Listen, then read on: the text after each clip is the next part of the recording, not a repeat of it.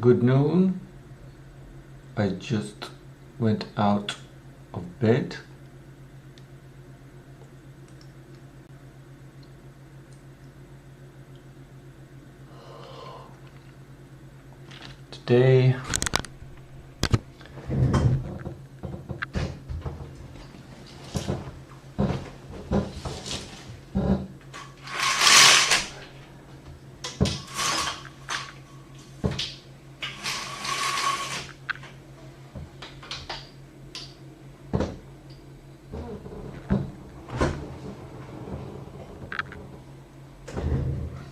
Today I need to go to the bathroom. Hey.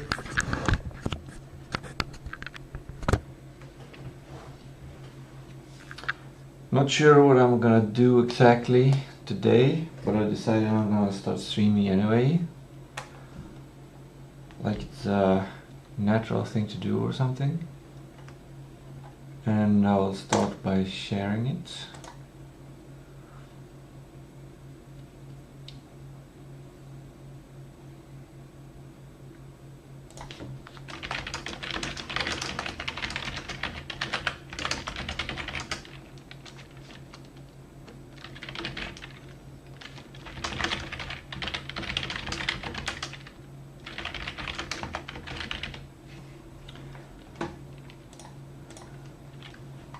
Not sure what I'll do today. Probably test local inference models through Lava and do regular human stuff.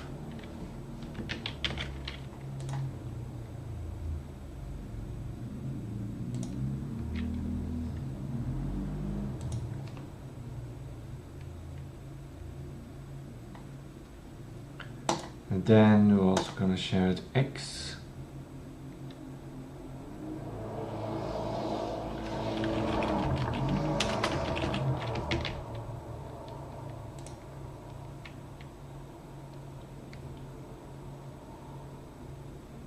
Interesting, burnt varnish. This is the one of the big humanoids. What was it called again? But apparently they're going all in on world models. So they were launching the 1X World Model Lab. It's simple. You can fine-tune your way to AGI. Okay.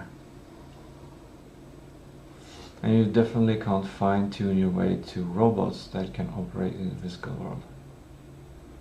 I feel like they might be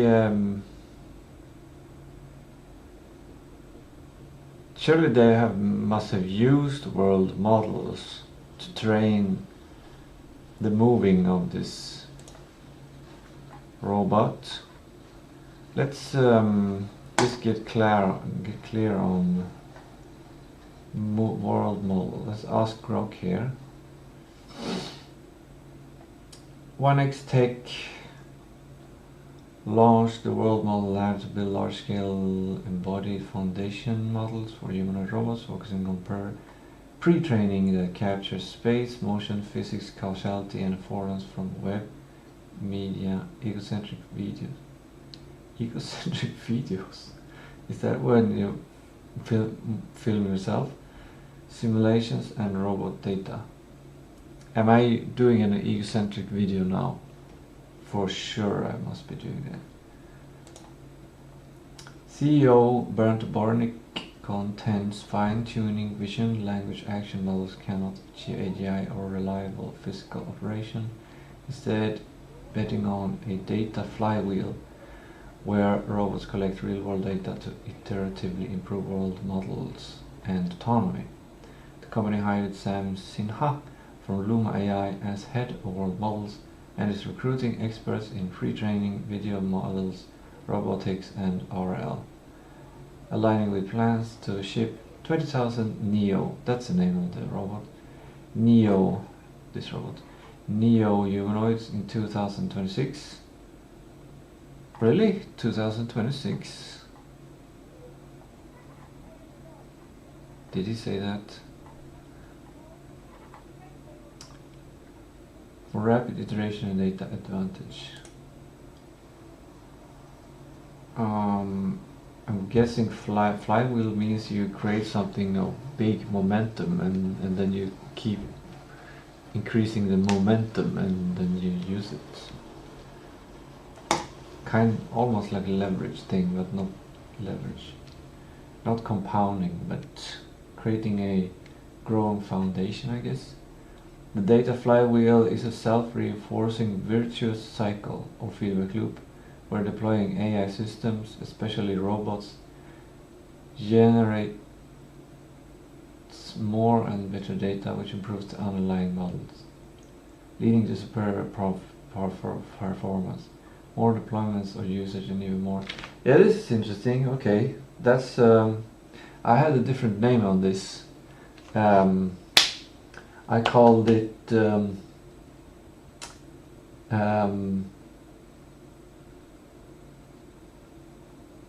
I think I call it super synthetic data.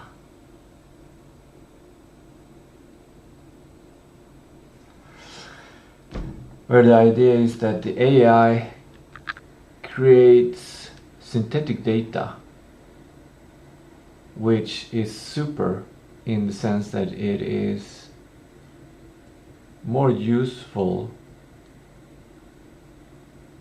than the current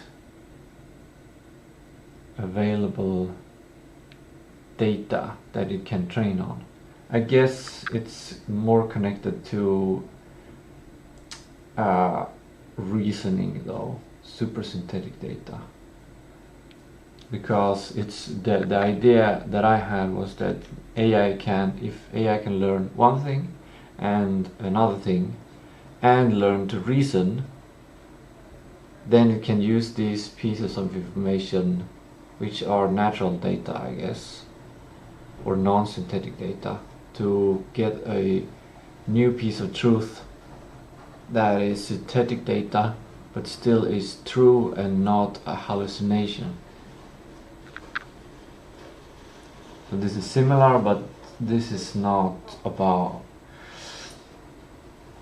I don't know if they should be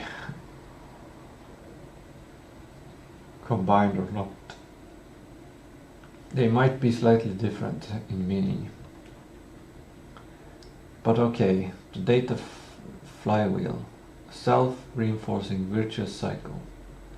We're deploying AI systems, especially robots. Generates... Oh, it's not... Oh, it's... We're deploying AI systems, especially robots. Generates more and better data which improves the underlying models, leading to superior performance and even more high quality data. Compounding advantages over time. Similar to how companies like Google or Amazon use user interaction to continuously refine search. This is interesting. This connects to so many things. This connects to the idea of a sandbox, and it connects like to the metaphor of a sandbox as well. That in a sandbox you can run simulations. As a kid you can go to a sandbox and you can play. And playing is, I think it's always to run some kind of simulation. You try to achieve a goal, you test out things, you explore, a lot of curiosity is involved. And you learn things so that when you leave the sandbox and go into the real world, you have now more knowledge, some useful thing. It's so interesting. It connects also to many other things, like running simulations, dreaming, for example. It can be said that it can be hypothesized that when we're dreaming, we are running simulations in our own head, thinking, trying, failing, trying, failing, trying, failing, trying, never really succeeding, but instead trying, failing, another thing, but learning things, consolidating memories, as it's said. And that's another way to run a simulation, which is also like a sandbox. It's separate from reality. It doesn't affect reality directly, like in the same sense. other than after dreaming you have learned something, you have changed. Every time you wake up you have changed, I think.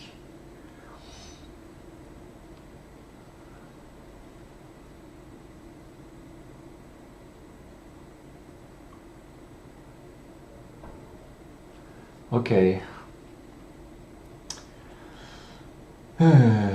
Let's get through this piece of information and then I'm gonna go to the bathroom and start my protocol. I cannot.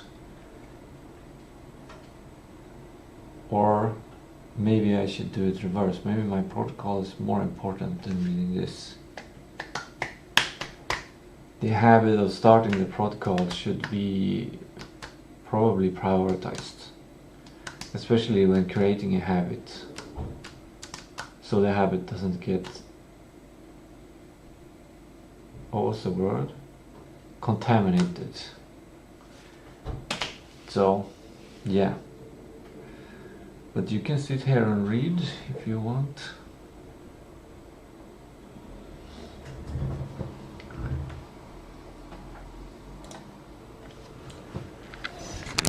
Or look at outside the window.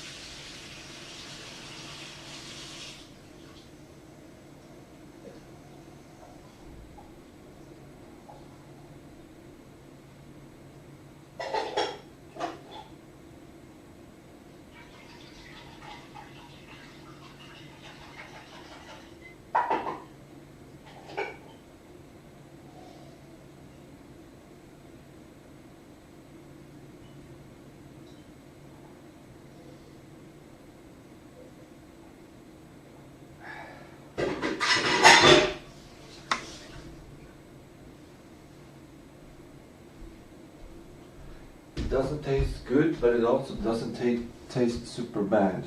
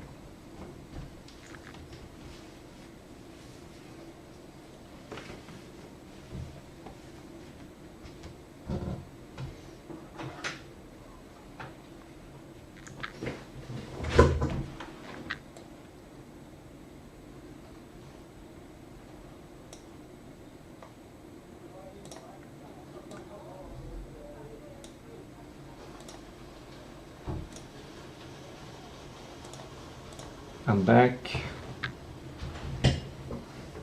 Let's get rid of the little glare.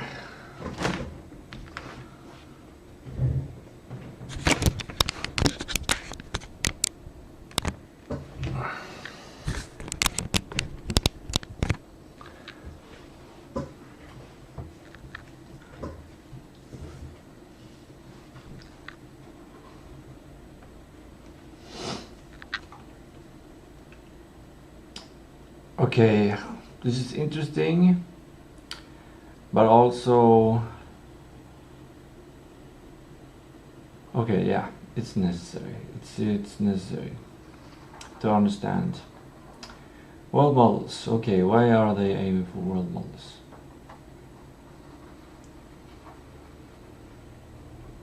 The robot collects data, the model gets better. The robot gets better. Repeat. The robot collects data, the model gets better, the robot gets better. Repeat. This is the core idea for building general purpose humanoid robots like Neo. Initial models start with large scale pre-training on diverse data sources, web, media, egocentric human videos. Oh, I think egocentric human videos is when you see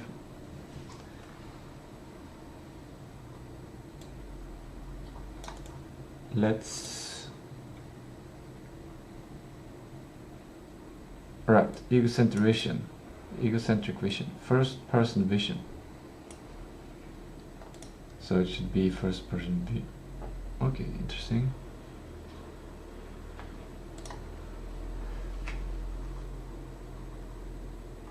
Down facing camera. It doesn't have to be down facing, but it's from,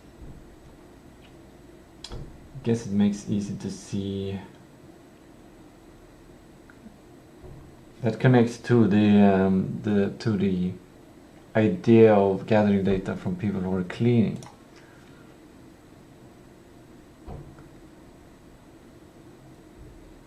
I don't know what this means. Does it have 6 body-worn cameras? Okay, interesting.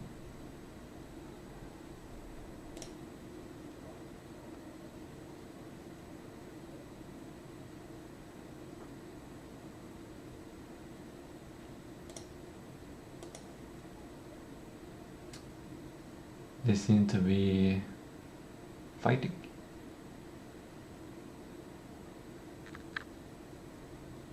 And using cameras in their glasses, and this is how a person moves, apparently. But this is not egocentric humans. This one, I think there are 2 people, one person there and one person here, holding this object and doing things, manipulating an object. Okay, so that's egocentric human vision. Simulations, dexterous, to operate rubber data, to build strong world models.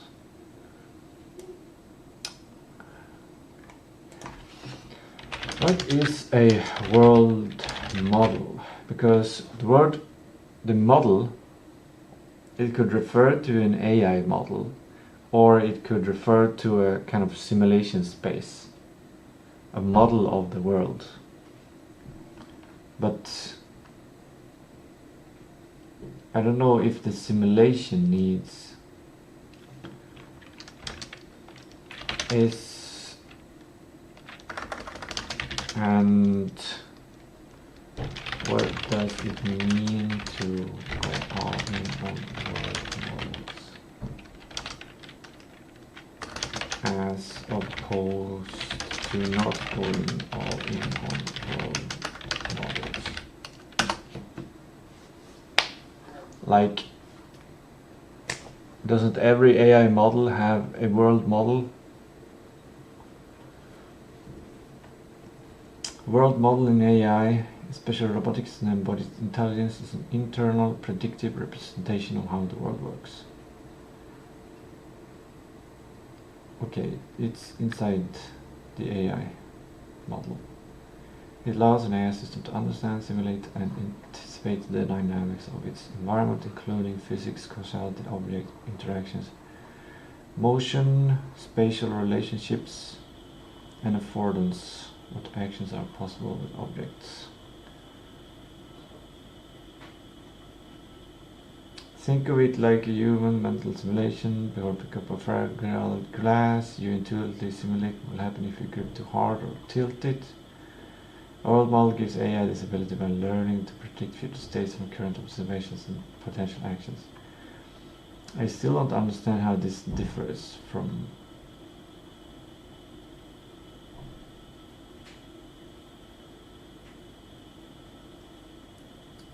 power pre-trained embodied world model from ground up. That's the core foundation. Okay. Versus not going on. Okay. Many current robotics efforts use vision, language, action models.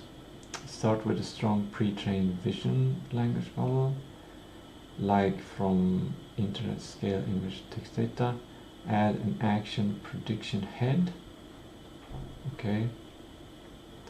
Not sure what head refers to here. I guess it's a process.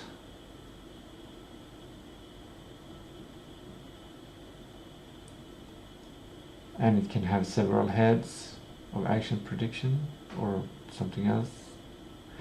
Then fine tune on robot illustrations, operations, data from specific tasks.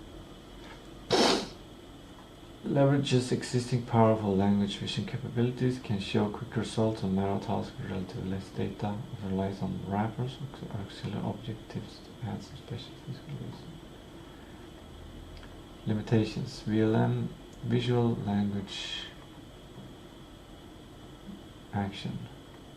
No, vision language action. Okay. Vision language action models are optimized for semantic understanding, not deep physical dynamics or prediction. Fine-tuning struggles with the complexity, variability and safety needs of the real world, brittle performance, poor generalization to most scenarios, and high data requirements for reliability. It's more like teaching specific behaviors than building foundational physical intuition.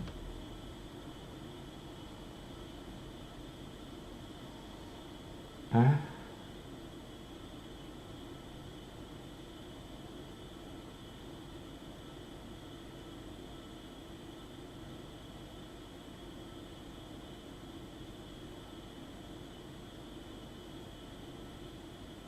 Okay. Maybe it's too optimistic. Maybe the first thing you would want to do is to save time, and that's when you try vision language action to train your robot so that it understands the semantic of a task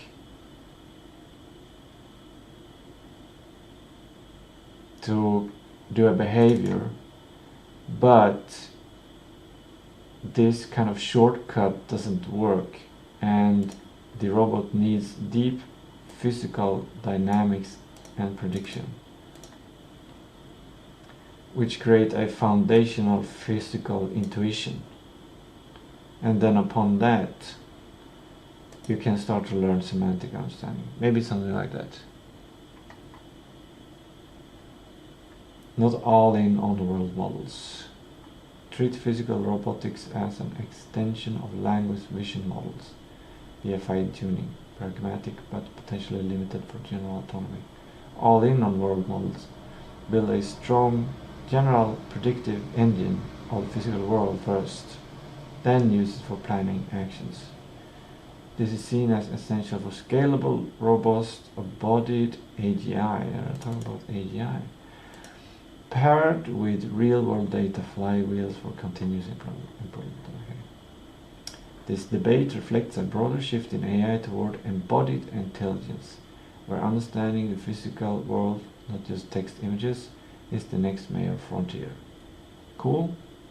1X World Model Lab is a clear strategic commitment to the latter path. Let's ask it.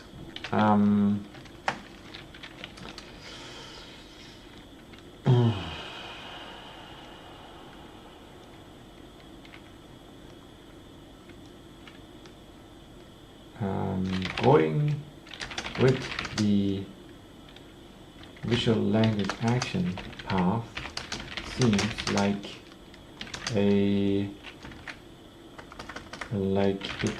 could have been a potential fast track shortcut towards a humanoid that works well, but that it seems like it can not reach the desired behaviors,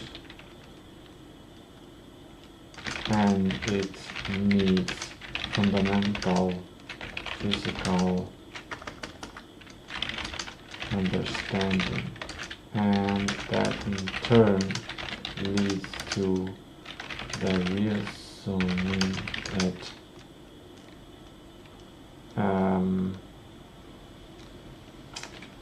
more focus needs to be done to develop a fundamental physical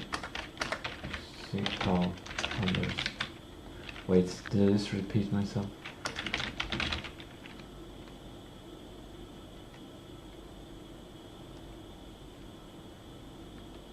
Kind of. It needs physical understanding, so it needs to develop a fundamental. It needs fundamental physical understanding, and that is better done through world models.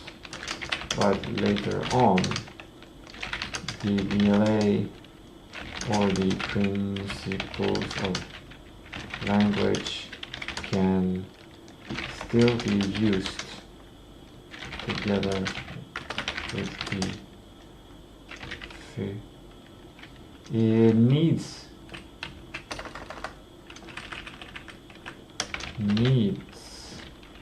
to be used with the physical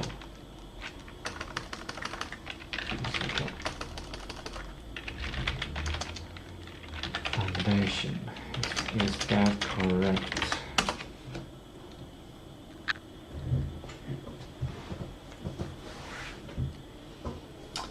Largely correct.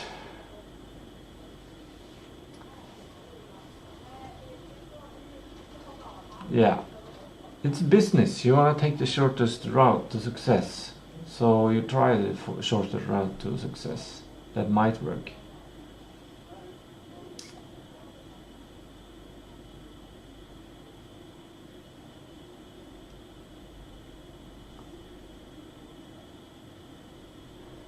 The shortcomings. VLMs are primarily optimized for semantic and visual pattern matching, not deep physical dynamics.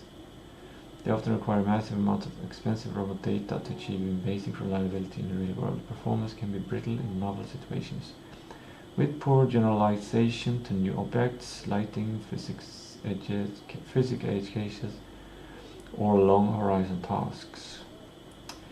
Fine-tuning alone struggles to instill true intuitive physics because of the long horizon task. That's due to working memory. I don't think that has anything to do with VLM or world models. Fine-tuning alone struggles to instill true intuitive physics, causality, and affordance understanding. Right.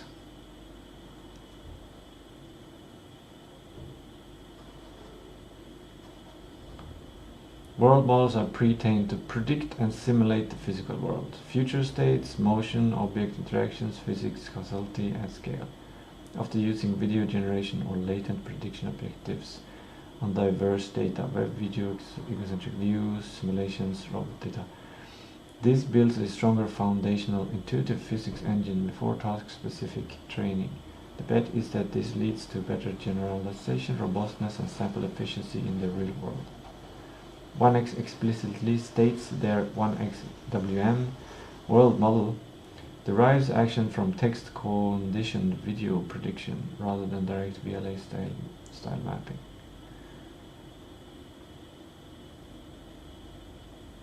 Yeah. The semantic stuff is still needed. Because without like, let's say, purpose, this gives the purpose. This just gives you the ability to predict what's going to happen and simulate things to get several options. But this one helps you make a decision of what option to take, or what world state to go for. Probably something like that. My summary nails it apparently. Okay, cool. I guess I understand this, or we understand this. Let's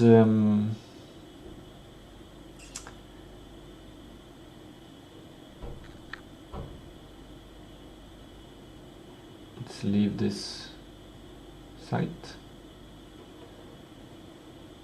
Let's leave Facebook first and then leave this site.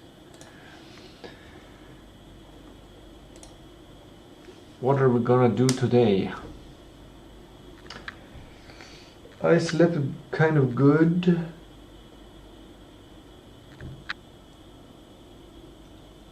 Not perfect because I'm not completely like completely fresh-minded or whatever.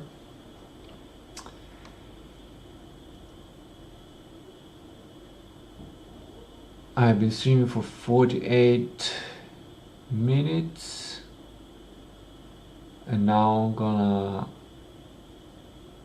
wait. When did I take my first batch? This is such an interesting new behavior that I have been able to develop, that if I forget something that I was doing or something that I was currently doing, I can just go and check back in time to see almost exactly what I was doing.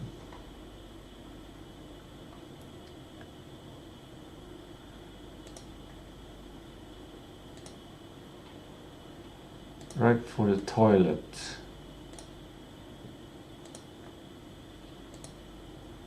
It was a number 2 toilet and I was, yeah, right here. 38 minutes before now I took my Alcar and stuff. AAKG, Alcar and creatine.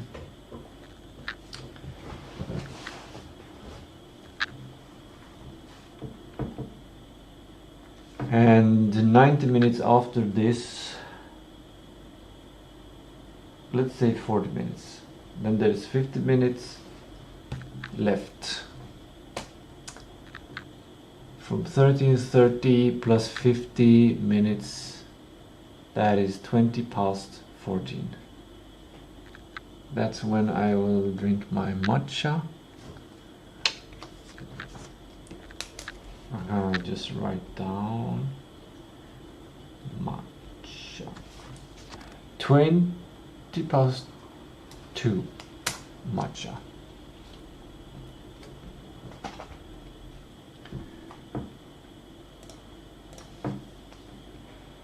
Okay. It is Friday today, I think. Yes.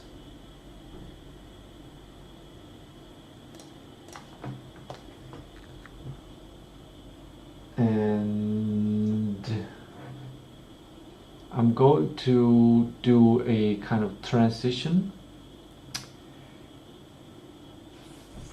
because from Monday to Tuesday I focus on getting better at AI in general, focusing on winning the AI race building super intelligence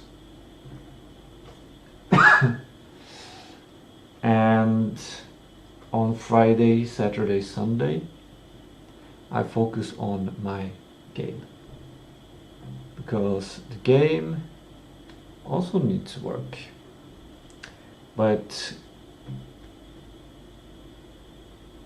yeah, it still relies heavily on AI to succeed.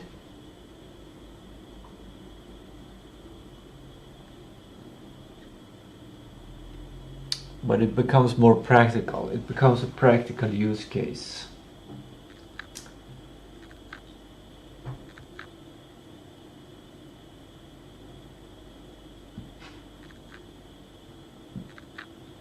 I was experimenting last night on some Olama.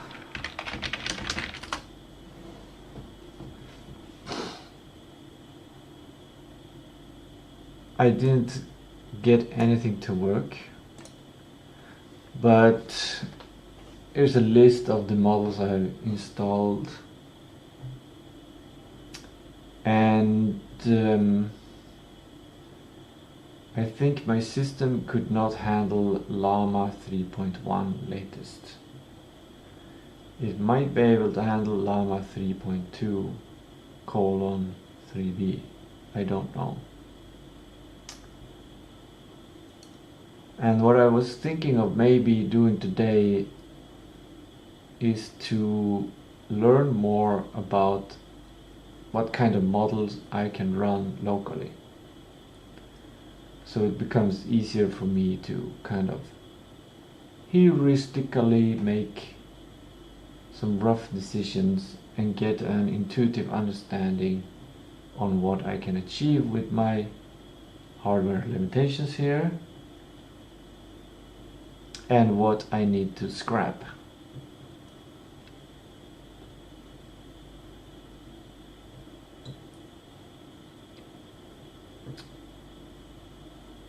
Or I could take a risk and not get this intuition and just develop my hierarchy system and just assume that I will be able to make a game with my system, and there are AIs that are good enough to finish these tasks.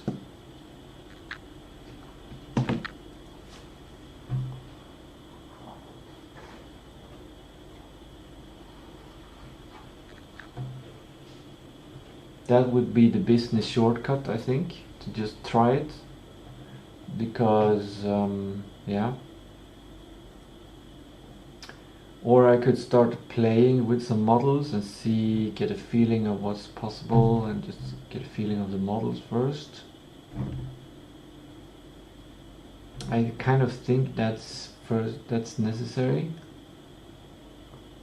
just to run a local model and see that it works, basically, and uninstall the things that doesn't work. And I'm gonna use Gemini to help me. So I'm gonna launch Gemini in a different terminal. I've installed Gemini since before, and let's see if I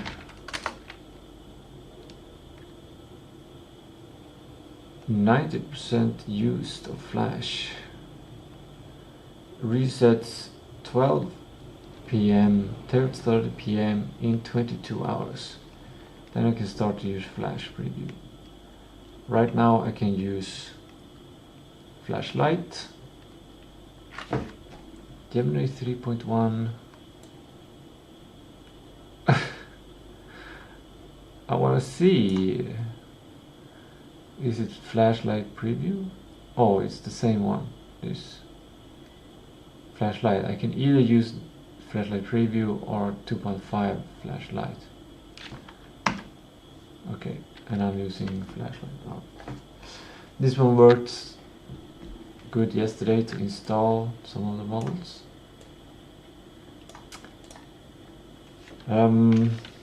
Yesterday I tried to install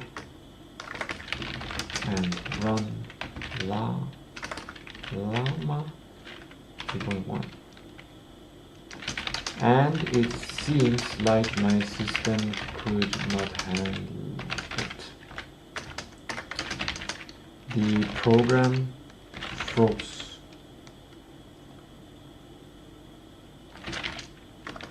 Until I had to force restart the computer. Can you help me understand why it didn't work? And yeah, let's start there. Let's keep it open.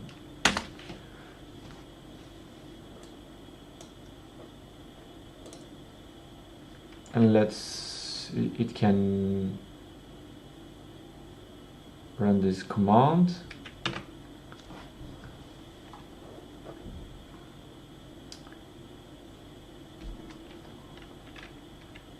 This is kind of dangerous to do live, because there might pop up some information here, like my IP address or some passwords or API keys. So I'm not sure if I can show everything.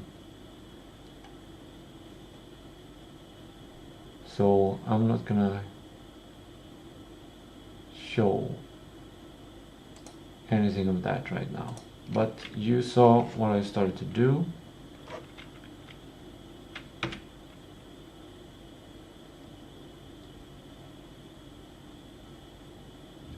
Why does it say usage limit reached for Gemini 3 Flash preview? Did I use up everything so fast? It was just on like 3%. It's still at 3%. Oh, I know what it is. It's the maximum of 20 messages per 24 hours. And it was just 14 hours ago that I was installing.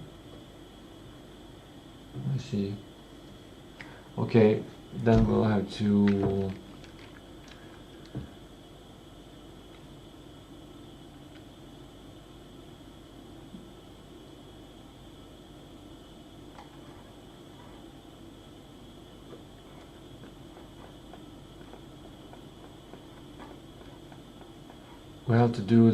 do it the slow way, the non-agentic way, and just learn things in general. That also means we can share.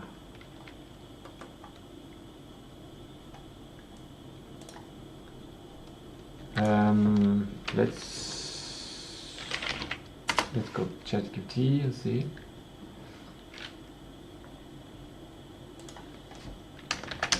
I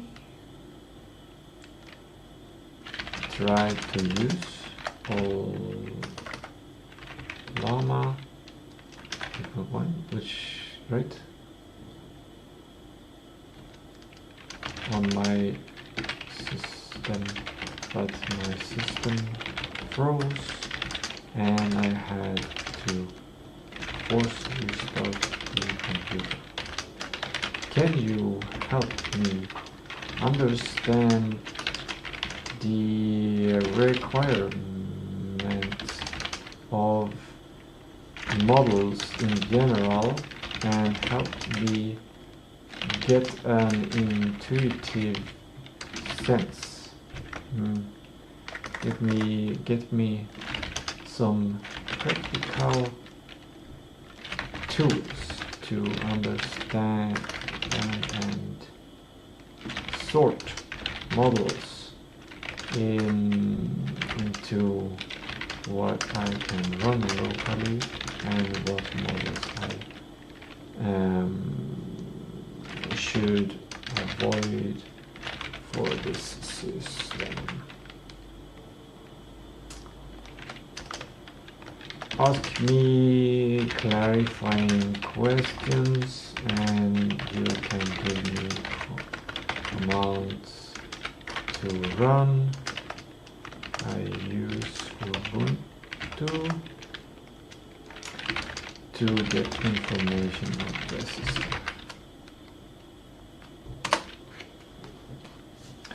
So it becomes more like a teaching situation. Yes, the first thing to understand is that can I run this model depends on 4 separate bottlenecks. Okay. VRAM, GPU memory, usually the most important. System RAM, important if the model spills out of VRAM or runs on CPU. CPU speed and memory bandwidth affects token generation speed if it runs on the CPU, right? Model quantization, Q2, Q4, Q5, Q8, etc. dramatically changes memory requirements. Right, okay. We're gonna have to dive into some of the terms here to master them. A system freeze during Llama 3.1 usually means one of these happened. The model didn't fit in VRAM and started spilling into RAM. RAM filled up and Linux started swapping heavily. Swap filled up. OOM, out of memory killer, couldn't recover fast enough. GPU driver crashed. The model loader attempted to allocate more memory than available. Probably something like that. First, tell me what you tried.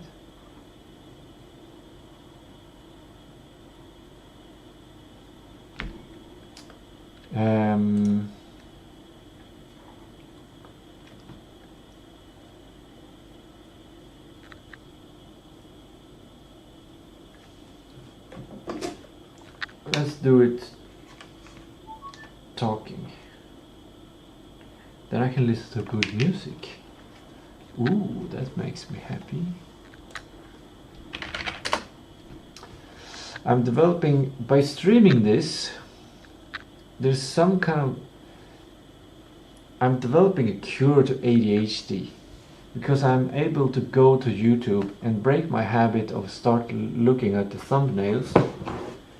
I don't know if it's because I'm streaming or because I'm taking supplements, but it's easy for me to just, even though all of this stuff is interesting to look at, I can still keep track of what I am doing and go for what I'm going to do, which is to get some music. Should I scroll until I see some music? That's usually, oh, I can just click here. Good, very good.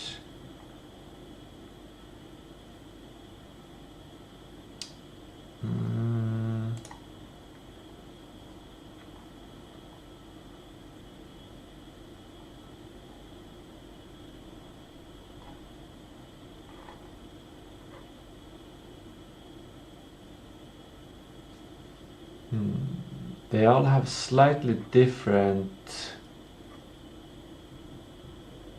directions for the mind. Like this is more, this one is more ethereal, like even more spiritual or big thinking.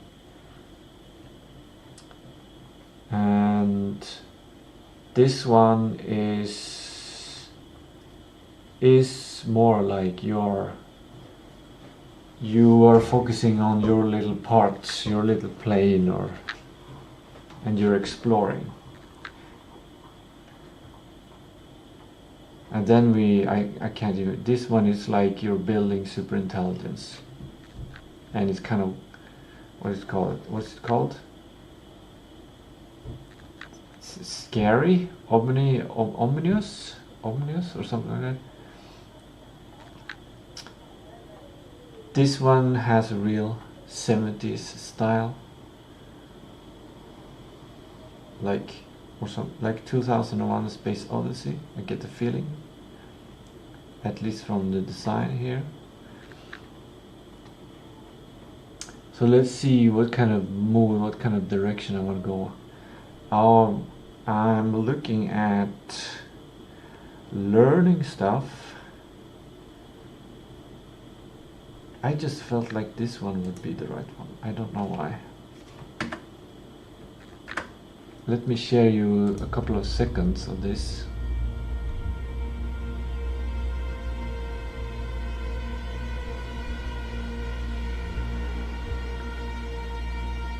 There we go. That's what you get to hear.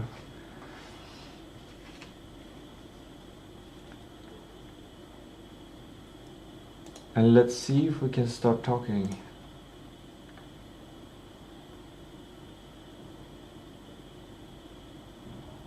It's kind of a nice, I'm gonna share some more.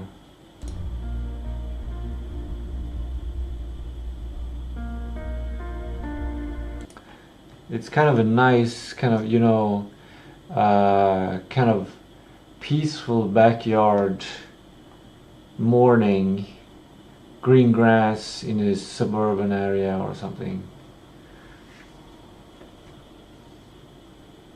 Oh, now it's getting more minor scale. Oh, this is becoming an interesting adventure. Okay, let's go, let's see. It actually starts to feel a bit distracting, to be honest.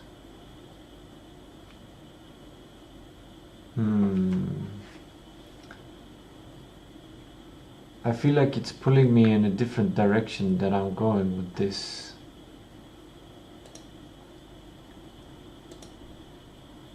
I think I'm gonna go back to the standards. This is one I often listen to.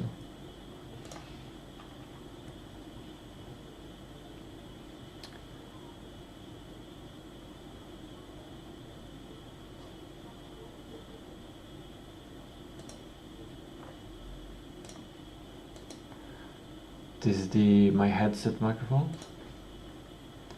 Okay. I want to understand VRAM first, because I know RAM and I know these little RAM sticks that you can put in your computer, and you can get RAM. And I want to understand the difference between RAM and VRAM. And why is it called VRAM? And yeah, is it only to make some kind of distinction that it is RAM, but it is for GPU? Or, yeah, help me understand more of this. Secondly, I would like to make sure I understand model quantization.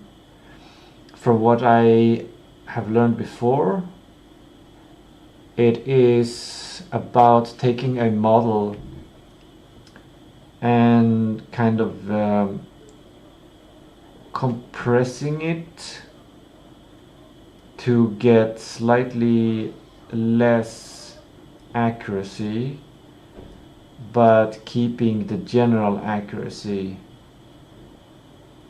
And since it's smaller, it's possible to run on smaller hardware, or what? How should I say smaller hardware? Less hardware. And is Q8 smaller than Q2? Secondly, I don't know which Llama 3.1 model I used. The only thing I can see is that it says Llama 3.1 colon latest ID 46E0C10C039E, size 4.9 gigabytes. Maybe you can help me understand.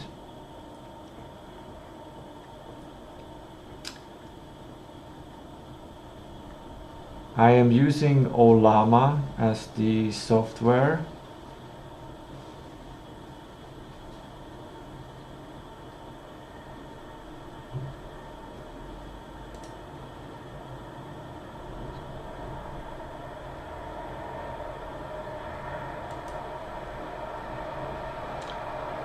It can think while I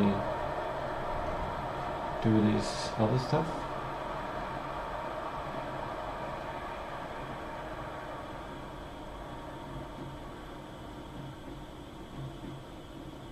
Okay, these are things to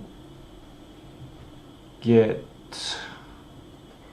information about my system, I suspect.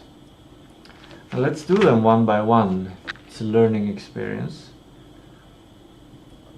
And I think it's safe to show on stream. So I'm just gonna show it on stream.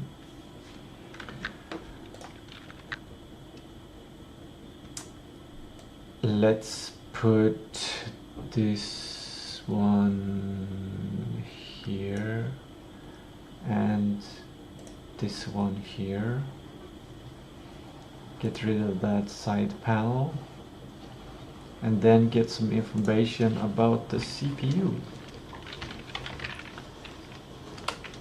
Oh, that's a lot of information.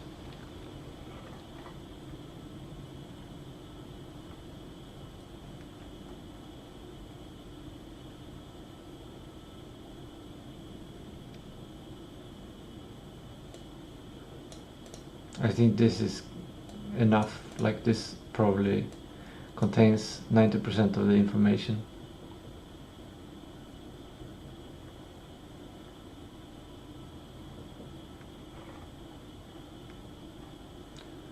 Vulnerabilities.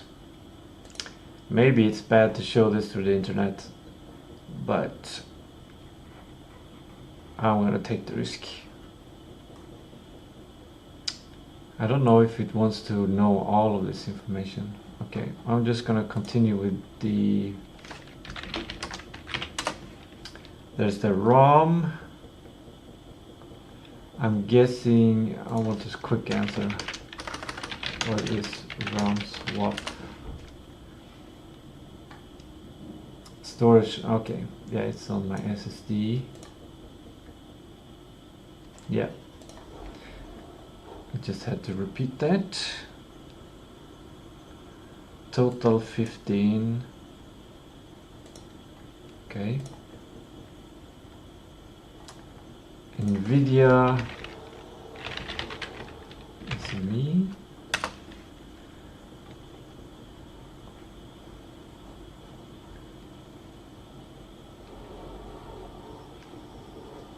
We got the model.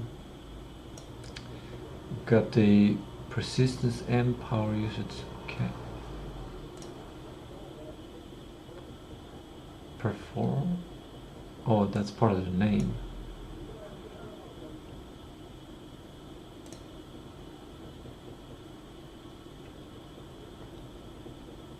Or maybe it needs some more. Oh. Just adapted permanently.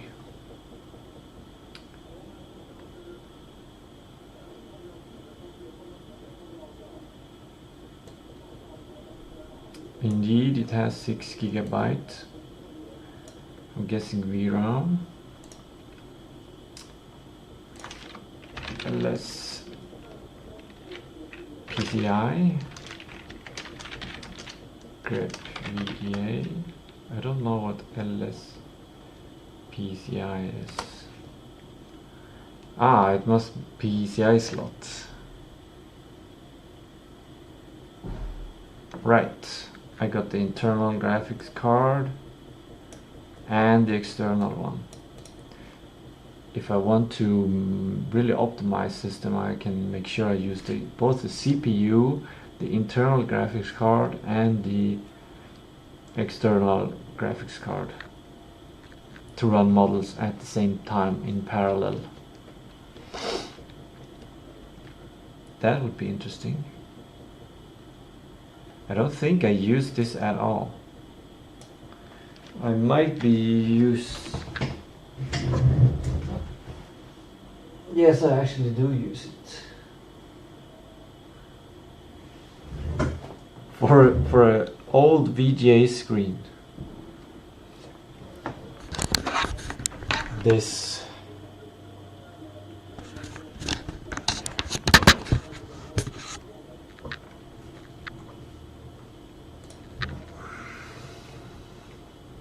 that's the LSPCI, and welcomes me if it's installed.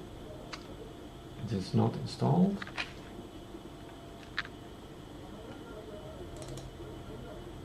If AMD, all right, that was only if AMD. I don't have AMD, I have NVIDIA, but I like the Intel one. Might be AMD, I don't know. Maybe it's Intel. I'm not sure. Anyway, that's probably enough information for now. This book. That's the storage.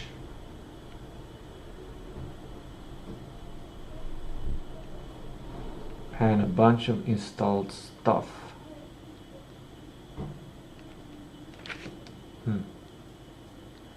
Interesting. Loop. What is a loop? The SDA and SDB are the disks. As you notice, I'm not a Linux guy really. It's not how I've been operating my life.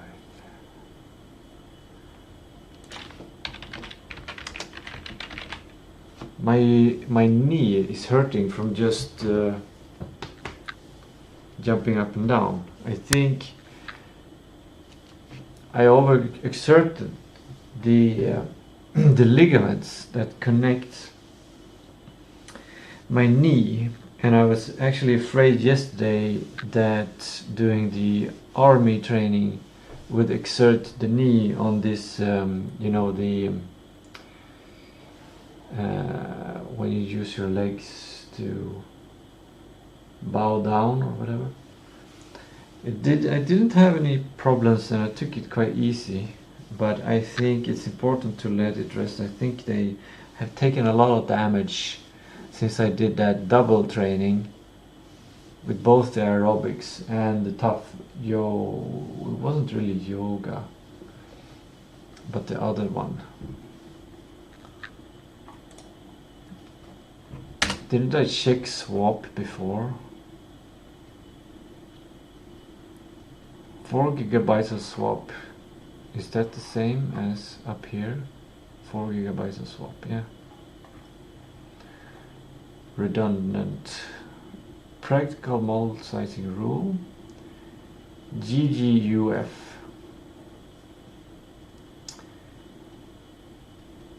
Q4 size.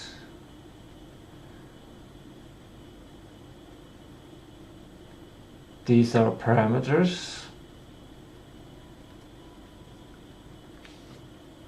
of the model.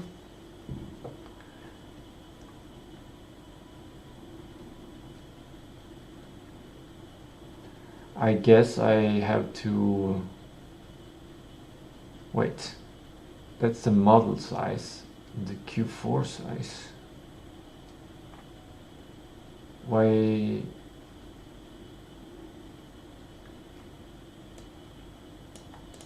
Let me get a quick answer on GGUF.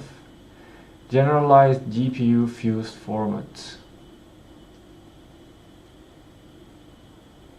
Packages the model weights, tokenizers, and metadata into a single highly portable file optimized to be loaded and run using consumer hardware like standard CPUs, Apple Silicon chips, and GPUs. I am curious about making my own kind of system that wouldn't need to load the whole model at once and can just load one layer. I'm not sure if that is possible to divide it like that, or if it's a good way to do. So generalized GPU fused format. What's this image? Unified file format for running LLMs locally. Oh, like MP4 for AI models. That's a cool similarity.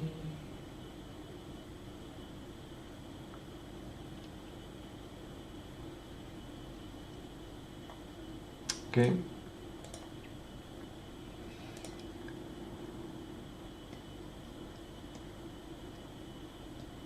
I think since it's Friday, it's the transition day from AI theory into making the game. After I've done my first session here until 14:20-ish, and I've done my research and prepared myself to actually implement and create the system locally, I can't use Gemini, so I have to install the model manually and then start developing the system slowly but steadily. I might need to do some cleaning up space on the computer.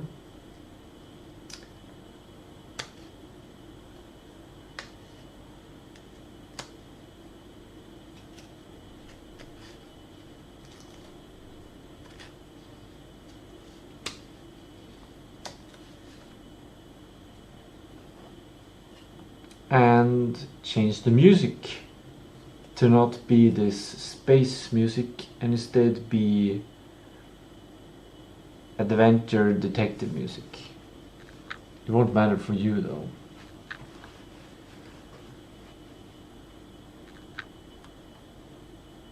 I guess.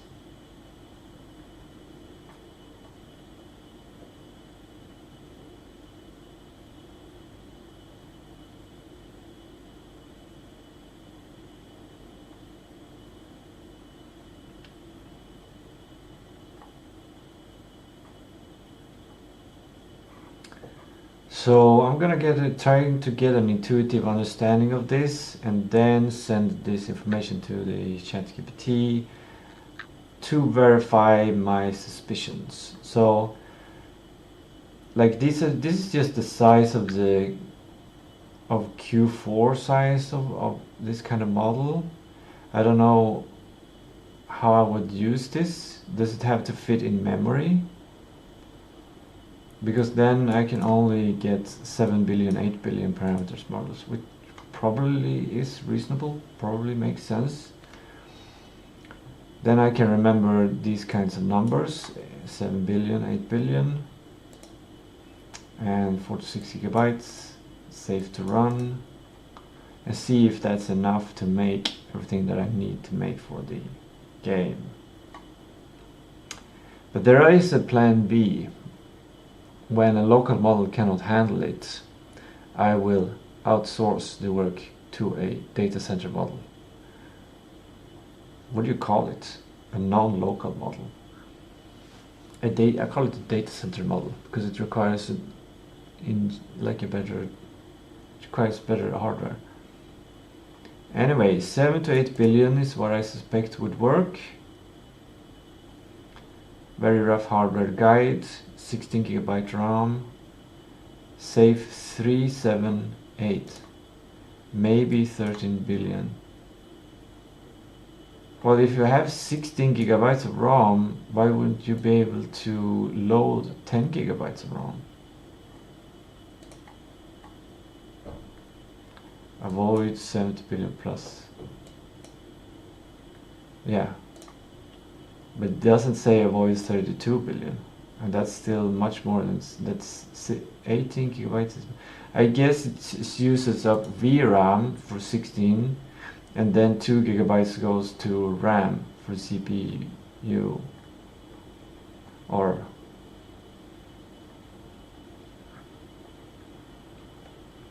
(32 gigabytes), then we can level up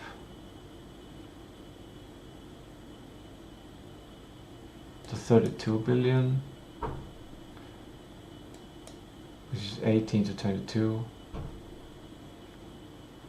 It still has 10 gigabyte RAM left, so I'm gonna start by asking these things. I'm going soon to send you the specs of my computer to verify the things, but I have some questions here. You are showing a table where a model like 32B has a Q4 size of 18 to 22 gigabytes. And then you say on a hardware guide for 16 gigabytes of RAM, it's safe to run 3 billion, 7 billion, 8 billion, maybe 13 billion Q4. But I feel like you could definitely run 22 billion since Q4 has 12 to 16 gigabytes there. Even if it's a large one, 16 gigabytes, that would fit on 16 gigabyte of RAM. But I'm not sure if you're talking about RAM or VRAM in the very rough hardware guide, or are you talking about total RAM, which is the combination of VRAM and RAM? But then again, you should be able to run something more than 13 billion Q4 on 16 gigabytes of RAM. You should be able to run a 22 billion parameter. So I'm not sure about your very rough hardware guide here. It doesn't seem accurate. It seems like you're adding some kind of buffer or something. I don't know, expecting RAM to be used for other stuff while the model runs. I prefer to max out the system. I have other computers that I can work on, so this computer can just continually use up all the RAM necessary.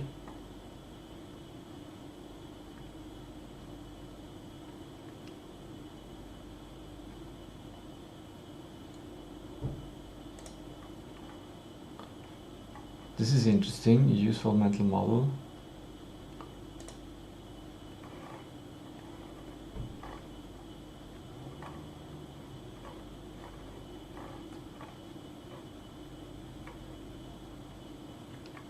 Small systems, everyday local AI, strong local, serious reasoning, near cloud model quality, workstation server territory, 100 billion. Once you provide the outputs from these, tell me which language you're tempted to run. I can build a custom component structure on models that will run comfortably. Models that will run but be slow. Models likely to freeze the machine. Recommended all liner commands. Recommended. What was it? What was GGF?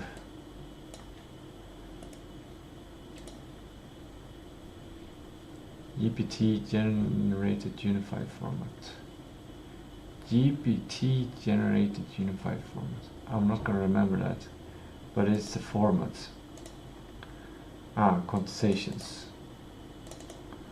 Right, it was the MP4 version of AI. Maximum practical model size for your heart. Okay, and then I sent this. This is how I often use AI. I send a message and start reading, and then I answer the things that occur, and then I let it think, because now I don't have to wait for the model to think, because it has already thought an answer to these things. So I can kind of catch up. It also creates this kind of working memory momentum, so I don't derail that much, because I come back to these questions that I had before. So it helps me focus as well, running it like this. Good questions. Understanding VRAM and quantization will make local AI much less mysterious.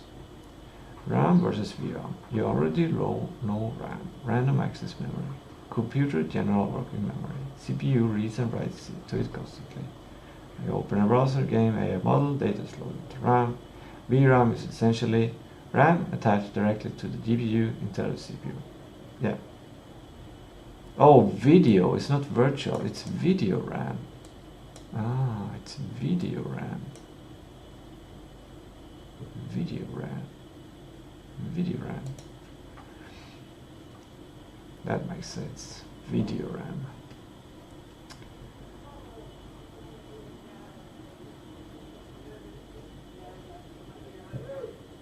DDR4 RAM, bandwidth 25 to 50. Modern GPU, oh, they need so much more. The GPU needs to move huge amounts of data every second. For AI inference, the model weights are constantly read from memory. If the model sits in VRAM, GPU, VRAM, everything is very fast. If the model sits in normal RAM, GPU, PCIe, Express, and then RAM, GPU spends much of the time waiting. This is really pedagogical. This is great. This is great. I need to remember this. This is kind of the complex thing that you would have to, that I need to write down and rehearse. If the model sits in VRAM, we can directly access it, and we can run hundreds of gigabytes per second, thousands. If the model sits in normal RAM, we have to go through the PCIe slot and then to RAM. Yeah, I will remember that. Probably. I might forget this part. And this, I guess it has to go back as well. Like it has to go there and has to go back. I don't usually like analogies made by AI. They are often, in general, I don't like analogies because they create misinterpretations, especially when things are complex.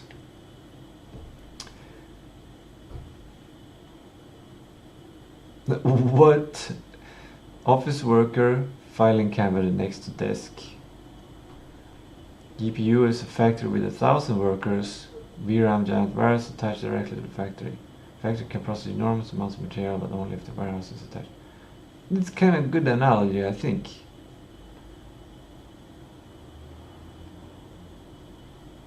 And if the warehouse is full, you would have to use a filing cabinet.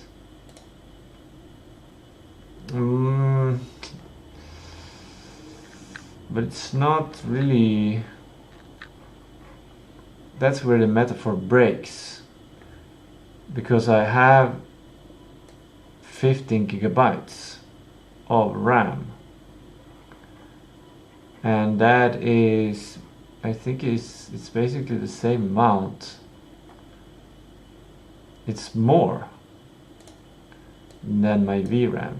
It's double the size. So this filing cabinet is double the size of the warehouse, but it is far away. So this analogy is not good. So, yeah. Why AI models care about VRAM? A model is mostly a giant collection of numbers called weights. Yep. 8 billion parameters. They must live somewhere. Yeah, sure. It's a matrix of numbers, and we need to do matrix calculations. But I don't see why we have to run all of them at once into memory. Well, yes, if we run it parallel using the GPU, which will save time, of course. But I'm thinking it could potentially be possible to run a very large model on a small system if you divide it up, because it's still just a bunch of calculations. But maybe the result needs to be stored. Maybe that's the RAM.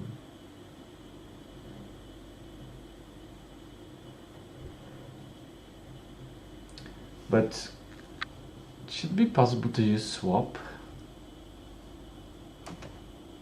And if you just have like a progress bar instead of the computer freezing, then you can just take a vacation for a week and come back.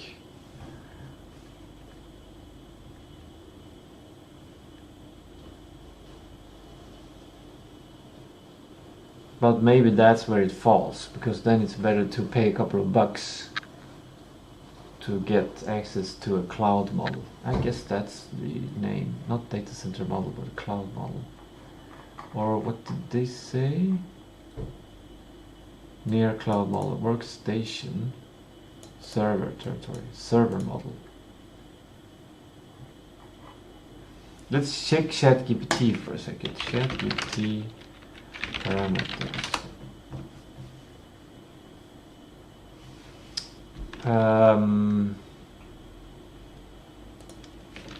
Size.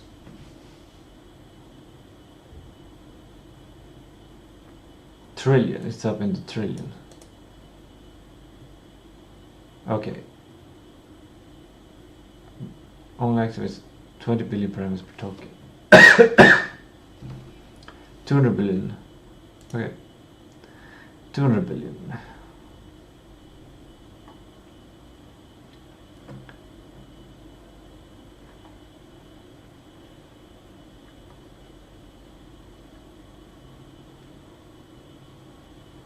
GPU inference, VRAM, CPU inference, RAM. There isn't enough. If there isn't enough VRAM, some layers spill into RAM. Performance drop dramatically. Sometimes the machine freezes, become responsive. Yeah. So maybe if I would have waited yesterday, eventually it would have come to an answer. The only thing I did was write hello. That's all I sent. But still, it has to do all of the calculations. I think it's not like it can only use some part to just answer on the hello. Understanding quantization, your intuition is already basically correct. Think of a model as a billion of numbers. A full precision weight might look like, oh.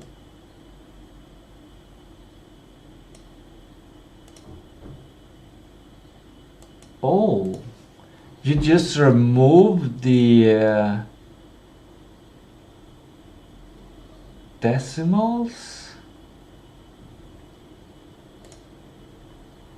Is quantization as simple as just removing decimals from a weight? So there's no retraining or anything? It just, because that makes it so incredibly simple to quantize a model. Then you basically just remove a couple of numbers and see how it performs, and then you might add back some numbers or remove even more numbers, to still get a good enough result. Is that correct?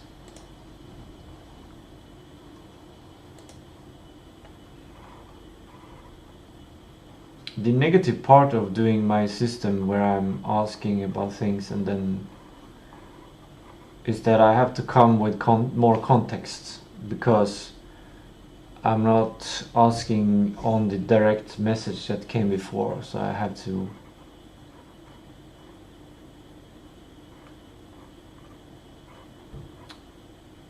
find where I am. Okay, here.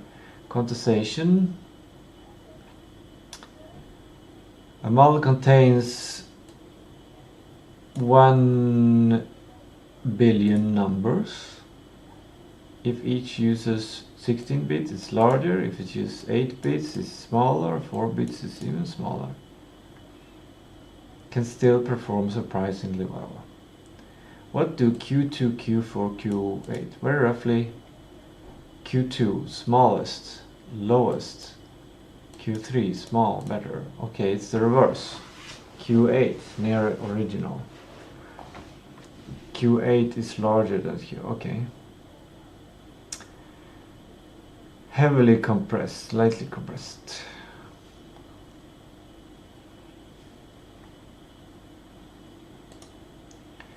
What happens regarding quantization, like if you make it even smaller than Q2?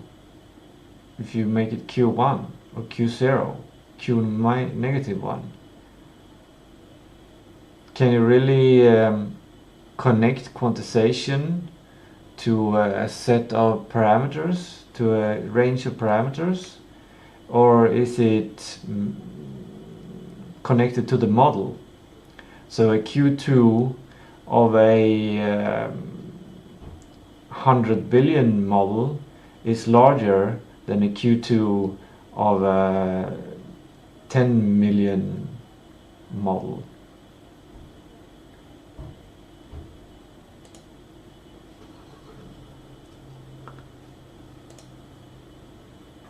Whatever.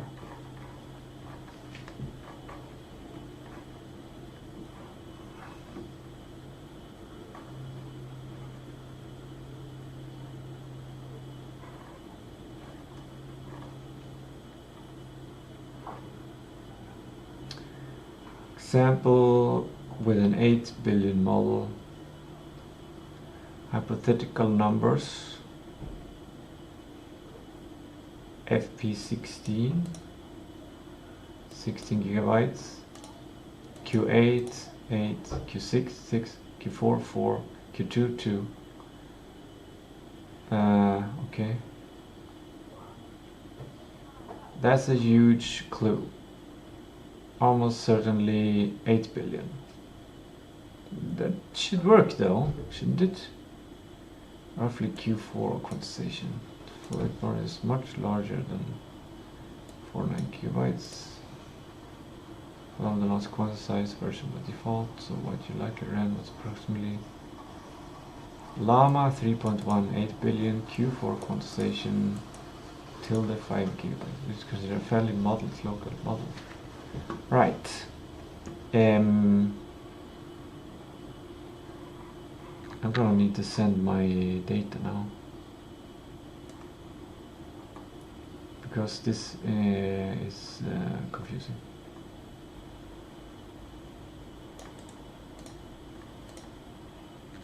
Oh no, I'm out of messages with the most advanced free model. I'll use a less powerful model, that's fine.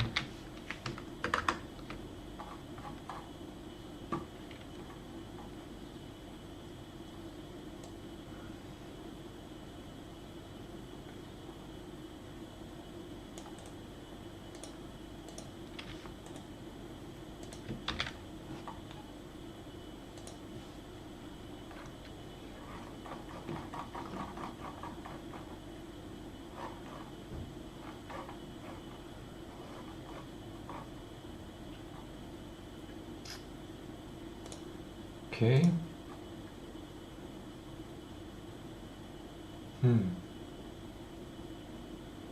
Q4, 8 billion, 5 gigabyte. Why would a 5 gigabyte very important point. 5 gigabyte model does not mean it uses 5 gigabytes while running. A model can require 5 gigabyte model file, runtime memory, context memory, KB cache, operating system, or Llama overhead. Actual usage might be several gigabytes higher. Okay. Next command. Let's identify your hardware before guessing. And those are the commands that I wrote before. You're catching an important oversimplification.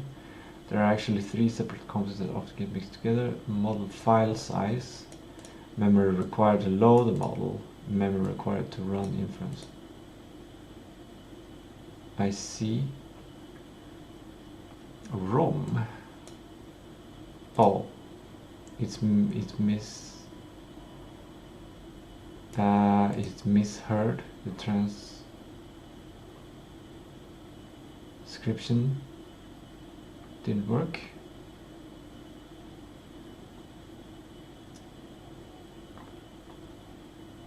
Why a 16 gigabyte model doesn't fit into a 16 gigabyte RAM? Suppose you have 22 billion Q-file model, 14 gigabyte model file. Many people assume, okay, blah blah blah. But whatever. It wasn't clear on that before. Maximum C 16 gigabyte model, 1 to 3 gigabyte runtime overhead, KB cache, OS, Llama, which can become 18 to 22 gigabyte of actual RAM. Okay. So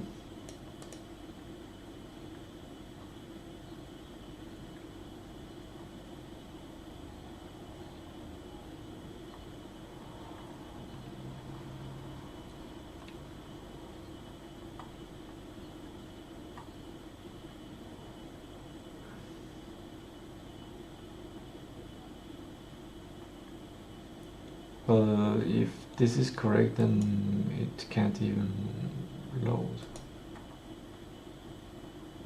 Or it had 3 model size, memory required to load the model, memory required to run inference.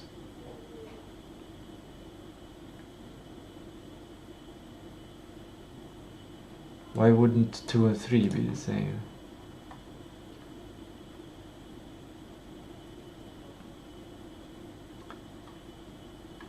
I have 16 gigabyte RAM. What can I run safely? I usually answer the second question. For example, model 8 billion Q4. Can it load? Yes. Comfortable? Yes. Usually, yes. What? Sometimes it can load, but it can always run comfortably. 2 billion Q4? Maybe. Not really. Usually no. No. Not really. No. Your use case is different. You said I prefer to max out the system.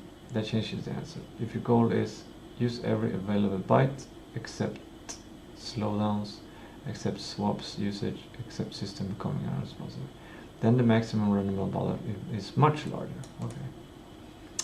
Another complication, CPU versus GPU. Let's imagine machine A has 16 gigabytes of RAM.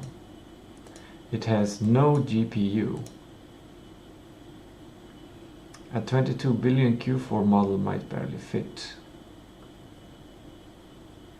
Yeah, no GPU at all. It could run maybe slowly. Machine B has 16 gigabytes of RAM and 8 gigabytes of VRAM. Now I think it's interesting. Some layers can live in VRAM, some RAM. Performance may be much better. Sure. Why the math doesn't work perfectly. The multi-size tables are approximations. For example, 8-bit model around 4.5 gigabytes.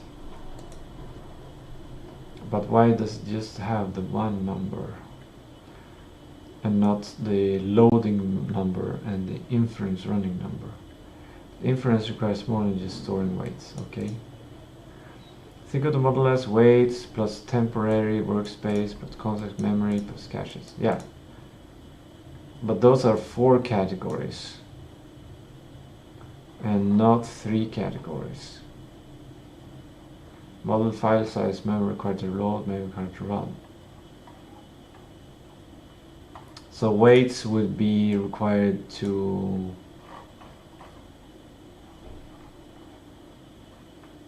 the how big it is, and then to load it you need to load weights and maybe a temporary workspace, and then to run inference you need both context and context memory caches. Caches are especially important. The longer your context window, the more RAM is consumed. Longer context window, the context also grows. Right. The input. Right. Right. It's becoming clear but also more complex. Many parts. A more precise mental model, a useful approximation is required RAM is roughly the model size times 1.2 to 1.5. Okay, that's the required RAM. Is it the total RAM? Is it the VRAM? Why can't it be more specific? Often in your explanations you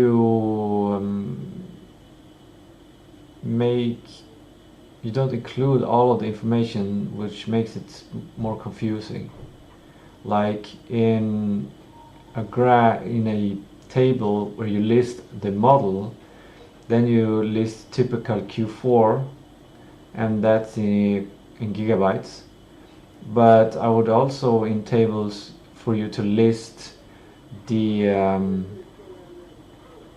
answers to the other things as well, not just model file size, but also memory required to load the model and memory required to run inference. And I guess since when the context window grows, it needs even more. So maybe we can also put something like a max, if there's something, if that's possible even. If there even is a max, even on simpler models. Maybe there isn't a max. Maybe the context can grow forever. Secondly, I want you to be specific when you use the word RAM. As you say in one, you're saying required RAM is roughly equal the model size times 1.2 to 1.5, but you're not specifically saying if this is just the RAM or the combination of RAM and VRAM, and you're also not mentioning if it is to load the model or to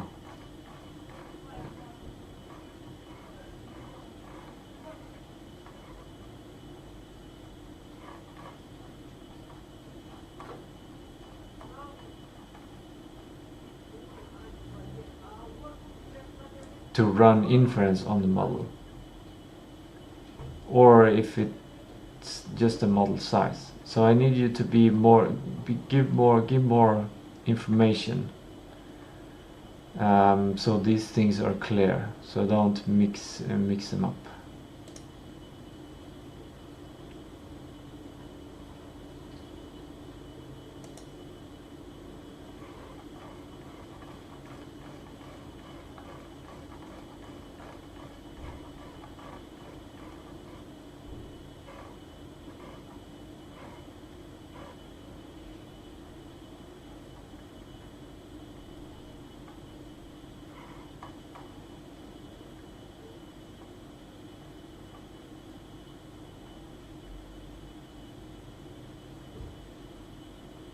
Oh, it's here. It's getting more specific.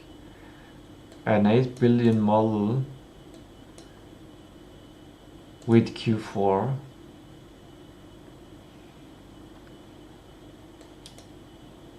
So an 8 billion model can still be 8 billion Q4, it's still 8 billion Q5, still 8 billion Q6. It's just that each parameter has less decimals, if that is correct. File size 5, runtime memory 6 to 8. Then there should be no, well, I guess there will be 2 gigabytes of spillover to RAM in my case.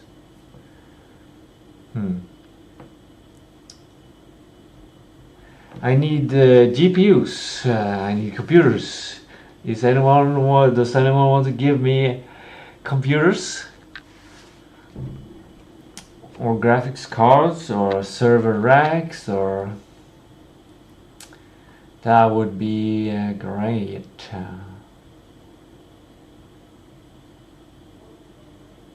What I suspect happened.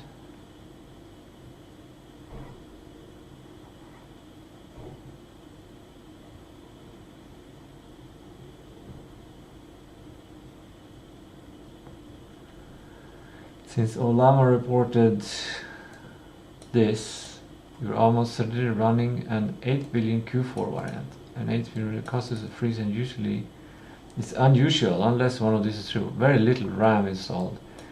No, but very little VRAM. No swap configured. Maybe that's true. GPU driver issue. RAM already heavily used. Integrated GPU sharing system RAM. Hardware problem. That's why I'm interested in seeing these things, yeah? Because 8 billion Q4 model are... I'm glad I didn't show the specs already, because this really pushes the model to give different kinds of perspective, which feeds my education. Like it probably would not have said this, no swap configured, if I just gave my system. And then I wouldn't have learned that this can be a potential problem. But I guess maybe I didn't need to know if I'm just gonna get it to work now. Business mindset. Before I go to the next one, I'm gonna go to the toilet and get the next phase of my protocol, my matcha. Stay tuned.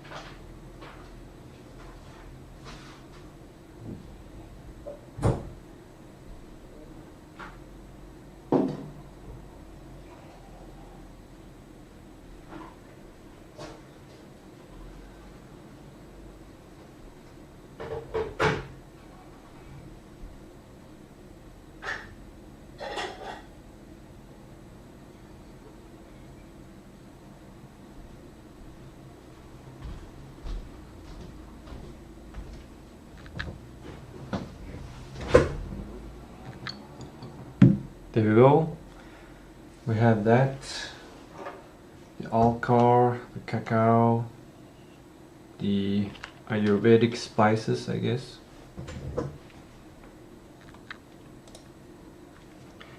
One thing I don't like with about my protocol is that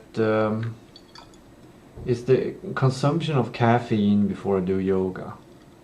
I don't like that, because this in the protocol now I consume this and then I do my training.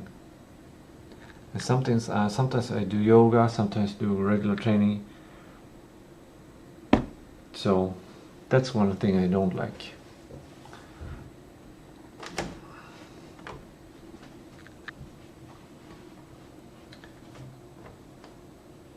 Let's get back to business.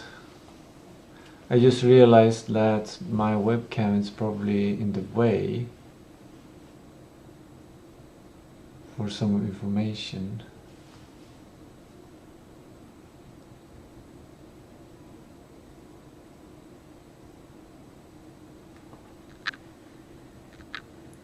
I guess we'll simply just do this instead.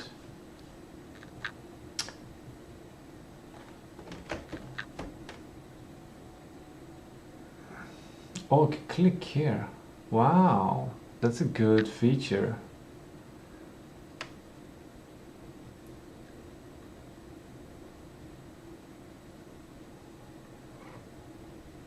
Which am I?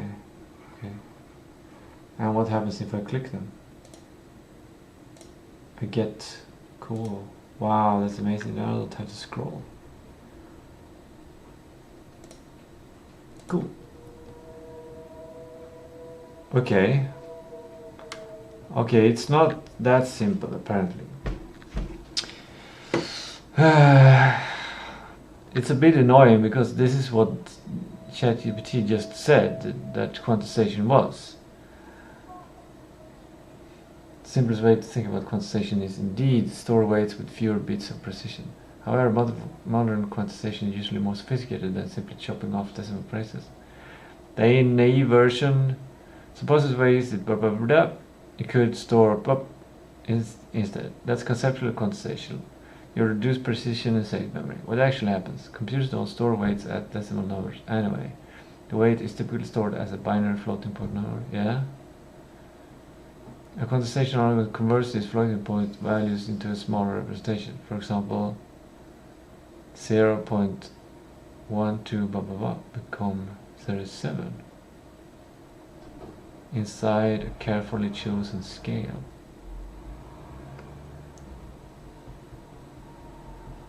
Okay.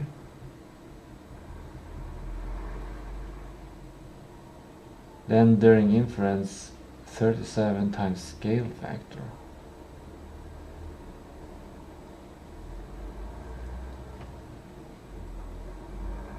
But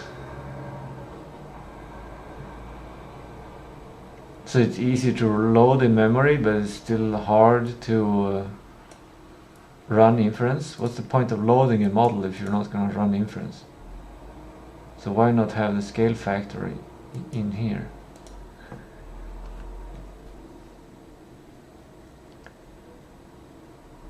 Why not just have that number? Is it to save transferring speed when downloading the model?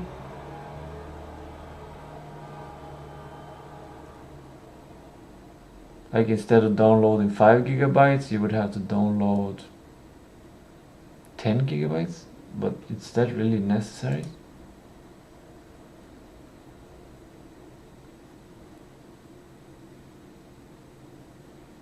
So the model approximately reconstructs the original weight. Why not just round everything? Because different parts of the model matter differently.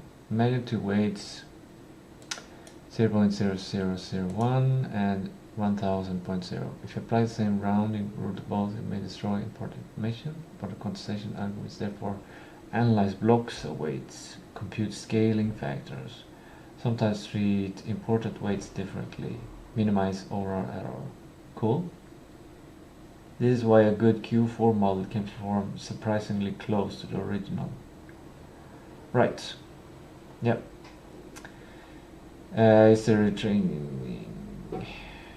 Okay, I guess this wouldn't be considered retraining, but you're still changing the weights. Computing scaling. Oh, okay. And then you apply the scaling factors differently.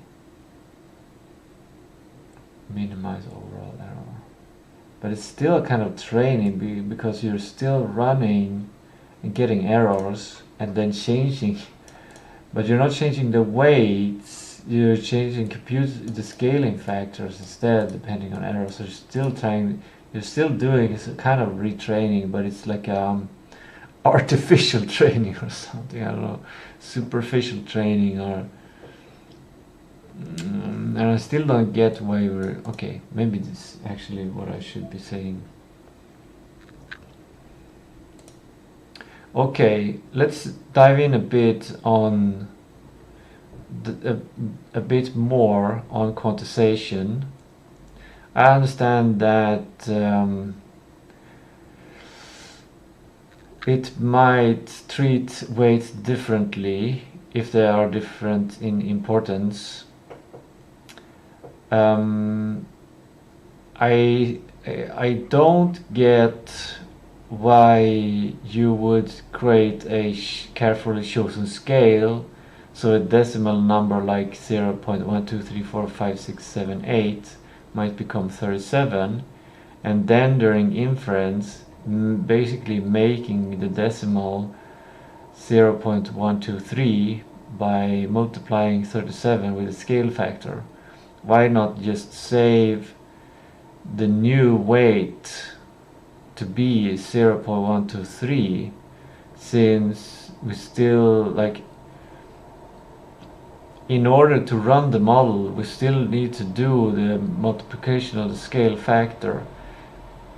And why would we use a carefully chosen scale? Would that make it easier to load the model? But why would you want to load the model if you're not going to run inference? So why not just have a decimal number and not do the scaling situation during inference? I mean, you can still do the scaling, but you would do it on the model to create a new I don't think, like, it wouldn't be significantly larger. And the point of quantization is to run inference on a simpler system, less hardware heavy system, isn't it? It's not about reducing the model file size, because the purpose of a model is to run the inference on the model. And secondly, why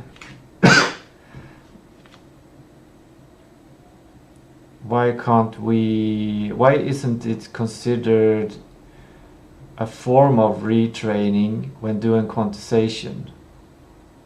Even though you do analyze blocks of weight, compute scaling factors, sometimes treat important weights differently, minimize overall error. I feel like,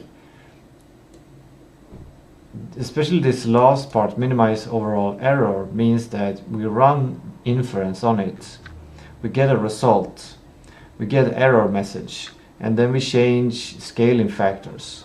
That feels like training to me, but just with extra steps.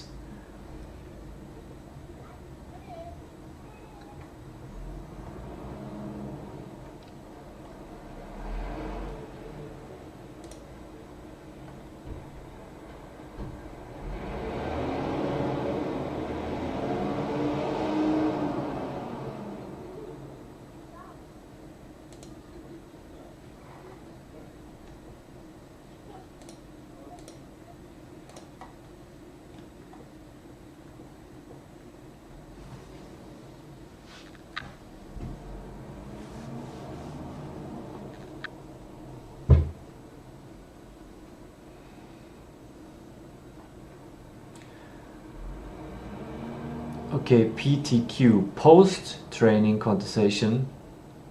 What? And what is pre-training quantization?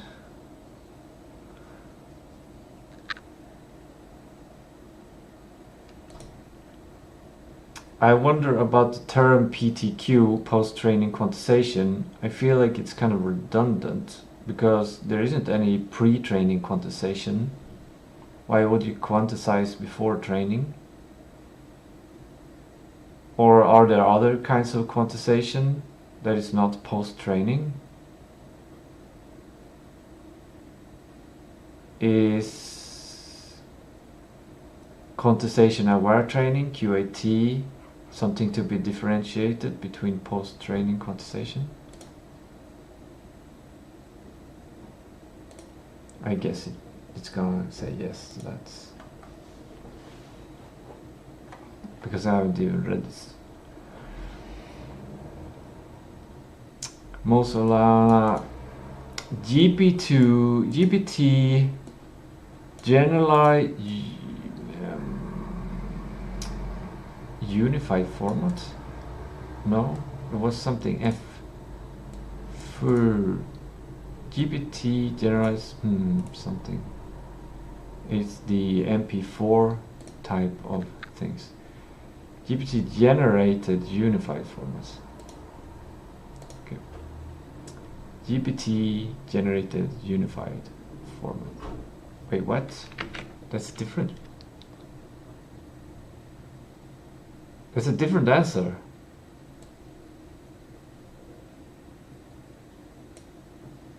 Or am I going crazy? This is great. I can check if I'm going crazy or not. I can go back in time and check if I made an error or if I'm being gaslighted. This is a quite powerful thing.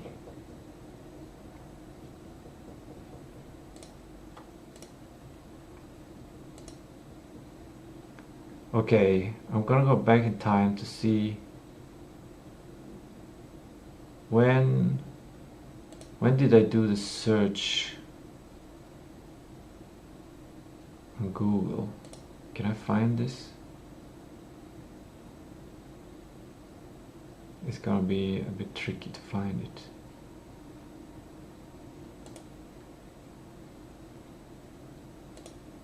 The first time I encountered the term GGUF.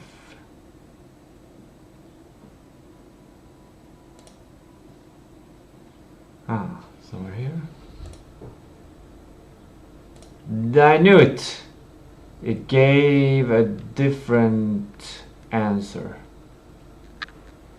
Generalized GPU fused format. GPT generated unified format. What the heck?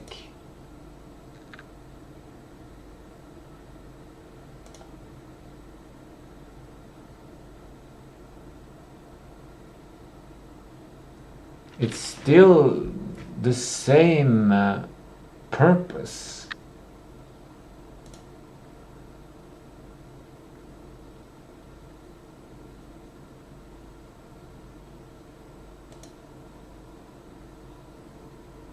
Let's see if we can get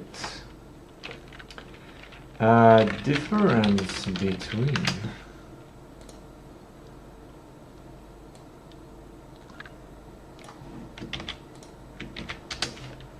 And generalize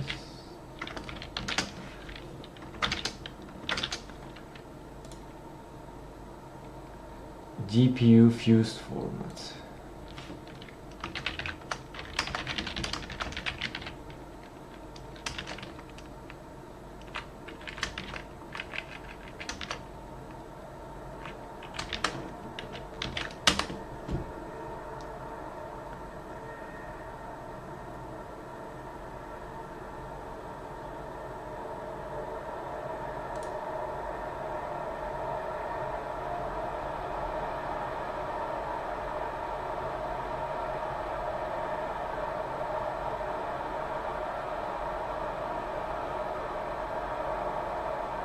Okay.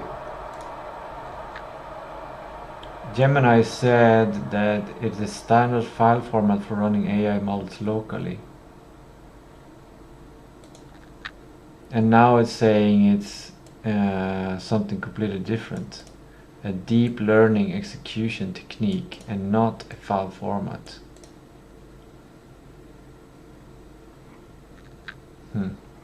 Okay. Well, that's an interesting effect. Accidentally, well, I don't know, accidentally or not, but getting gaslighted by AI.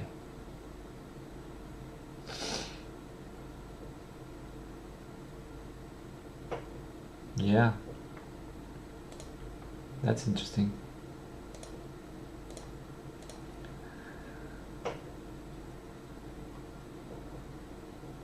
So if I search this now,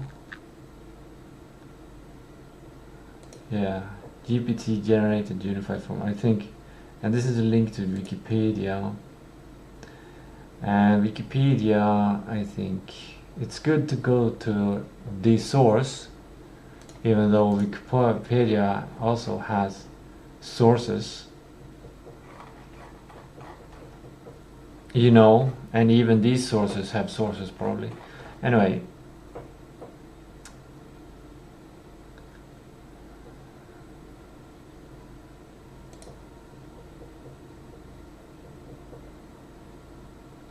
this one says it stands for GGML universal file. What?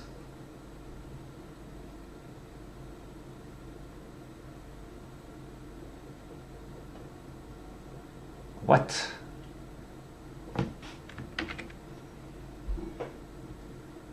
It just makes it up.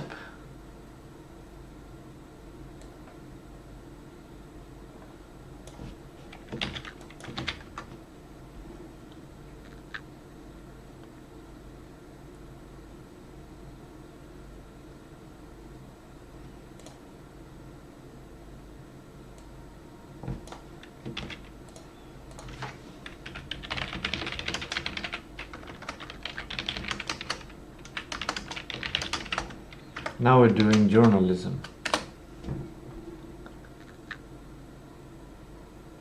They refer to the same overarching file format used to run large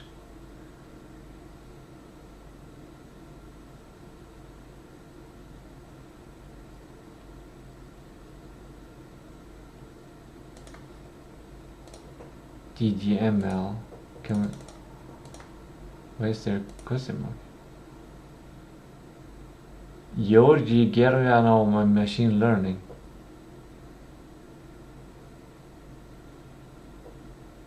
Georgi Gerganov machine learning universal file. So it's like making things up. It's abbreviating this to GDUF, even though,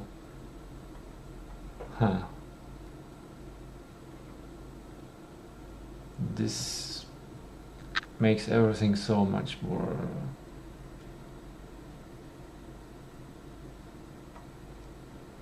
What is GPT? I feel like there's some weird thing going on here. Someone is trying to, I don't know, like,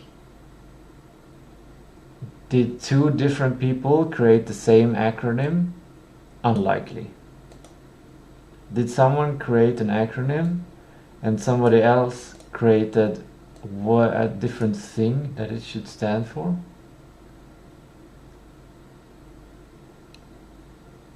And what does GPT generated mean? Like this new thing. This is an interesting kind of battle. Battle of the words.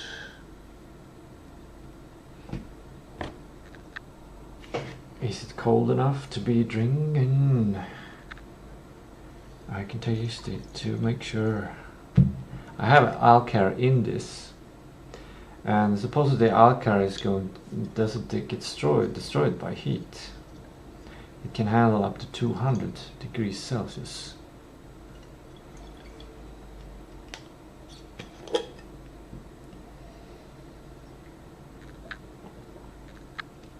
Interesting taste.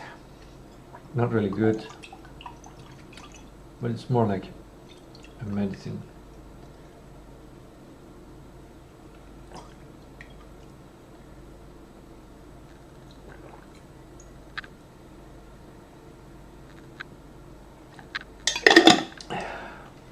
And alcar kind of tastes good. An acidic taste. It reminds me a bit of ascorbic acid, but with a slightly more bitter, with a little bit more bitter taste.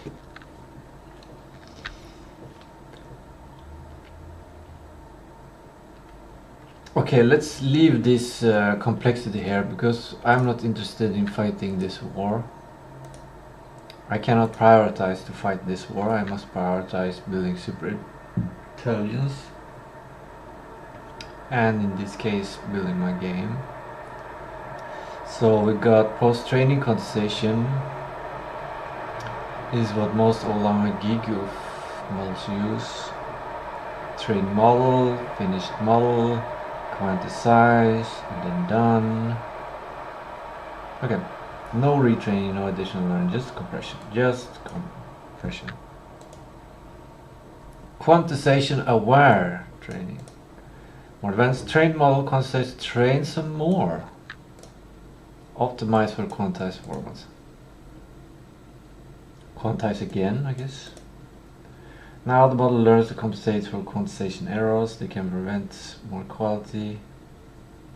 Why does Q4 work so well? It surprises many people. A 4-bit number can only represent 16 possible values. A 4-bit number?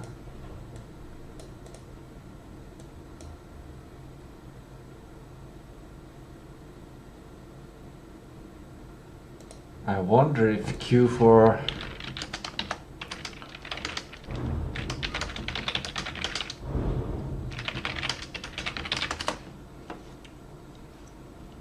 Okay, that's why Q4 is smaller than Q8. That makes everything click. I don't get why ChatGPT didn't mention that.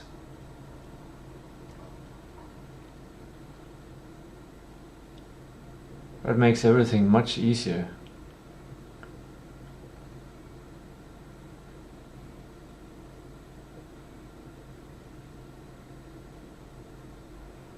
A bad analogy.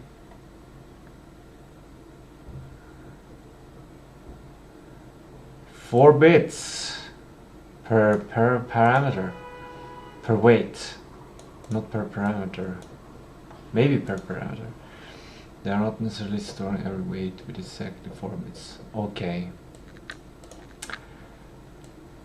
Whatever that means. Quantization schemes Q4 KM IQ4 XS are much sophisticated. Different blocks of weights may be treated differently. Metadata and scale effects are also stored. So Q4 is better thought of as roughly qubits per weight on average. Yeah, okay, good. Rather than literally every weight being a 4-bit integer. That's why one reason why modern okay. What's my next question? What happens regarding quantization, like if you make it even smaller than Q2, if you make Q1, Q0? Okay, this question doesn't make sense anymore, because now I know.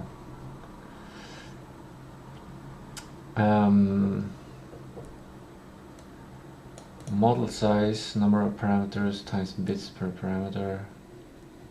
Yeah, roughly 10 million parameters, Q8, tiny, 100 million, Q2, huge. Yeah. Okay. Makes sense. We're learning.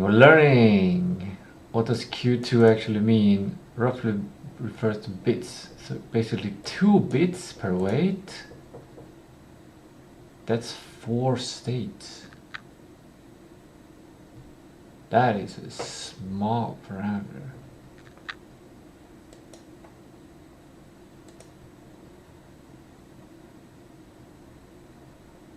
And 1 bit wouldn't make any sense. Then it's either on or off.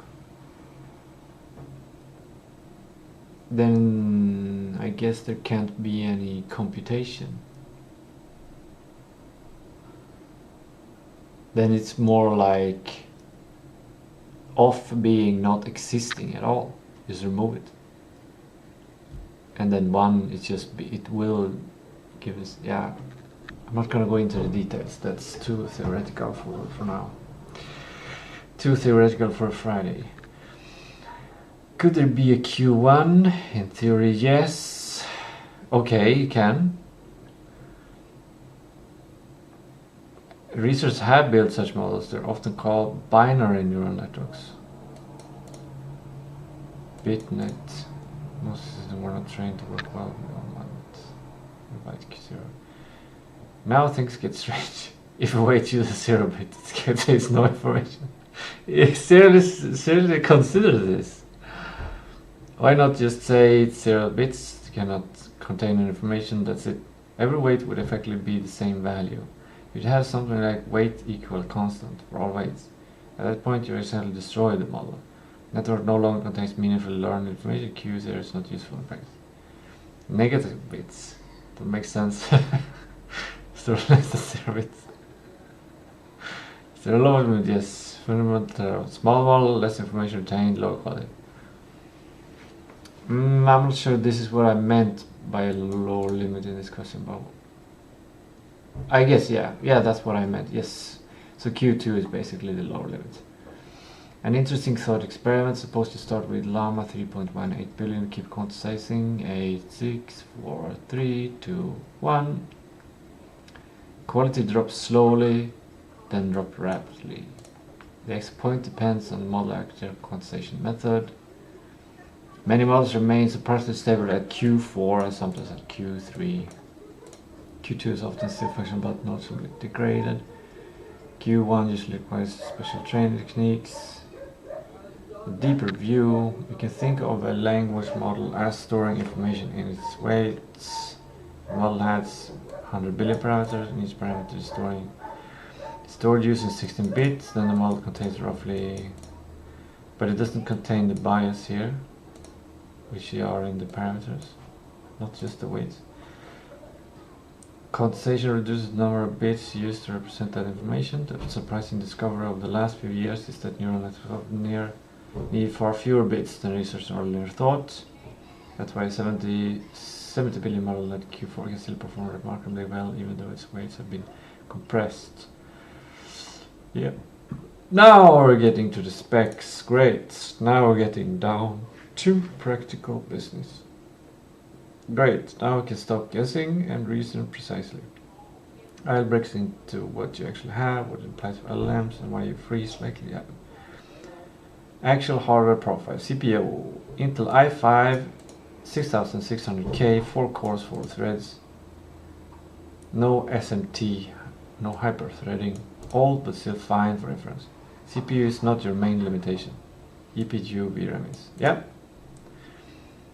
System RAM 16 gigabytes, 10 available when idle, good. 4 swap, very important detail. This is mid-range or local LLMs. 4 gigabyte swap. Maybe we can change. We can add. Can I allocate more swap? So I guess it just allocated 4 gigs, but I can allocate more. Can I allocate more than 5 gigabyte swap on my system? Is that wise? Given that I'm gonna use this system mainly to just continually run inference. I'm not going to use it for anything else. So hopefully I will not need, like, the idea is that I will load a model and let it run until it's done, and that it's okay to run like a day, even 24 hours. And then when it's done with its result, it unloads the model and it can run some simple software to do things, and then I can use RAM for those things. Is that a smart way to do it? Because then I'm thinking I can allocate more swap. What do you think? We are getting forward. We are getting ahead. We're getting into the details and we are solving problems. GPU, the GTX 1060 6GB Pascal architecture, 6GB of VRAM. This is the primary constraint. Important, VRAM is small by modern LM standards. Still usable for 7 to 13 billion. I'm gonna write that down.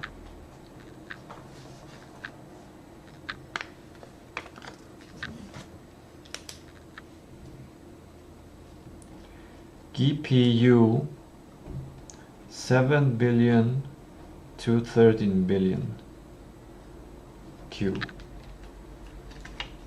Just to remember this kind of rough understanding. It doesn't say how much quantized.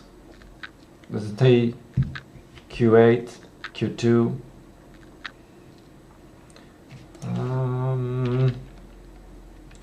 In quantizing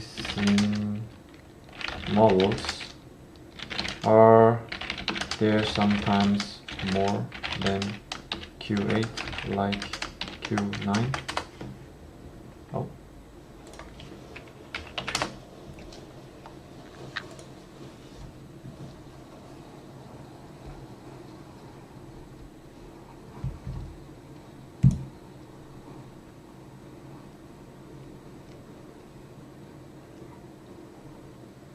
Because I'm thinking it should be, okay, I'm gonna just ask ChatGPT here. When it comes to quantization, you usually start, you have mentioned Q2 and up to Q8. And I'm thinking here, what is the original? Like how many bits does a model usually use when in training? And if it is 9 bits, for example, then I understand why a Q9 quantization would basically be no quantization at all. It would just be the original model. Can you please expand and explain these parts? And make some tables also.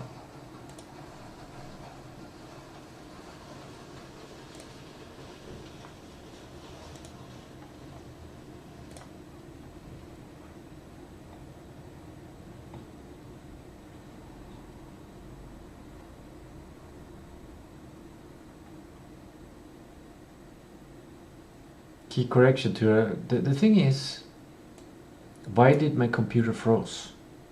If it's 7 billion to 13 billion and the llama was 8 billion, I think it was the 8 billion one. Key correction to your assumption, very important. You said 22 Q4 should fit in 16. Partial true in a vacuum. Runtime memory is not, yeah. It already said this, but yeah, I guess I asked it again. KV cache. What's KV stand for? I know what it is. This concept is the attention mechanism, attention like key value. It's the attention mechanism, but key value cache. Gotta get into that later when I go into theory about AI. But right now we're going towards practical AI. This grows with context. It grows with context. 4K context. 4K tokens, I guess. Let me double check that.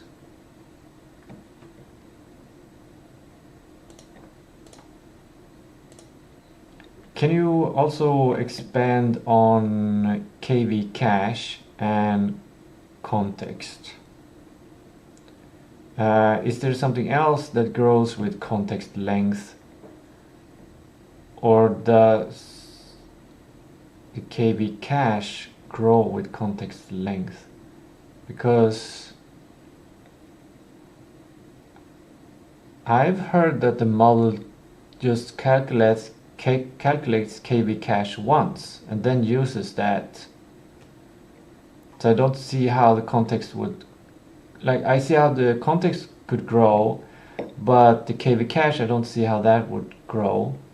And also, you're given an example of 4K context, roughly 1 to 3 gigabyte extra.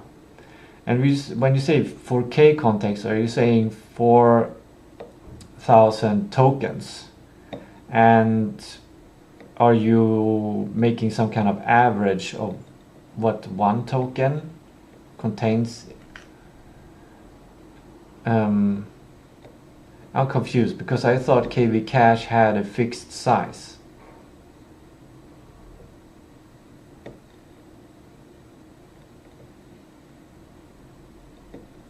Help me understand this in a pedagogical way.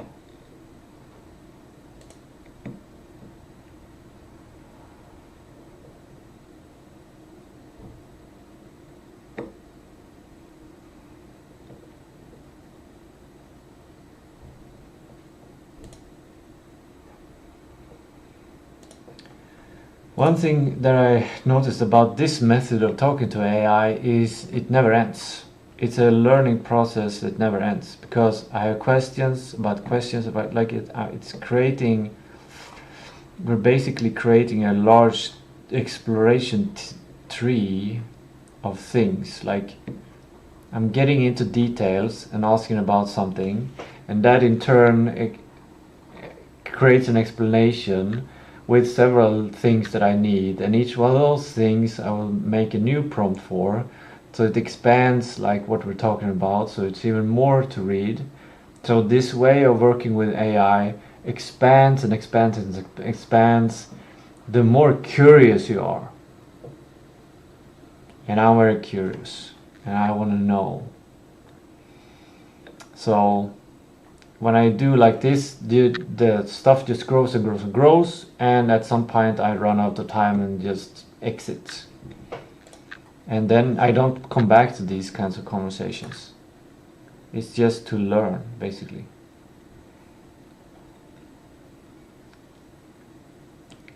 GPU plus CPU split behavior or llama. With your setup, some layers go to GPU 6 GB VRAM max, remaining layers go to RAM. Llama manages offloading dynamically. I'm feeling my brain is kind of losing power now. I'm losing ability to be able to focus in a rich way, to keep several things and like feeding in information. I feel like I'm reaching a kind of a limit situation here. I'm gonna check my protocol when it says that I should be trading.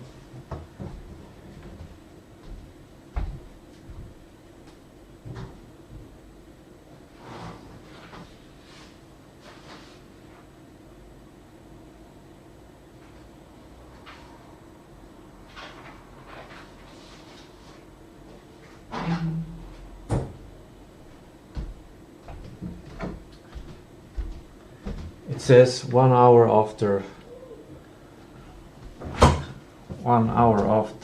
digesting my matcha. So I'm gonna check when I digested my matcha.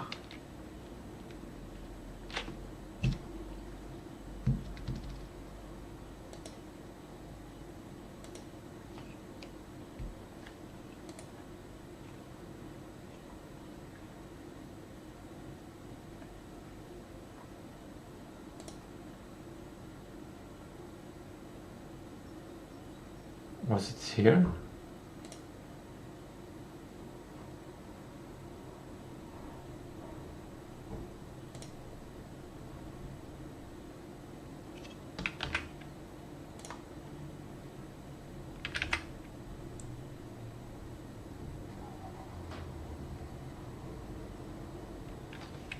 Yeah, my matcha.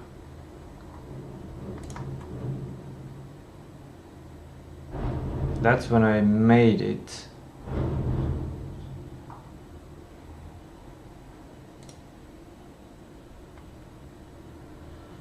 There it is.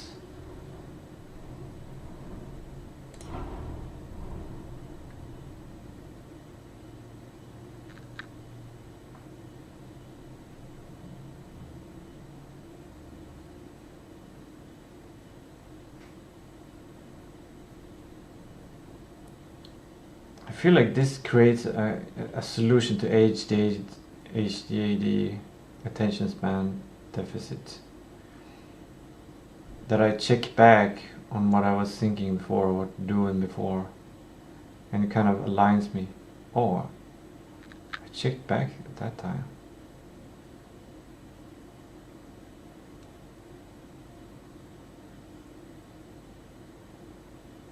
That looks like a drinking motion. There we go, that's when I consumed it. That's 20 minutes ago. So I still got 40 minutes. So 25 plus 40 minutes, that's 65. So 5 past 4. That's when I'm gonna train. I'll write that down because my brain is starting to run out. 16:05 train.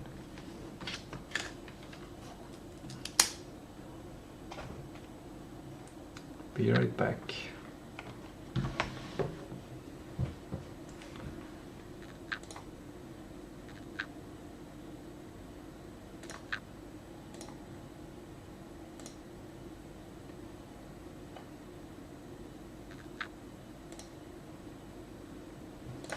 Oh.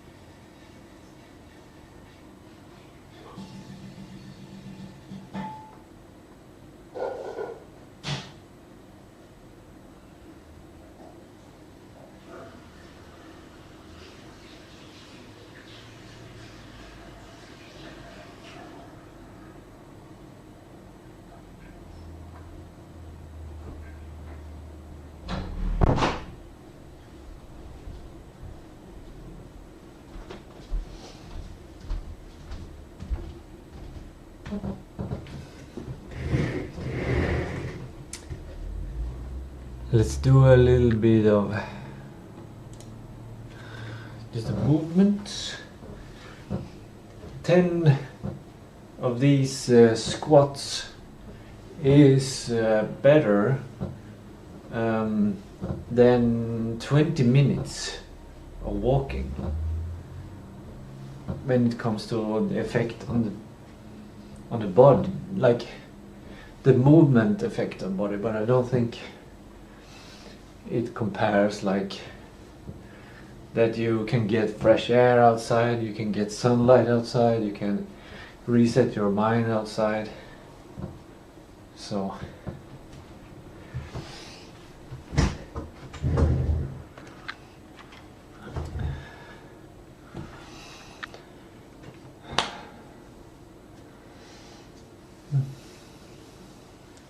my plan going forward is basically to just keep filling my brain with knowledge,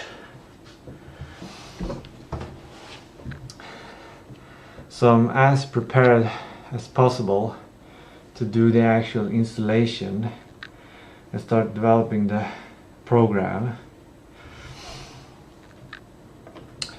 So we'll be kind of theoretical now until training, and then after training I might be completely out of it, but maybe I'll focus on practical installation.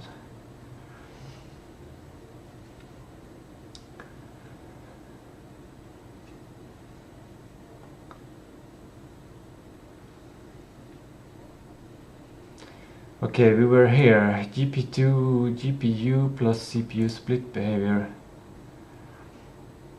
Some layers go to GPU, some layers go to VRAM, some layers go to RAM. All Llama manages offloading. This creates mixed memory pressure. Okay.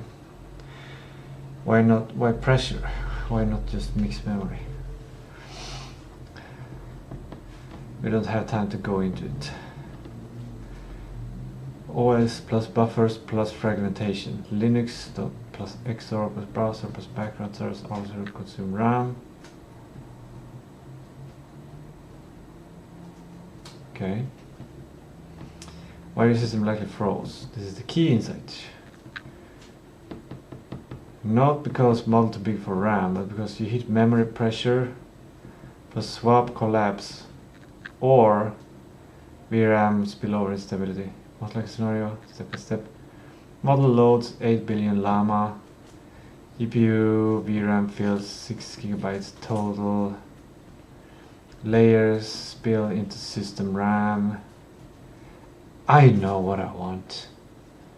Some kind of dashboard. I want some kind of feedback on, preferably a very visual feedback on when running a model through a llama, where I can see how much VRAM it uses up, how much RAM it uses up, how much of everything it uses up, and like some kind of progress bar of how far it has come in its calculations. Like if I can see that kind of stuff, it becomes much easier to get a good feeling on how long I should be waiting for things and be able to time estimate when for tasks.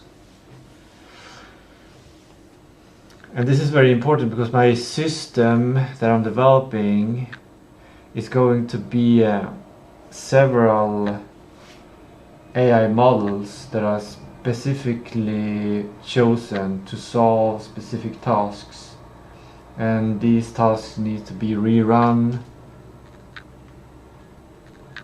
and analyzed, and it depends on how long time it takes to run a task, etc. So I wonder if there's something like this, preferably some nice UI looking stuff. If it already exists, I would love to see it.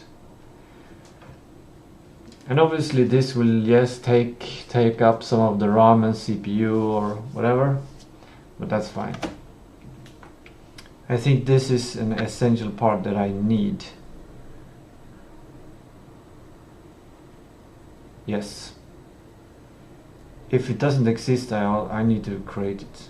But check if something already exists.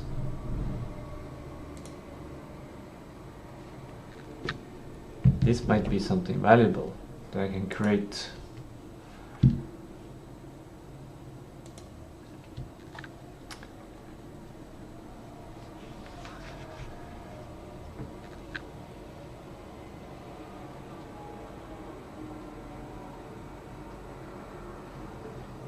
Yeah, these are the things that I would like. Now I'm creating a specs for a different system.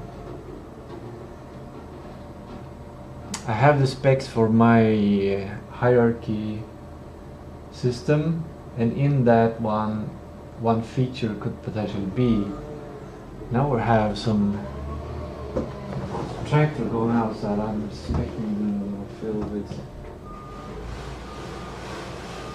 oh, it's just sweeping the outdoor floor.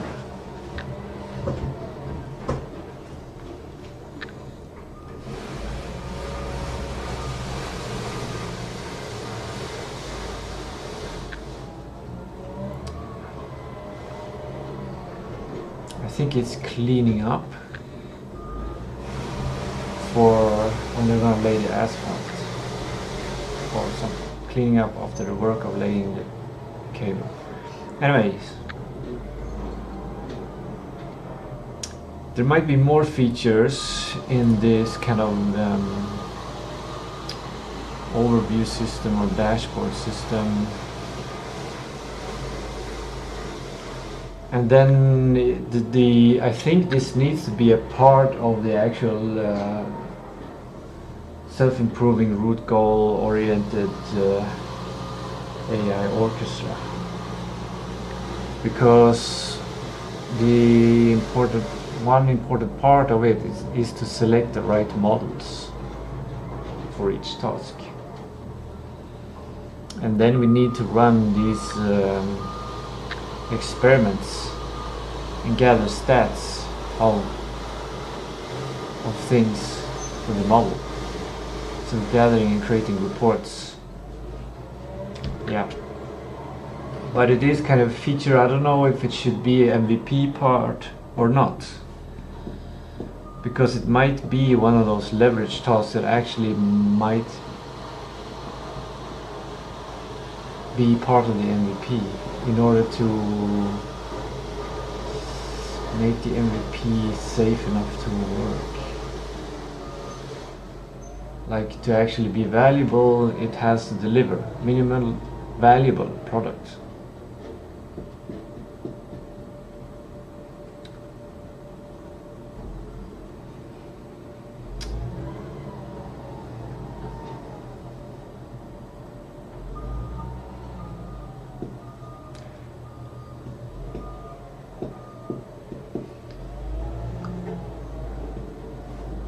Probably a pretty simple system to develop.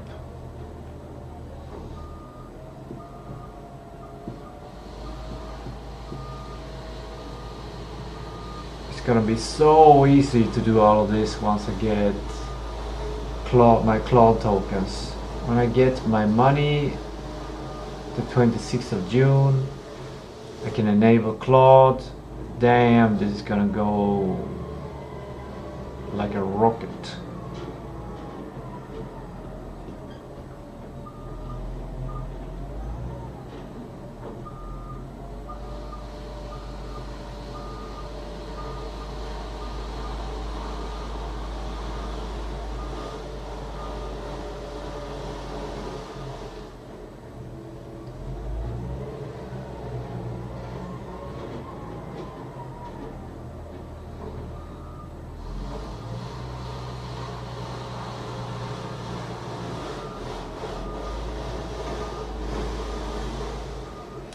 And I could have AI improve this kind of dashboard as well. So the dashboard can detect more stuff and add their own features. We were probably part of the long-term researcher system. Yeah, the long-term researcher team is something that will look at this dashboard and be able to update it. And updating the reports that are generated by this same feature. The reports on models. The important correction about your earlier reasoning, you said Q2 100 billion is larger than Q2 10 billion. Correct.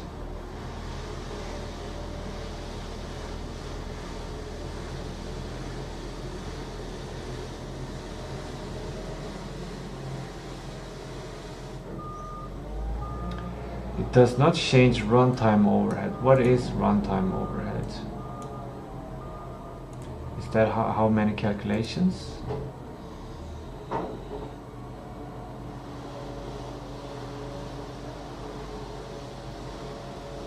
What is overhead? That's like the basic thing to get things. Something located.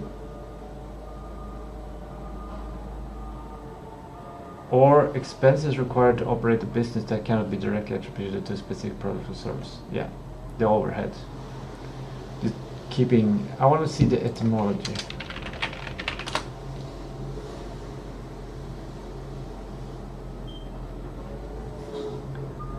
Denoting something literally above one's head or in the sky. The word expense across business.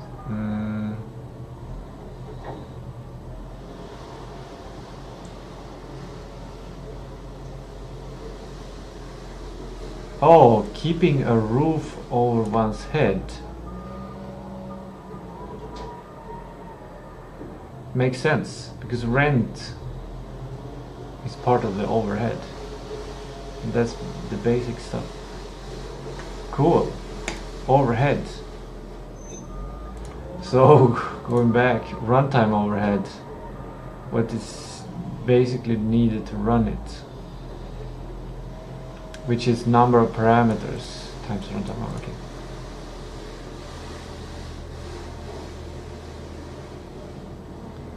Even if both are true.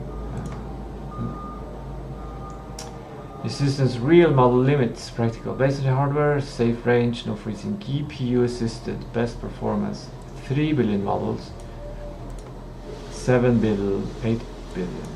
CPU fallback slow but stable, 13 billion.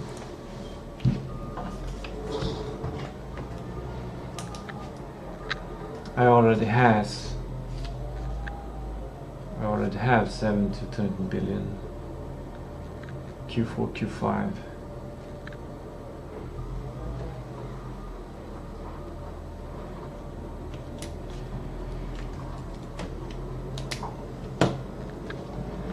You tried or exceeded behavior?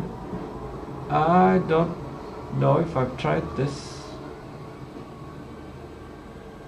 Or maybe it did.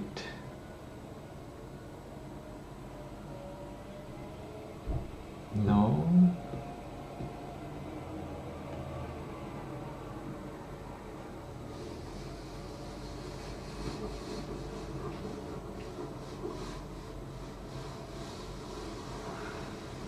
$13 billion. While Llama reports 4.9 gigabytes is misleading. That's only compressed model file. Is the GGUF Q4-ish.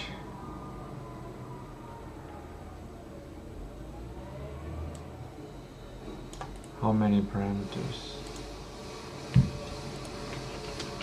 Oh, it says in 8.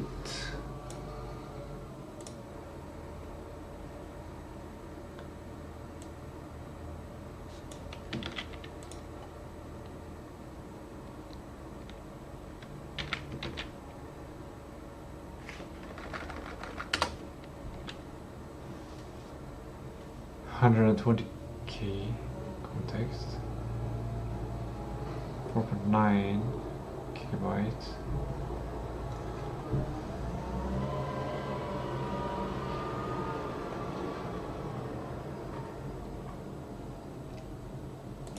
Well, that is the latest.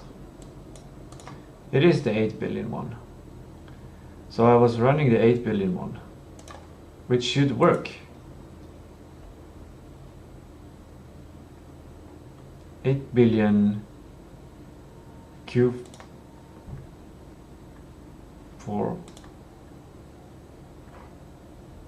was it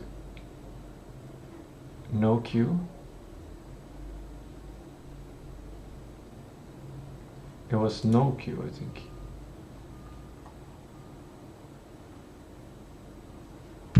Does this mention quant? Doesn't mention. Is this old? A year ago. It's basically a Stone Age. I see. It's not even quantized.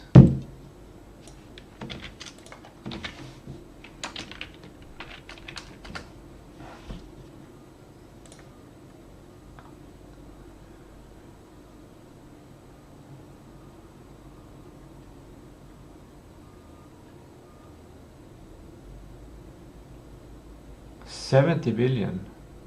Interesting. Okay. So it wasn't quantized.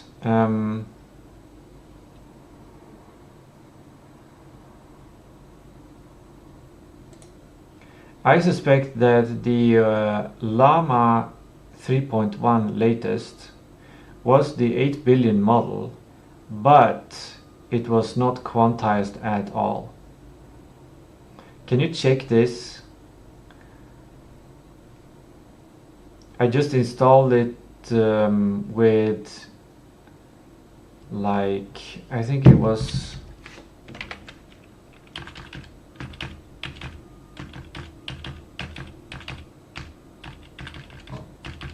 okay, that's not it.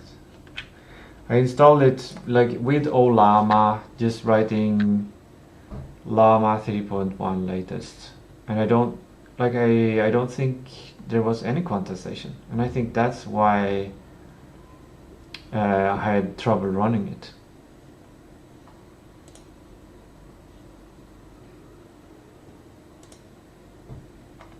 We're getting to the root of the root of the root of the issue, which is the way to become a master.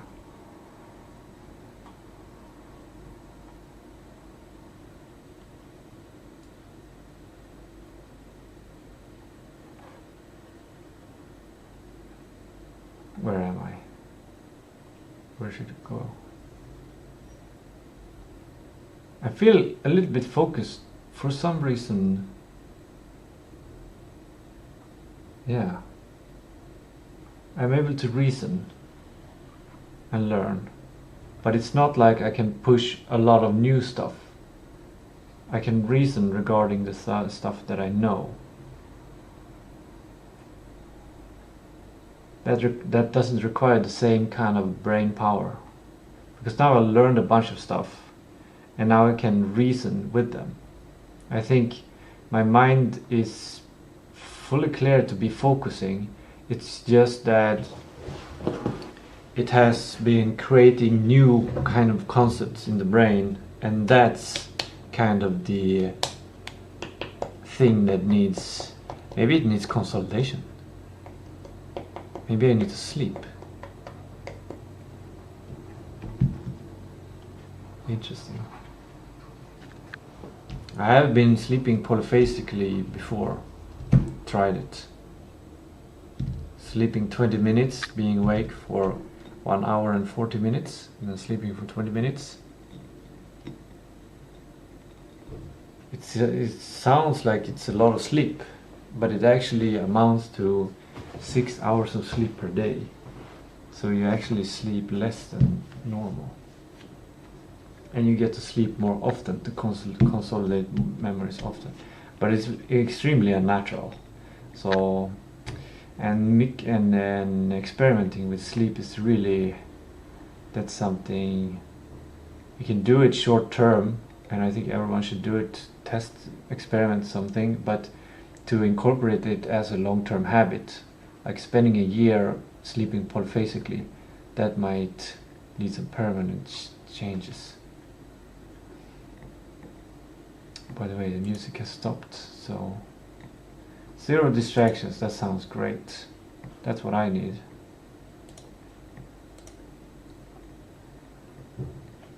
Let me give you... Oh, I haven't been showing my screen. I forgot to show my screen. And it still says toilet. Here's the new music anyway.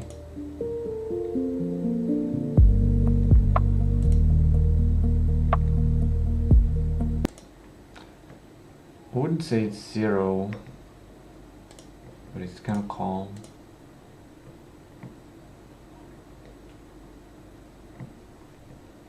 Maybe I can do kind of micro half sleeping, just listening to this calm music and just letting my brain float. I can still reason and learn more and connect new reasoning.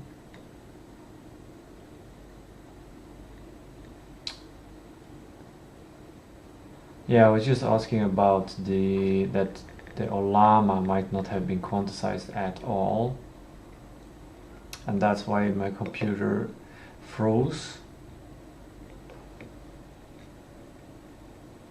But it's 4.9 gigabyte. It said that means it's probably Q4-ish.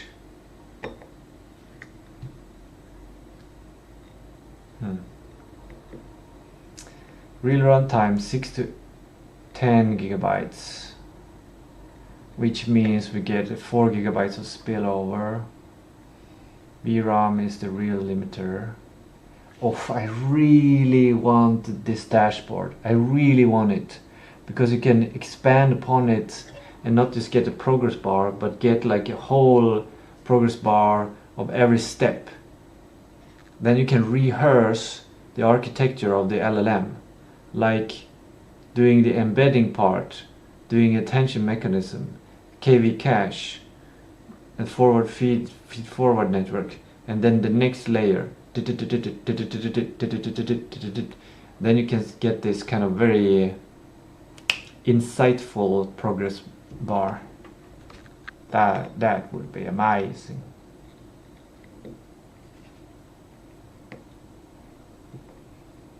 That could potentially be a way to improve models as well, to identify bottlenecks and things. VRAM is a real limiter, not RAM. Okay, you have 6 VRAM budget, 7 billion Q4, 35 gig, 8 billion Q4, 46 gig, 13 billion, too large. Okay, this one says too large. I'm gonna add this VRAM requirement.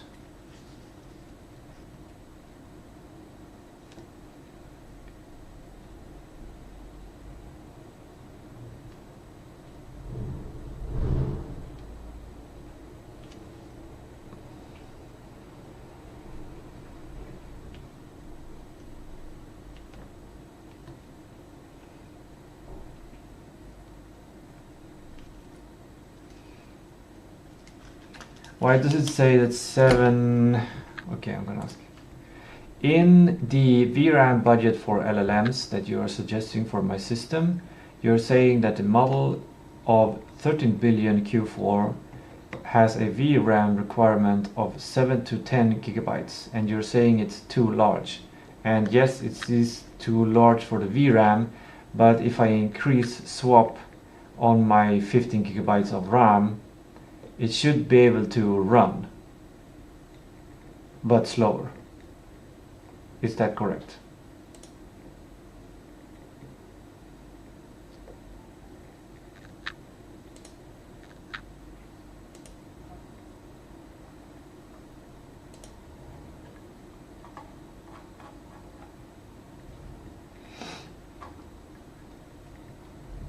Why your intuition felt correct but wasn't? You assumed if it fits in the RAM it should run fine. Real constraint is peak memory usage during generation, not storage size. Generation causes KV cache growth. Fragmentation.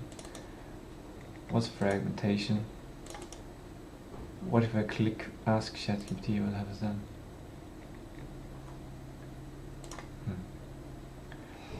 I don't have time to go into these details now. I'll have to save some stuff to learn next week, because now I need to kind of wrap things up in order to start to make my system.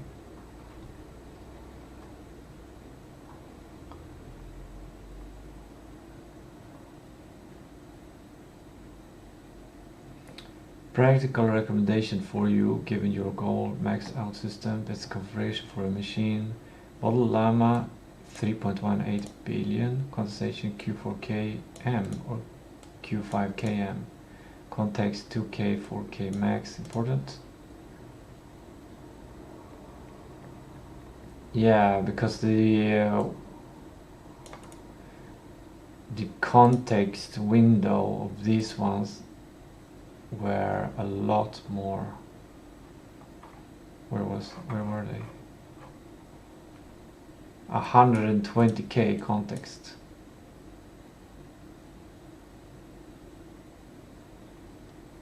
And it's recommending 2 to 4K max context. That's extreme limitation, but that's okay. That's okay, because the point of my system is to have very little context for each task. Yes. I'm gonna write context 2K to 4K max. Good.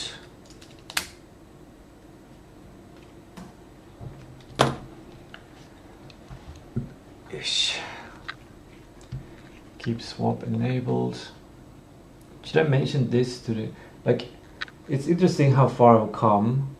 Just how many prompts? 1, 2, 3, 4, 5, 6 prompts, and I have 1, 2, 3, 4, 5, 6, 7, 8, 9 prompts that I haven't gone into. Some of them are more simple than the learning prompts that I've done earlier today, but I basically have more stuff to go through than I have gone through already, and I've already spent 3 hours doing this.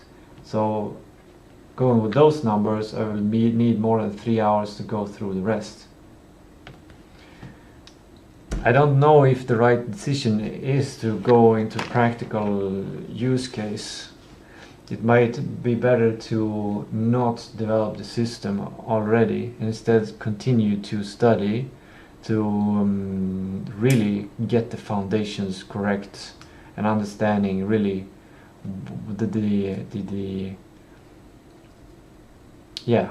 understanding much more about my resources and what is possible. And then maybe next week I'll continue working on the theory and then create the system.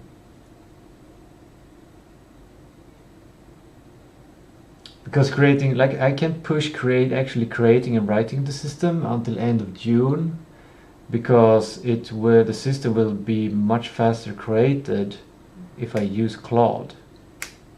And me studying, it doesn't require any token. Well, I guess ChatGPT is giving me free tokens to study this, so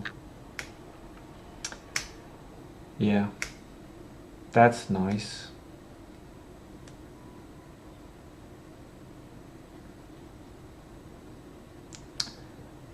I hope ChatGPT is getting value from the questions and stuff that I give into it, so I'm not just using stuff. So anyway, I think it should just be continuous studying,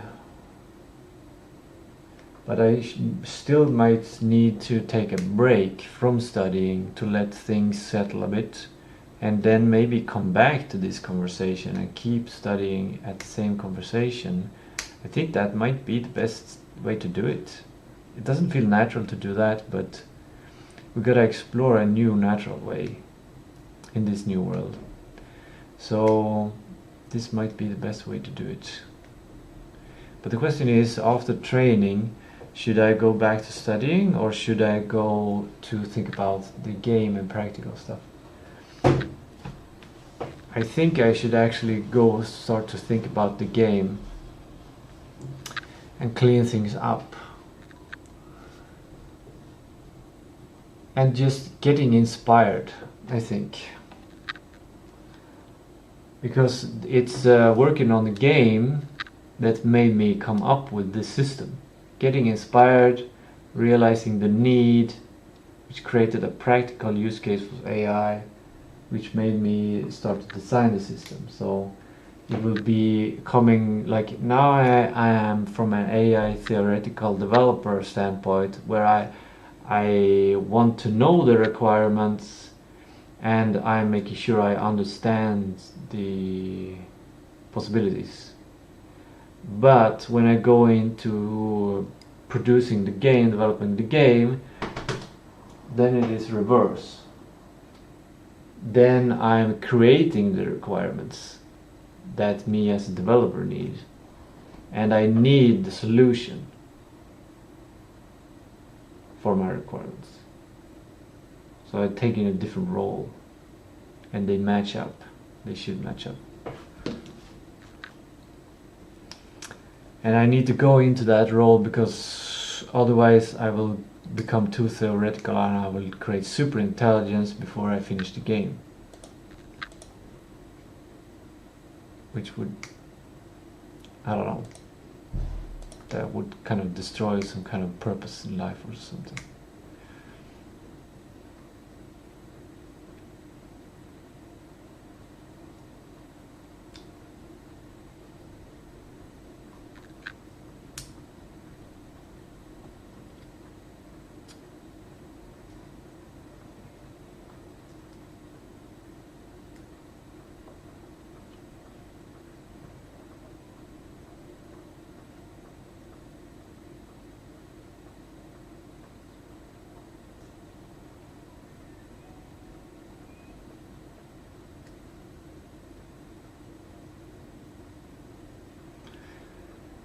Practical recommendation for you. I guess we'll finish this prompt. So I'm going into this after training. No, I don't know what I will do after training. After training I will take a hot shower and then be completely out of it, trying to cool myself down as quickly as possible, to see if cooling myself down solves the days after hot shower. But I don't know if that's a good thing to do. Maybe I should be in the daze for a while. Maybe it has some kind of sleep effect or something.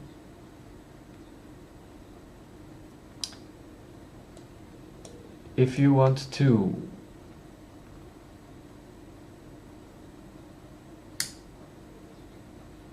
KM,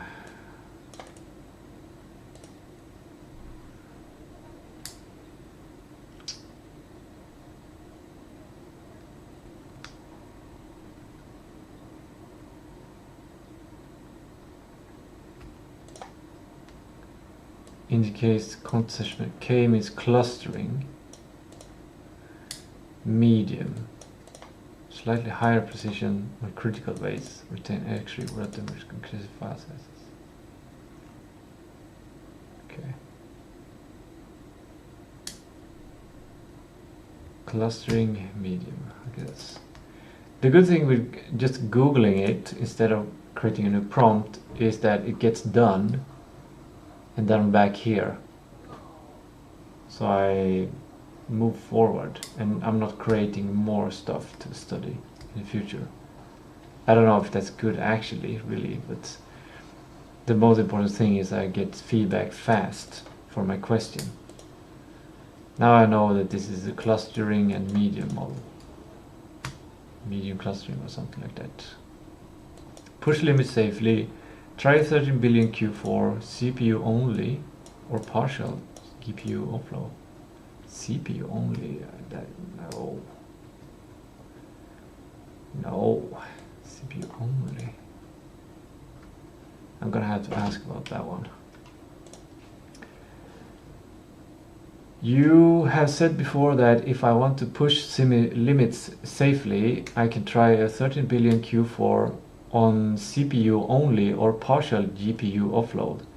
But I feel like we must use the GPU. Because the GPU uses the VRAM, and we must use the VRAM.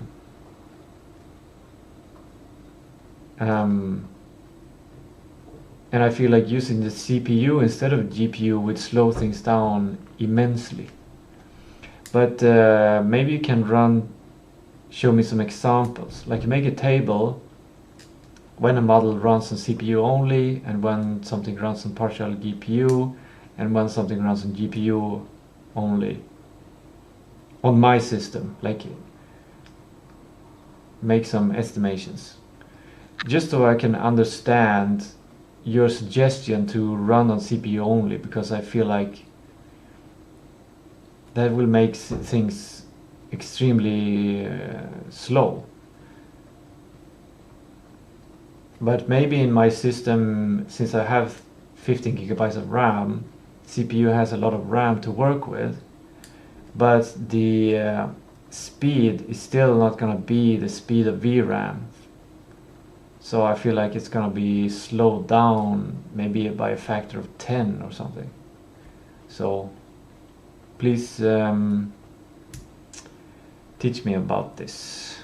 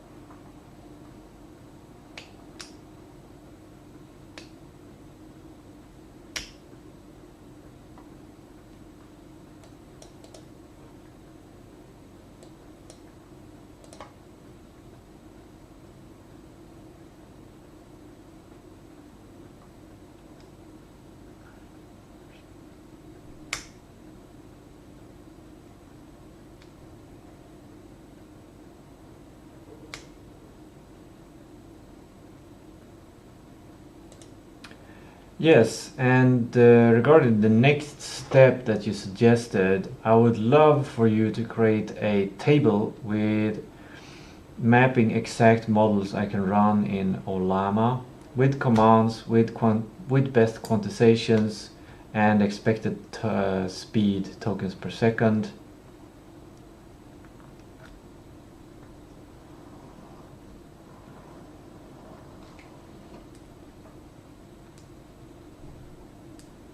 And I would also like if you can help me optimize my system for maximum model size. Increasing swap, tune, mmap. Also go into tuning mmap. What is mmap? And GPU offload tuning. I also want to know what that is specifically all about.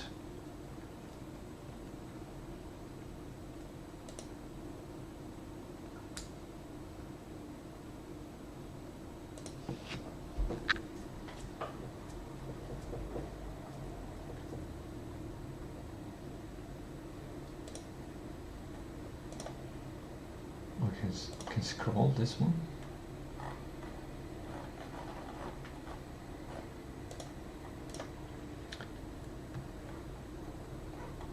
Yeah, here's where we are.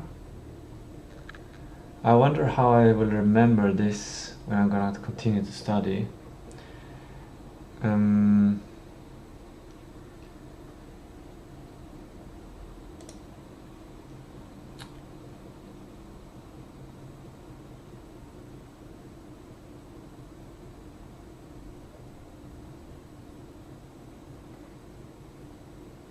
I make a link?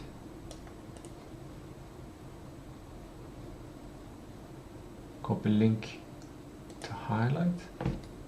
Does that work?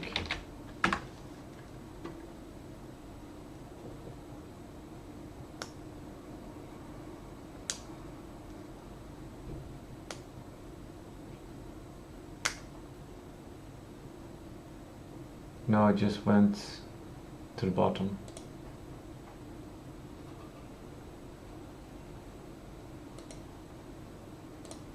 So how do I do this simplest?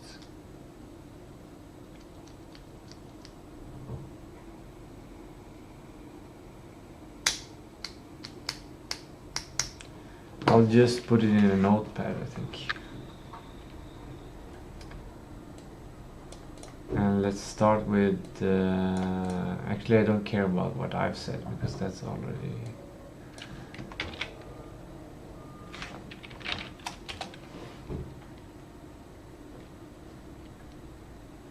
This is the requirements review.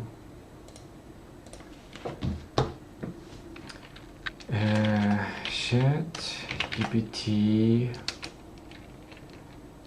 temporary temp study focus for AI local interface mastery. Let me save it to documents.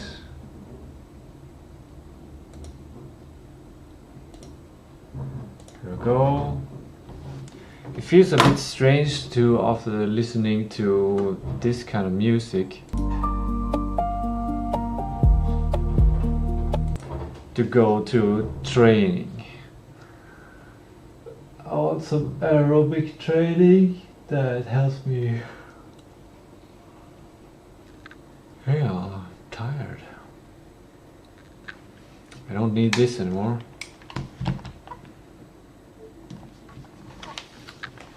And now I can't hear the music anymore, so now that becomes a mental kind of switching context. And I should just do yoga or something where I don't have to use my knees. I wonder if I can do a side plank without problems. I'll just adjust it as time goes. No, that's not the one.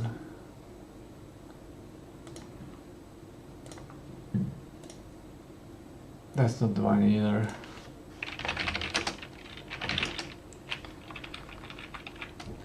Danish, this one.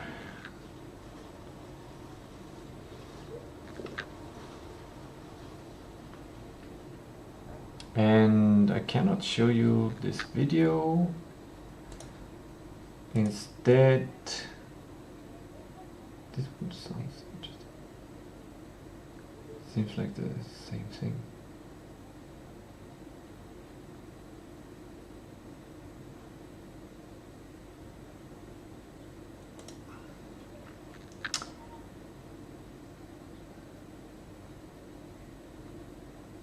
I'm not gonna think so much. I'm just gonna do this.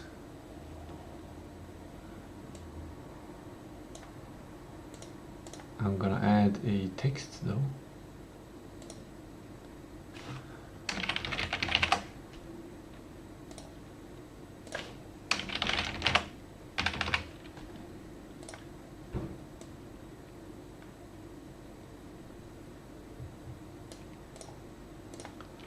Yeah, and you can just see the ambiance.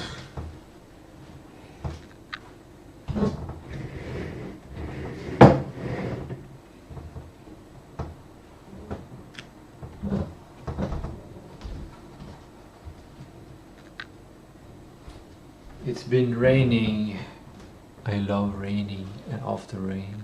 Especially this time of year, it means all the pollen has been washed away.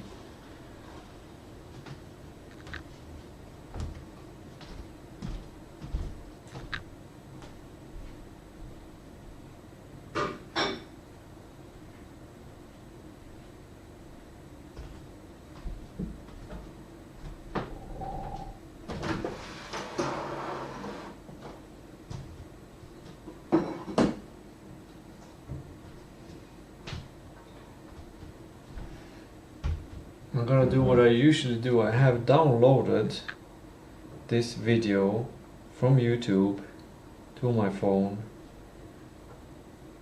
so I can watch it even if I lose internet, even if I am anywhere. So I just have the video here.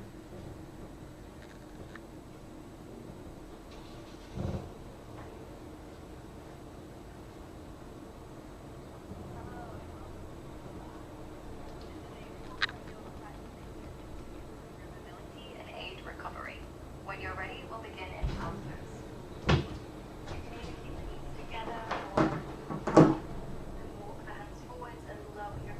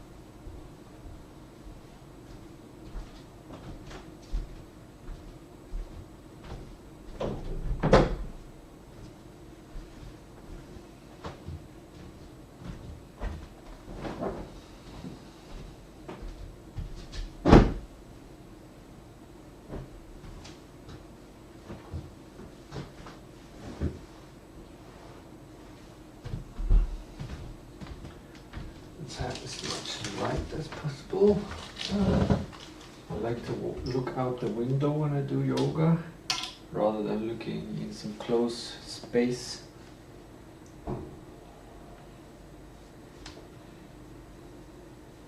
Maybe it's more fun if I stream myself doing yoga.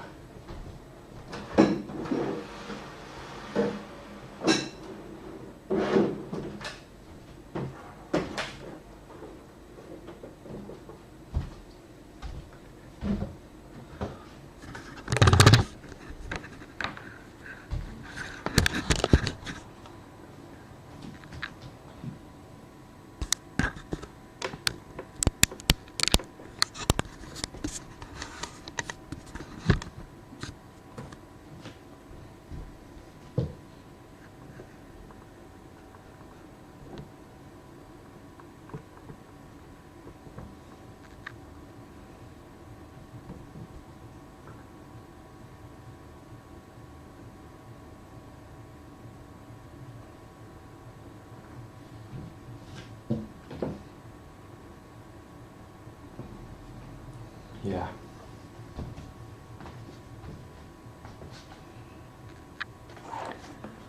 Running my little video.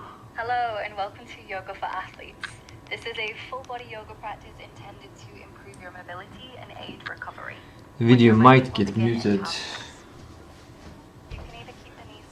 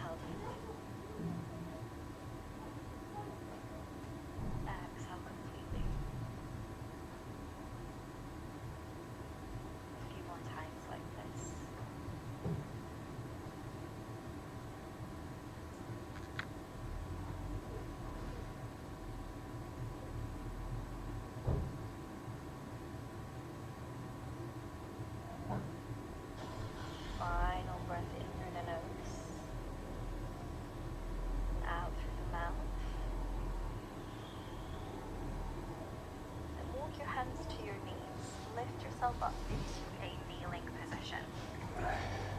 Clasp your hands together, interlace your fingers, and start to roll out your wrists. You could begin with a small movement, and then start to exaggerate this movement, incorporating the forearms, elbows, and shoulders.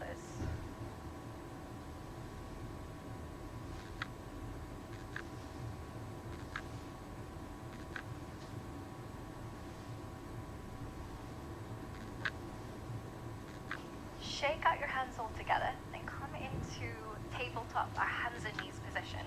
Shoulders stack the wrists, hips are on top of the knees. With your breath in, lower the belly to arch the spine, look forwards. With your breath out, round the back, push the floor away, and bring chin to chest. Inhale, arching the back for cow pose. Exhale, rounding the spine for cat. Inhale to cow pose. Exhale to cat. Keep this going a few more times at the pace of your breath.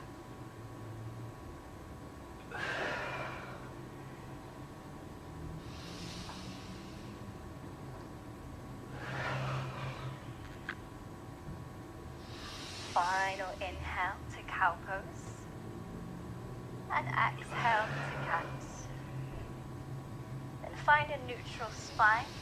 Rock forwards to send the shoulders past the wrists. And bend your arms, keeping them close to the side of your wrists as you lower yourself down with control. Come all the way down to your belly. Bring the forearms to the mat so the elbows are under the shoulders for Sphinx. And as we hold here, focus on drawing the chest forwards, rolling your shoulders back.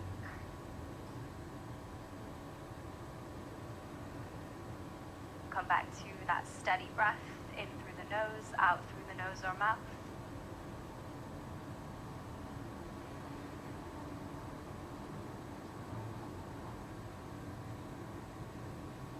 Hold for one more breath in. Exhale, push back into tabletop. Then extend the legs to find plank. Start to pedal your legs here, just tapping one knee down to the mat, and then switching.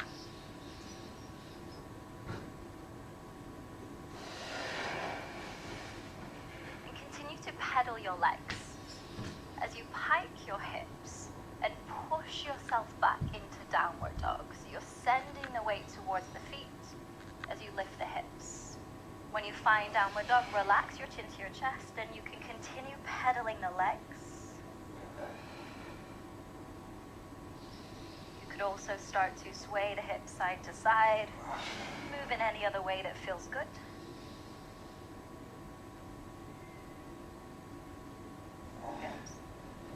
Then look forwards and take baby steps to walk the feet to the hands. You could bend your knees to make this more accessible. When you've stepped to the top of your mat, hold onto opposite elbow with your hands and rock from side to side in ragdoll. You can keep the knees bent here, or you could straighten the legs if that's accessible.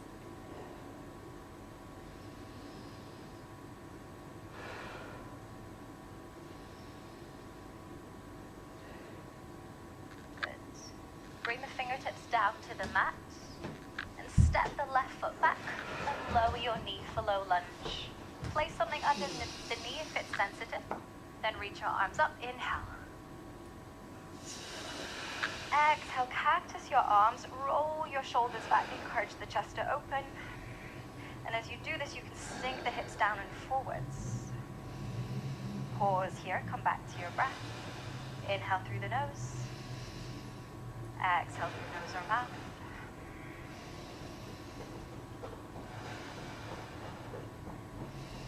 Final breath in.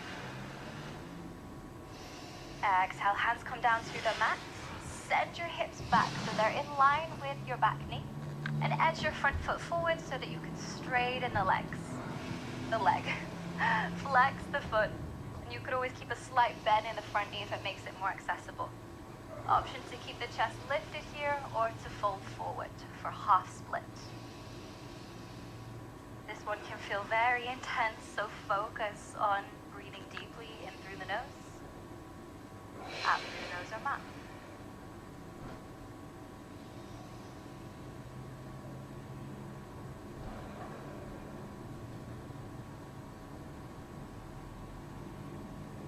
Hold for one more breath in. At the end of your breath out, rebend the front knee to come through low lunge. Tuck the back toes, lift the knee, and reach your arms up for high lunge. Inhale as the arms lift. Exhale, settle into position, focusing the gaze ahead of you.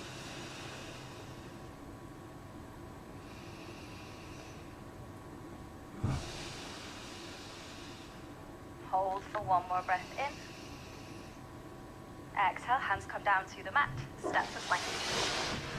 Inhale, hold your pose here. Option to lower the knees for this next part. As you exhale, rock forward so shoulders go past the wrists. Bend the elbows close to the side of the body to lower down through chaturanga with control. Come all the way down to your belly. Keep the hands close to the lower ribs as you inhale. Drag the chest forwards, roll your shoulders back, and lift the chest for Cobra Pose. Pausing here, continue to roll the shoulders back, drawing the chest forwards.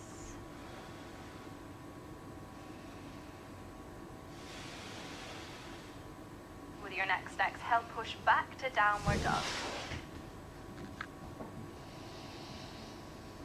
Pause for a deep breath in. Exhale the breath out. Then look forwards, take baby steps to walk to the top of the mat. And fold all the way forwards here. Keep a little bend in the knees if it helps. Inhale, lift your chest halfway. Exhale, right foot steps back this time, lower the knee, pad the knee if it helps. And reach your arms up with an inhale. As you exhale, cactus your arms, roll your shoulders back, and you can let your hips sink forwards and down. And as we pause here, come back to that steady breath. In through the nose, out through the nose or mouth.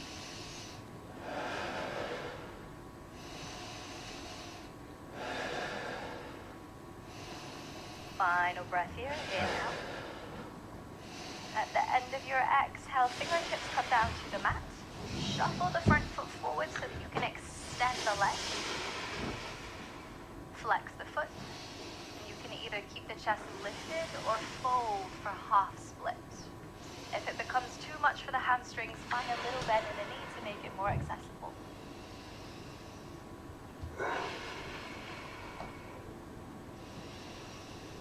Deepening the breath to help work through the intensity of the pose.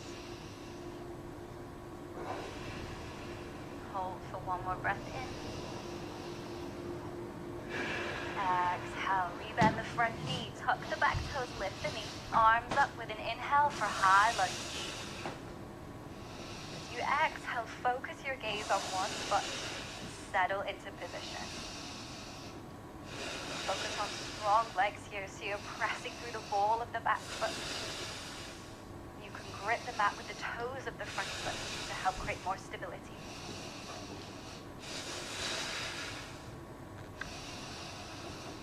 Pause for a breath in. With your breath out, step to plank. Inhale, hold your pose. Exhale, chaturanga. You can always lower the knees here to make it more accessible. This time, as you lower down, roll onto the top of your feet and press through to upward facing dog. So the thighs are off the mat here. And again, you're dragging the chest forwards, rolling the shoulders back. Gazing ahead of you. Hold for a breath in. Exhale back to downward dog. Pause for a breath. Exhale, ripple forwards to plank. And open out to side plank on your left. So you're stacking left shoulder over the wrist. And the feet could stack or you could stagger the legs. This is sometimes easier. If you're needing a modification, left knee comes down to create a kickstand. Focus on pressing the floor away. If the hips are starting to sink down, lift them up.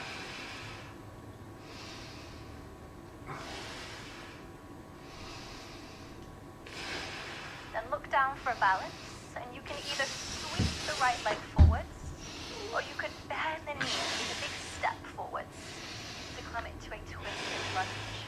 If the knee is down, you'll be spinning on the knee as you transition. Then when you find your twist, you could lift the knee again. Turn your chest open, gaze up to the right fingertips to find revolved side angle. Come back to your breath.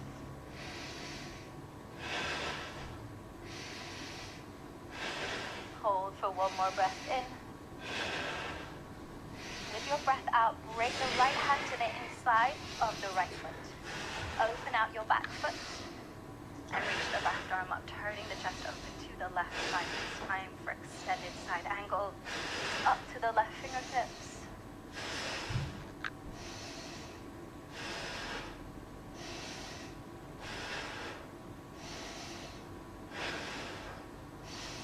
Hold for one more breath in.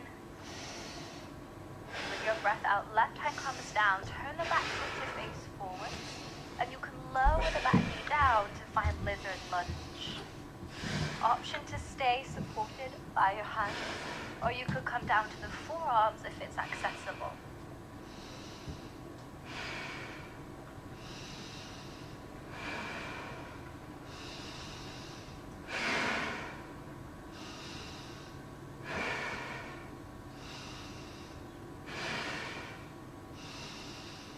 Final deep breath in here. At the end of your breath out, step back to plank. Inhale in plank position. Press the floor away. Exhale, chaturanga. Option to lower the knees if it helps you to control the transition. And inhale, roll onto the tops of the feet, press through to upward facing dog. You'll drag the chest forward, roll the shoulders back, gaze ahead of you. Pause for a breath in. Exhale, push back to down dog. Pause for a breath in. Exhale, come forwards into plank. And open out to side plank on the right side. So you can either stack the feet, stagger the feet, or lower the right knee down to create a kickstand for more stability. Push the floor away, lift the hips if they're starting to sink down.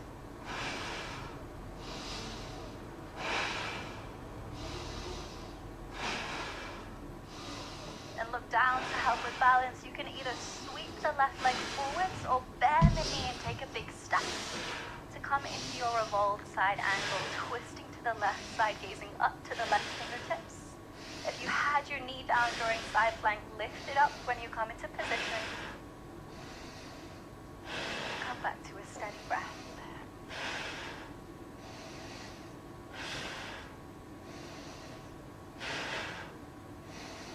Final deep breath in here. With your breath out, lower the left hand to the inside of your foot. Open out the back foot, reach the right arm up. Turning the chest open to the right side for extended side angle. Gazing up to the right fingertips.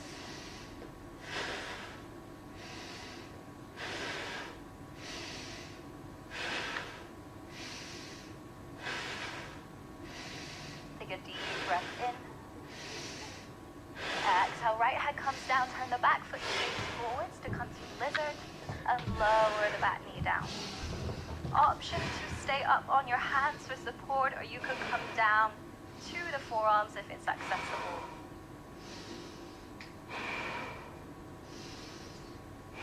Bring your focus back to your breath as you pause here.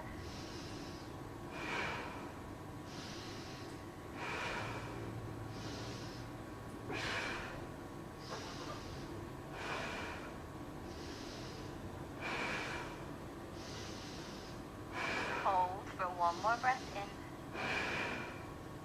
Exhale, step back to plank.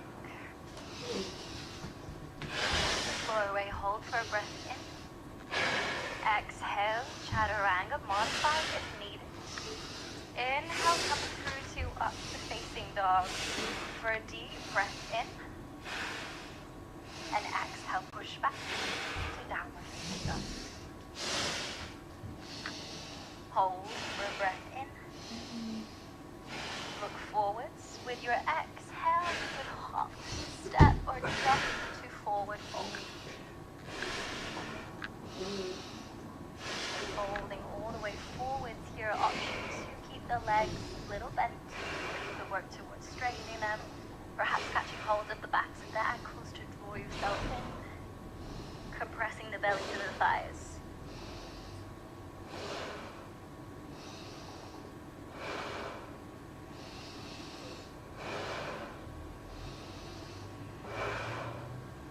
With your next breath in, round the spine, roll all the way up to stand.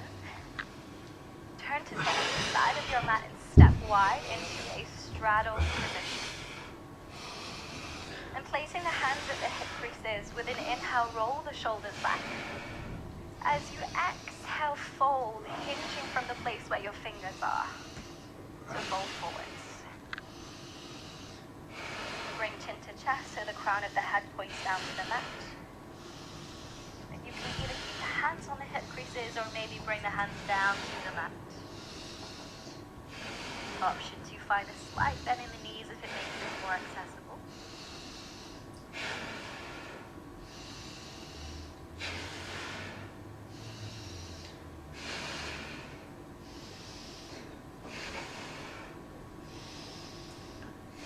Inhale to lift the chest halfway.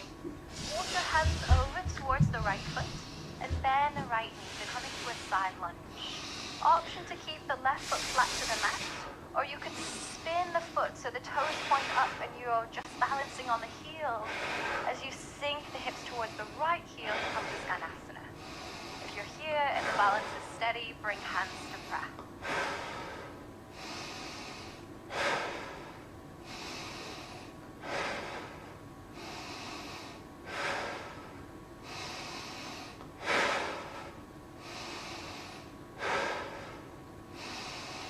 Lower the hands down. If you flex the left foot, plant the foot back on the mat. And then straighten the right leg, bend the left, and walk the hands over to the left side. Option to stay here. Or you could spin the right foot so you're pressing the heel into the mat and sink the hips further down to come to Skanasana. If the balance is there, bring hands to prayer.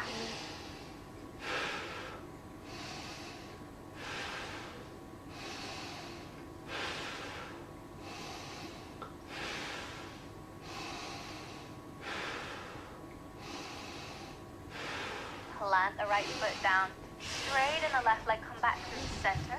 Then shuffle your feet in so they're just a little bit wider than hips width. Turn the toes out so the feet are at an angle.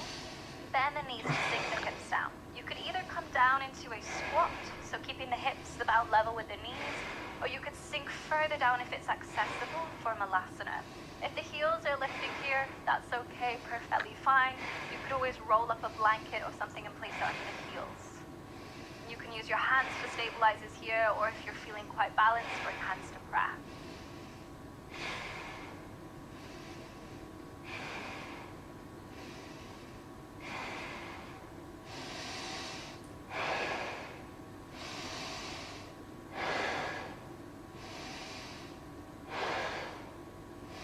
Good, then lower the hands down, straighten the legs, turn to face the front of your mat and step forward into a forward fold.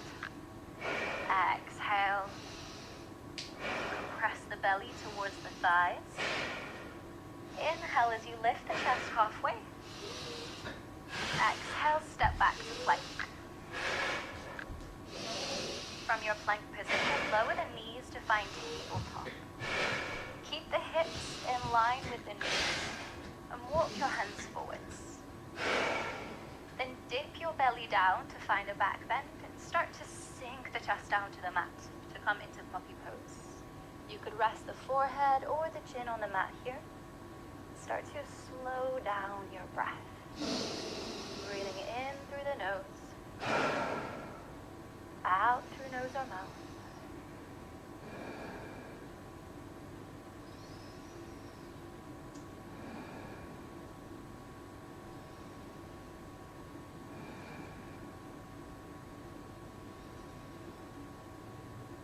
Hold for one more breath in. With your next breath out, send a wave through the spine to ripple forwards and lie down on your belly. Relax the arms by your side and keep the toes untucked. With your next breath in, lift the legs, arms, and chest off the mat to come to locust. If this is too much, you could always use your hands as stabilizers, but as best you can, try to rely on the strength in the back of the body to hold the pose. It can be a little challenging to breathe balancing on your belly. Sometimes I find it's easier to press the tongue against the roof of the mouth, just behind the back of the teeth, to give you something to focus on to help bring your awareness back to your breath.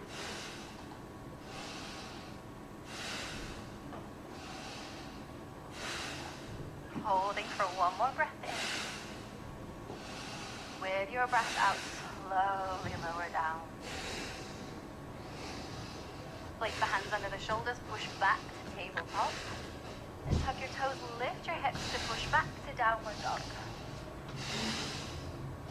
Lift the right leg high and stack the hips. So you'll open the hips to bring the right side over the left.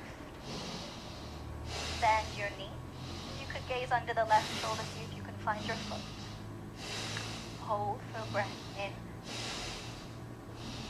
With your breath out, look forwards, bring the right knee towards the back of the wrist, and open the leg out to the left side, and lower the leg down to the left. Then you can slide or edge the back leg down the mat to lower down into pigeon pose. If you're feeling quite high up, you could place something underneath the right side and maybe just in front of the back leg for support. Then walk the hands forwards to lower down. Make a pillow with your forearms. Rest your head and deepen your breath.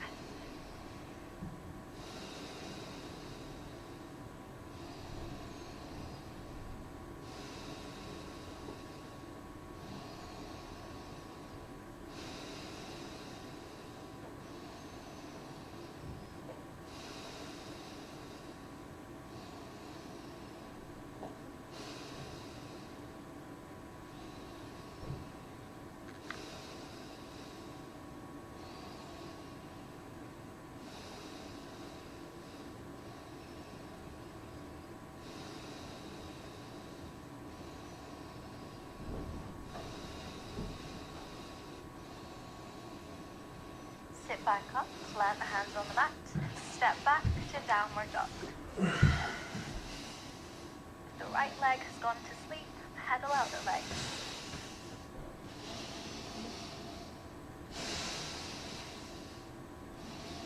With your next inhale, lift the left leg.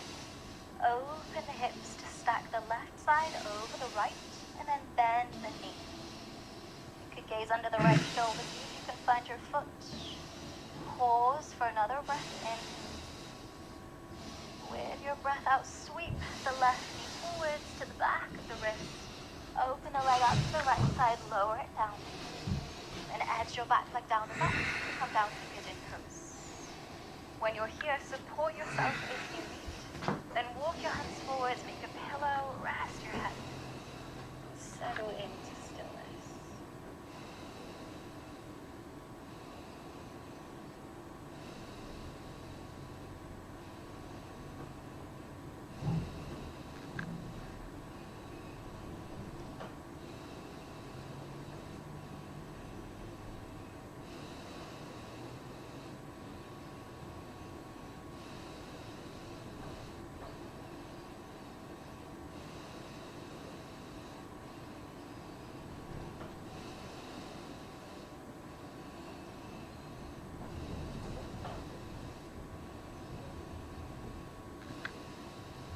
Sit back up.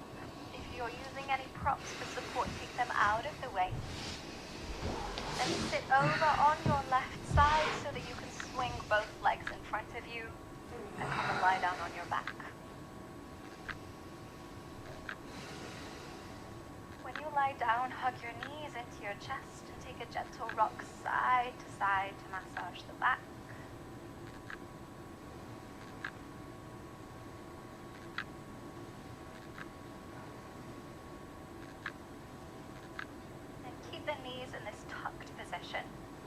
the arms into a T shape. And let your knees fall to the right side to come into a supine twist. If your knees are in the air, you could always place something underneath so that you can relax into position as we pause for the next few breaths here.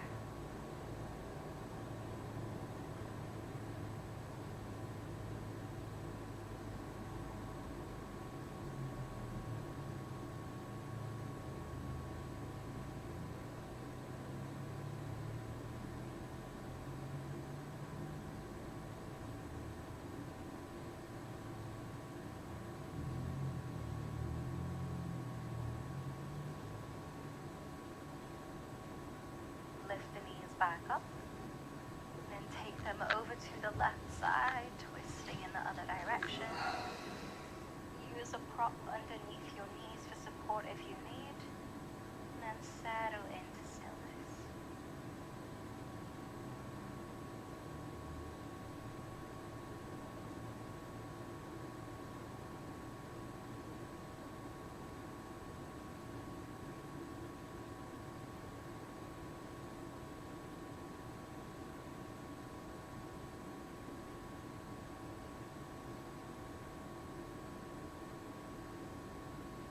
Lift the knees back up. Extend your legs down to the mat.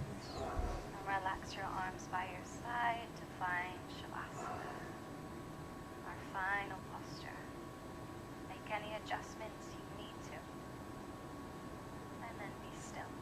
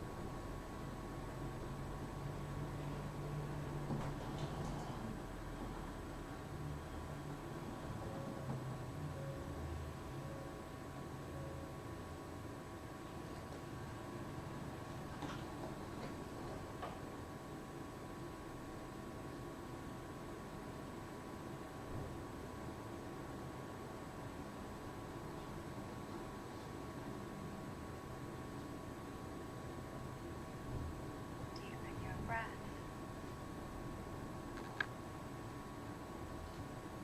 Move your fingers and toes.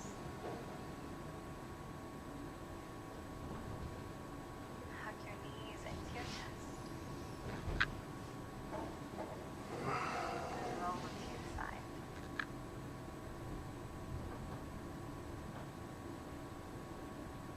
And when you're ready, join me back in the seated position.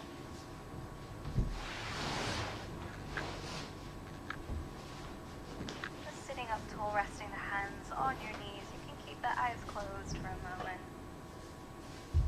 And take a deep breath in, lift the shoulders up to your ears. And as you exhale, roll the shoulders back and out, releasing any residual tension.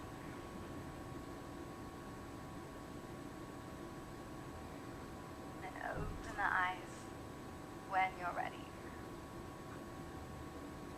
Thank you for your time and energy. I really appreciate you practicing with me, and I hope that you enjoyed it. Take care. I'll see you next time.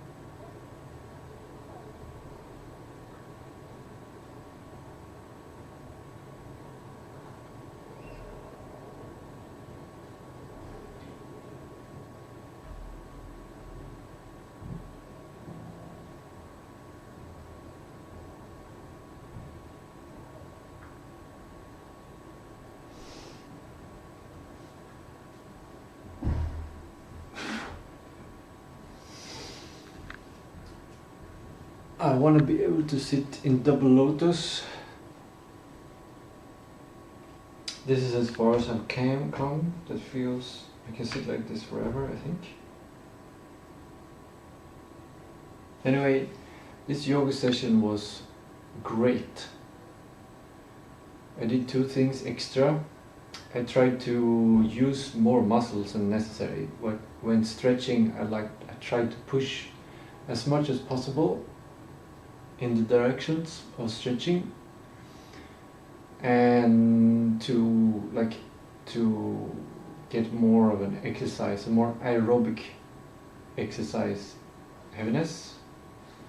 I didn't quite get super aerobic, but the second thing I did, I was breathing all throughout, so doing breathworks, and I think that was one of the key things that made this session great. I didn't get the super kick, but I felt creative. I was thinking about bigger things, not just this narrow thing. I was thinking about the community, I was thinking about restreaming, and giving I'm giving kind of a template life to anyone who wants it, because and I'm giving it in a show don't tell situation. It's not like I'm telling you this is what you need to do, this is what I do, because that always contains, doesn't contain as much information, and it's inaccurate sometimes because you don't know how you live your life. This is often a problem between parents and kids. The parents tell the kids, you should do this, you should do that, don't do this, don't do that, and they believe that that is the best way to live, and they kind of ignore to remember when they fail those principles. And this is the thing that then the kids realize, the kids do what the parents do, not what the parents say. And when I've been trying to follow a bunch of protocols for life, I feel like I was missing a lot of small details. Like, there are a lot of small details that I don't have to tell when there's video. Things like the time I'm doing this, it's not a rigid schema, but I'm still doing it roughly every day. I don't need a official yoga mat, I just need something that protects my knees. I can do it in my clothes. And like a lot of small things. And I'm also showing you that it's possible to live stream your life and to show your life. It's possible. I'm not saying it. It's not really hard, but it takes sacrifice, you know? I wouldn't be able to do this if I hadn't set up this kind of life where I have a good webcam, I have like all of these small things that I've set up. Understanding how the technology works, understanding like the bureaucracy of streaming, laws to not get banned. Yeah, a bunch of things. And then the audacity to just do it, even though I'm probably making mistakes. I have been doing mistakes, especially regarding copyright. And I don't know if that's the sound from that yoga video is going to be muting in the stream or is going to demonetize the stream. I think that's okay. I think it's okay in overall. I'm also promoting the video, as you can see, like it's right there. It's good. Do it every day if you're not doing anything else. It will, especially the first days, you'll feel great. Like if you don't destroy your body, just do what you can. And then when you start to learn how to do the exercises, then you can feel really good in the beginning, because you can get rid of a lot of stuff, and the cells in your body just feel so happy, stretching out and all that stuff. And then maybe after it can become a habit. Because I don't get the same feeling as when I did it the first times. It was really extremely refreshing doing this yoga the first times. Now it's like my body has gotten used to this, and since I do exercise every day and do yoga often, my cells are probably pretty satisfied all the time.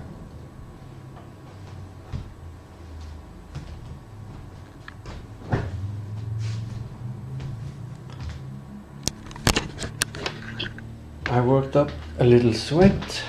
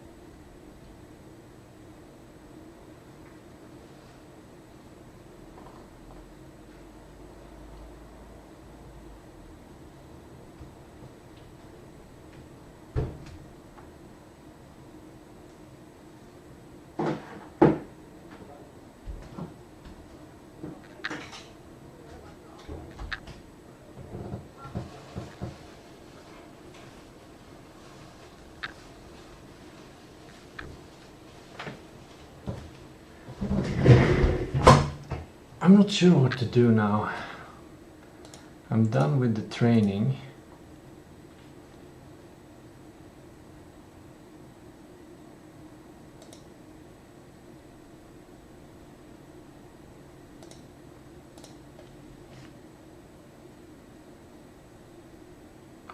What is the meaning of life?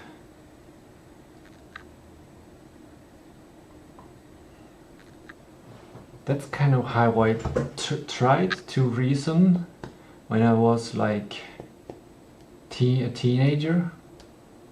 I tried to reason like, if I don't know what to do, let's start with the meaning of life and then figure out what I need to do exactly right now. I came to the conclusion that the meaning of life is to be as happy as possible, as long as possible.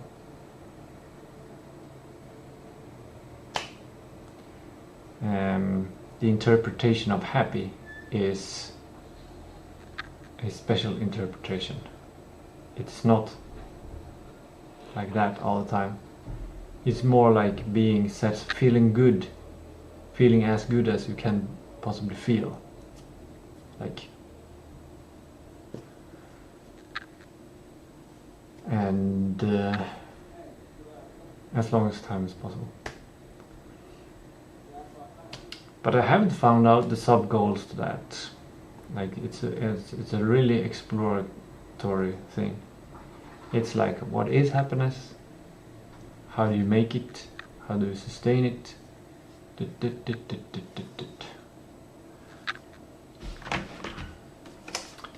I've done the training. I do this, it's a very significant move, and I'll throw them away. I've learned a bunch of things about AI, inference technology, hardware requirements on running AI. Gotten to know a bunch of different numbers. And this is like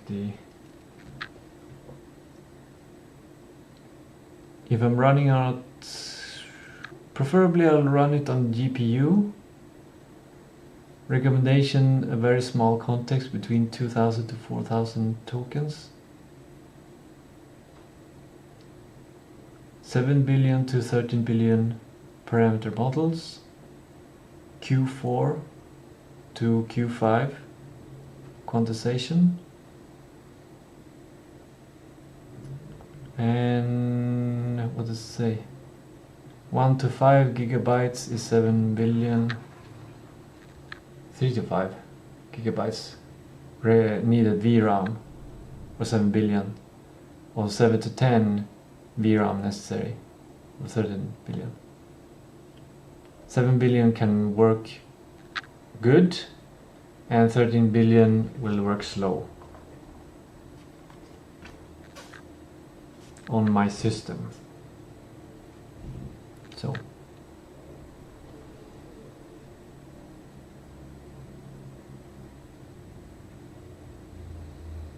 I just realized that all of this work that I do will probably be pretty, like, it will just be, in a couple of months you will just be able to write it to an AI, like,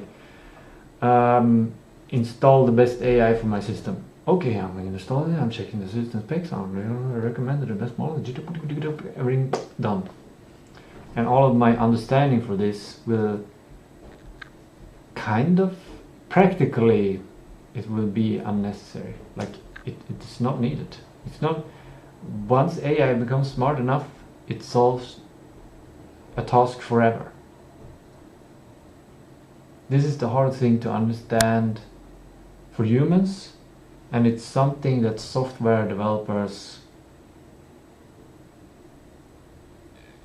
get to know much more than people who are not software developers. Well, I guess automation, people who work in automation, in automating tasks and things. Because in software, you have a problem. Let's say you want to create a PDF of a report or something, and you can solve it either by making software, or you might solve it, if you're not a software developer, you do it manually. You just read stuff and write stuff to create this PDF. And if you need another report, when you're done with this, you go through the same process and you make it. But the thing with software is that you're not making this PDF. You're making a system that mass produces these PDFs. Software is always about automation, I think. Maybe not always, but maybe always. And the hard thing to understand is, once you have solved the program, when you have solved the problem of the software and it produces a good result, in simple terms, you have solved this PDF forever. Every PDF is now done. There's not like, oh, now we need to make a new PDF. Let's talk to the software developer to develop no, the software is done. You don't need a software developer anymore, in simple terms. There's still bugs and new things that happens and updates and stuff, but the general idea is the same here, and it's next level with AI. Because once you get an AI smart enough to solve a task, that task has been solved for all future. And AI is more powerful than just regular software. And this is the hard thing for people to understand. It's even hard for software developers to understand. But I think it's still very, very much true. And it's going to change the world forever. Like, it already is changing the world forever. It already has changed a lot of people on how they solve tasks, especially on the computer.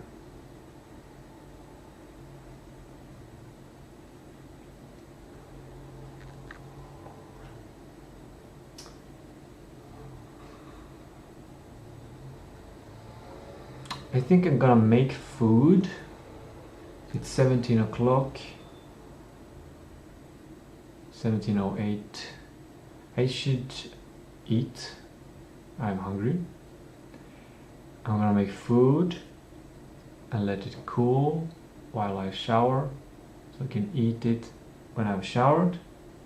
And I'm gonna watch a movie.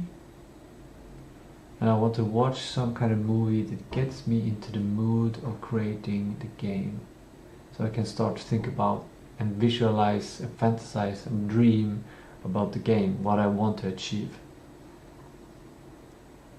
Not that I'm going to achieve those things today. I'm going to dream about what I want to achieve, because that makes it easier to achieve the things. It's a sorting mechanism.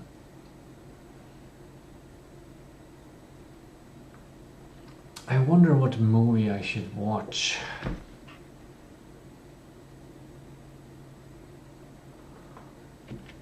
Maybe I can even ask AI about this.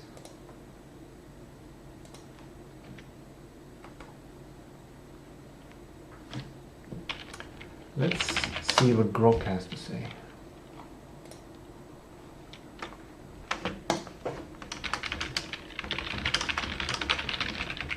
And I feel like watching a movie that can inspire me to think and dream about things in the game.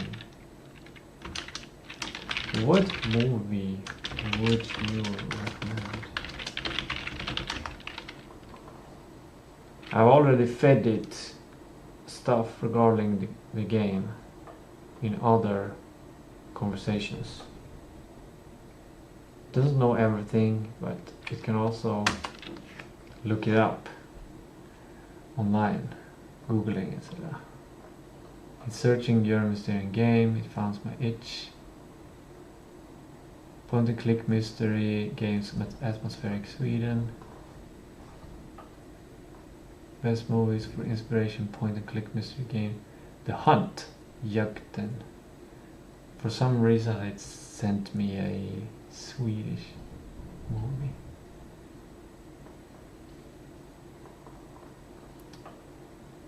But I think I've seen this one. It will mess with your head in the right way. Nordic noir storytelling techniques.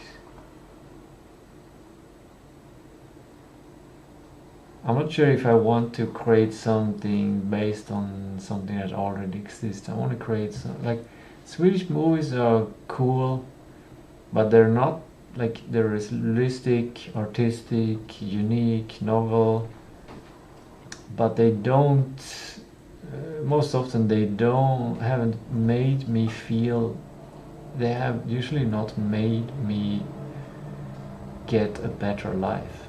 Like, usually it's kind of trauma dump situation, a beautiful packaged trauma. Swedish movies are often like a beautiful packaged trauma, but it's still a trauma dump. I'm pretty sure this is the same.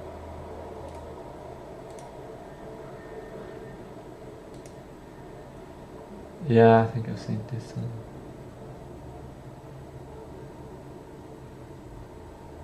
Yeah, I've seen that one.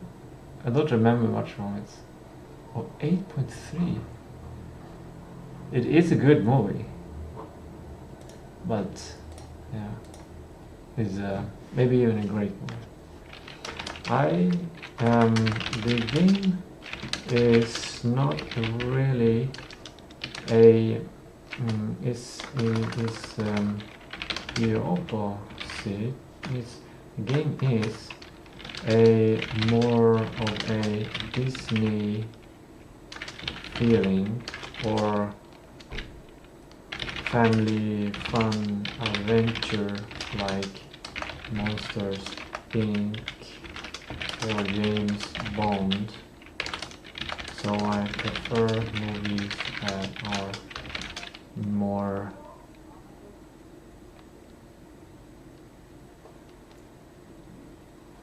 enjoyable. when it comes to feelings.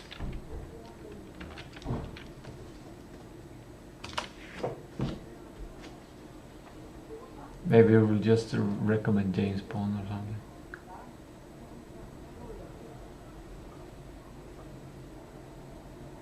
Incredibles.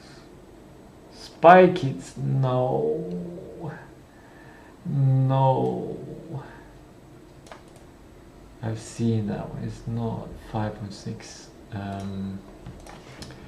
The movie has to have at least 7.7 on IMDb. That's what when I watch movies, I see that if a movie has 7.7, I usually enjoy it, was worth watching.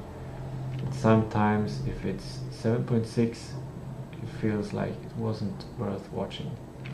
So it's kind of the edge, the minimum required. High demand.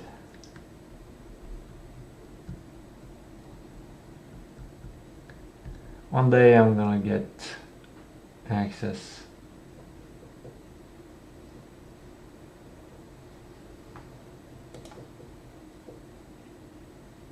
$10 a month.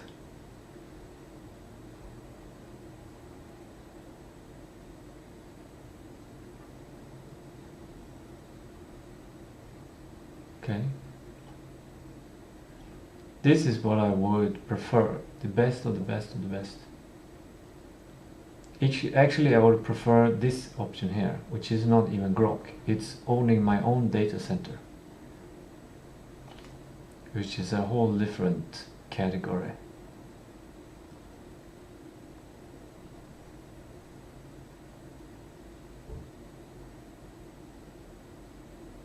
It's a good deal though. 1,000 Swedish crowns. Can't afford it though. Can't afford it, even though it's this.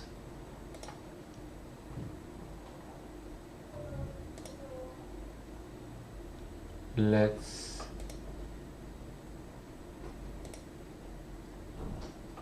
try.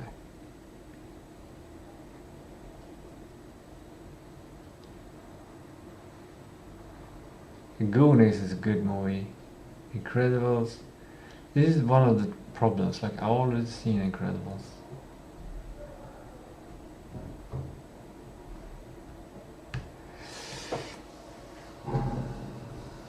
Where do I keep? I think in Gemini I keep more of a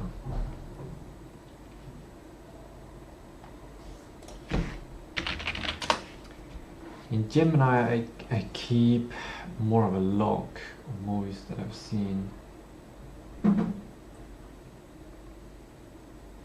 This one. I haven't been using it for a while, so it doesn't.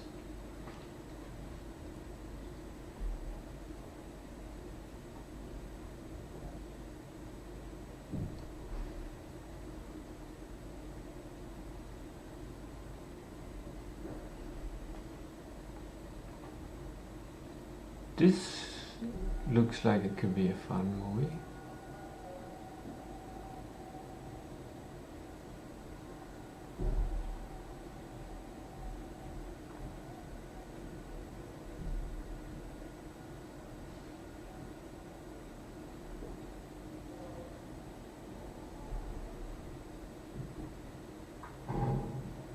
This one, I think.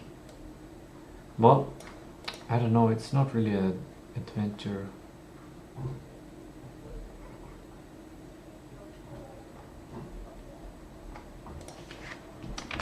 I want something with adventure, intellectual, detective touch.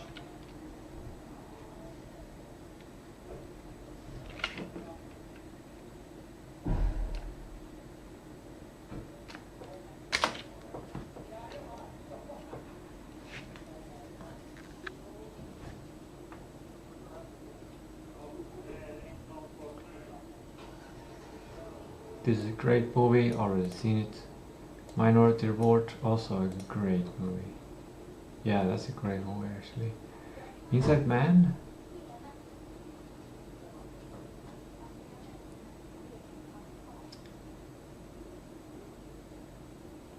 Maybe I've seen this.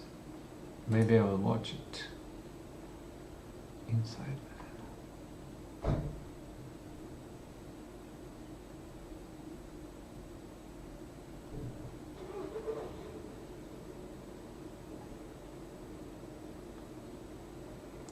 Well, it's got 7.6. It might be a great movie.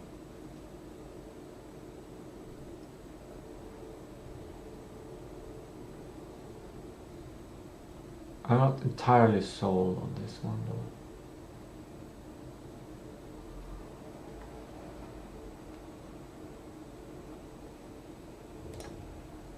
though. Anyway, I'm gonna let that be for a little while, and I'm gonna make some food.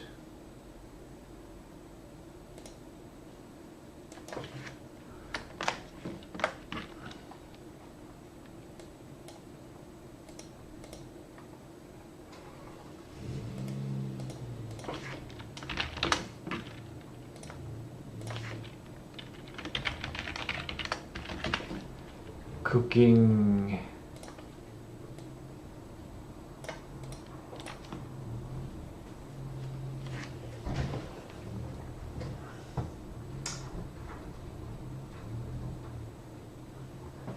I'm gonna listen to music while I cook. I'm gonna listen to one of those spy ones.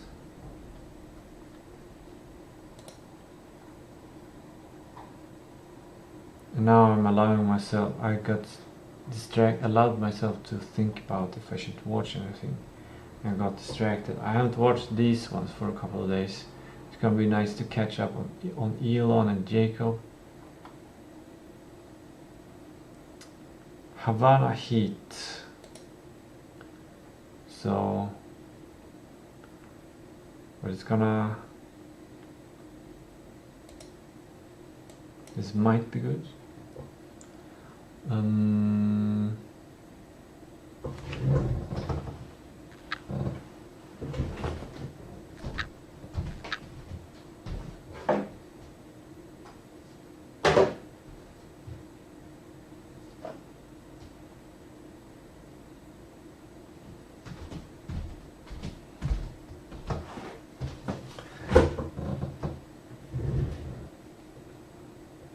Alley tapes.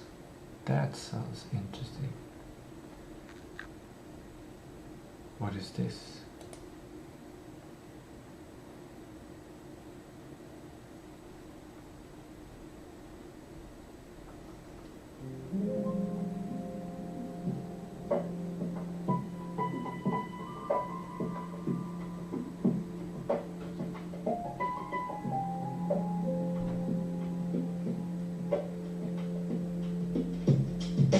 This is kind of cool.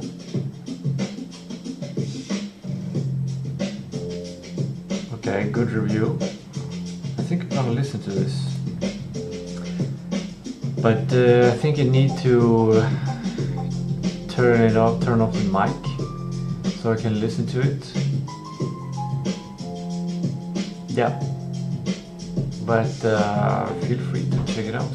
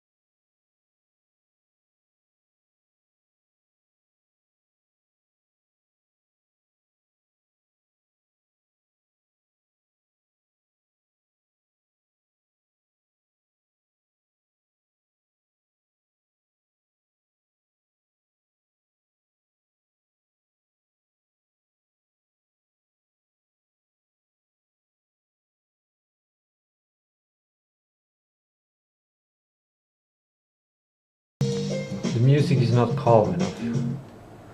I want something, or it's not the same.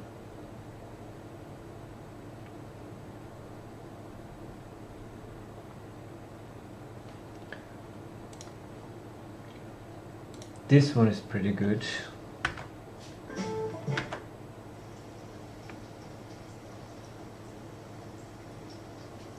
The man in the file, X-Files maybe.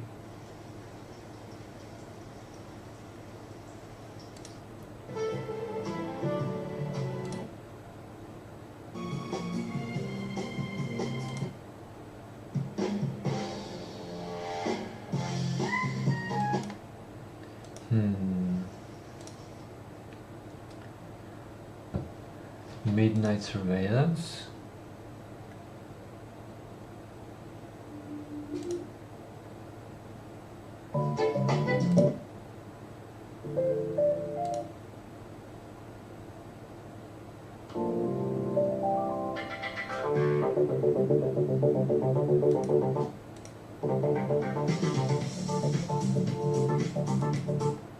No.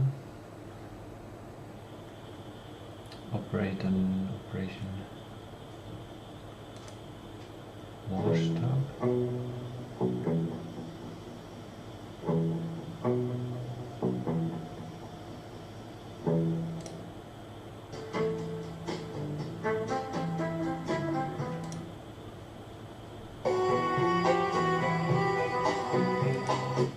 I don't know.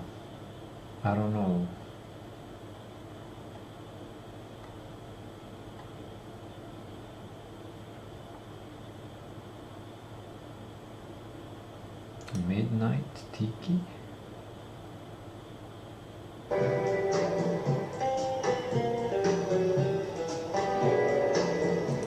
No. Silver Snare.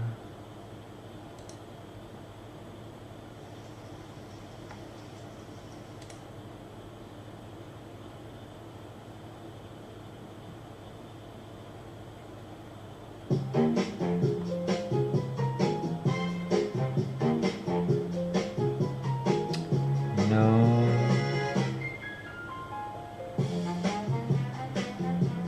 I'm not sure. Actually, that was kind of good. This is the completely different, very extremely calm. Yeah, I think I need this.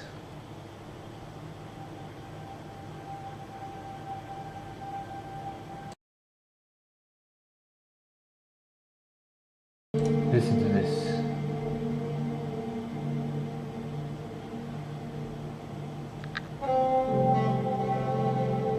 Yep.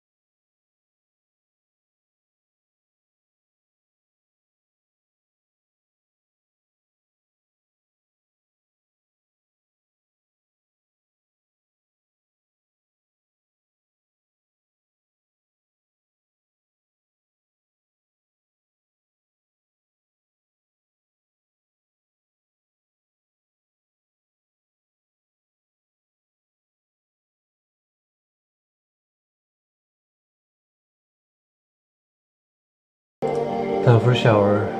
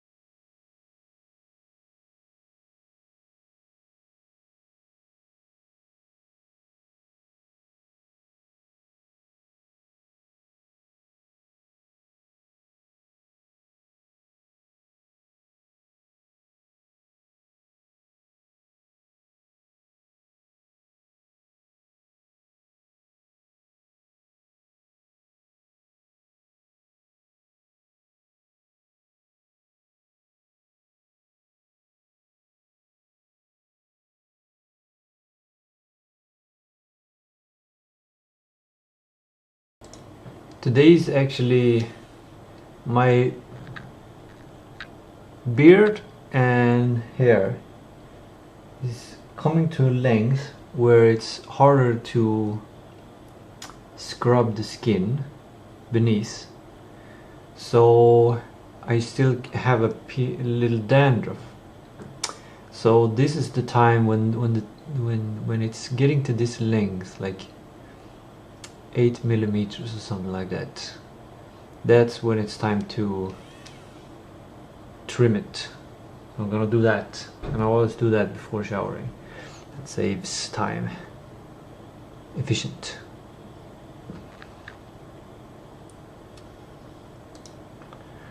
I'm also not gonna listen to this music anymore because I want some real ambience.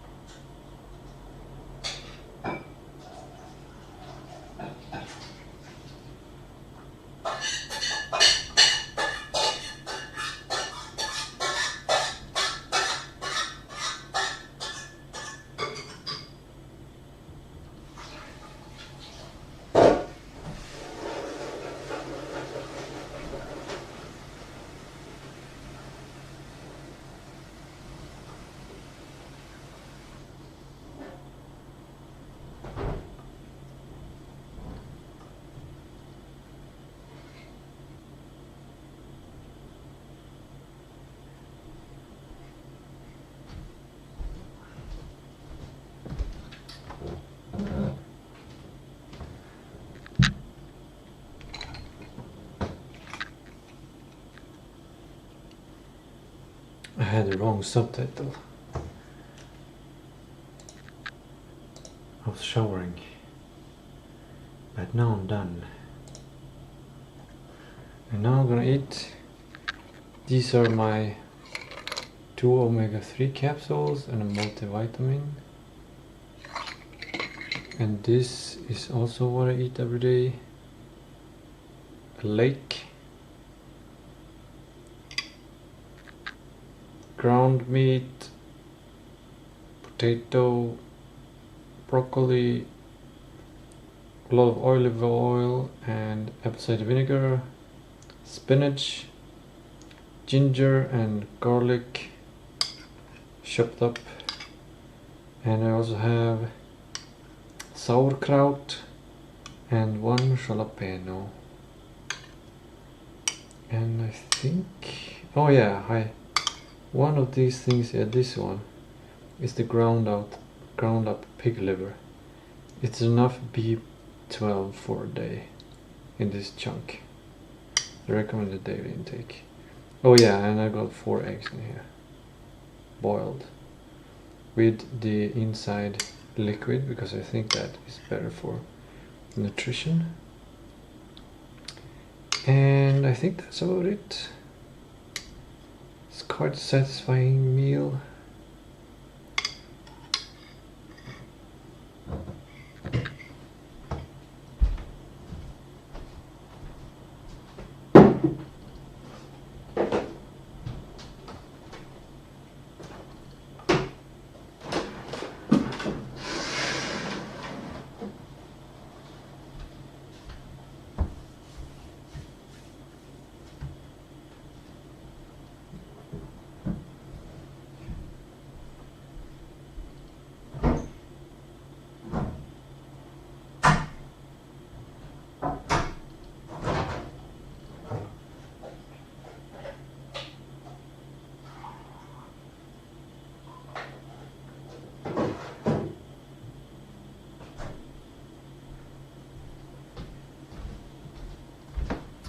Oh yeah, there are also spices.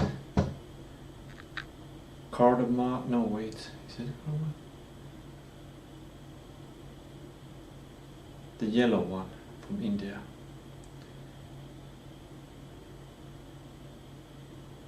Cayenne pepper, chili flakes, Spiced cumin, whatever that is in English. I think that's it. Oh yeah, I have to add extra salt because of the eggs. And 1 stock cube and milk.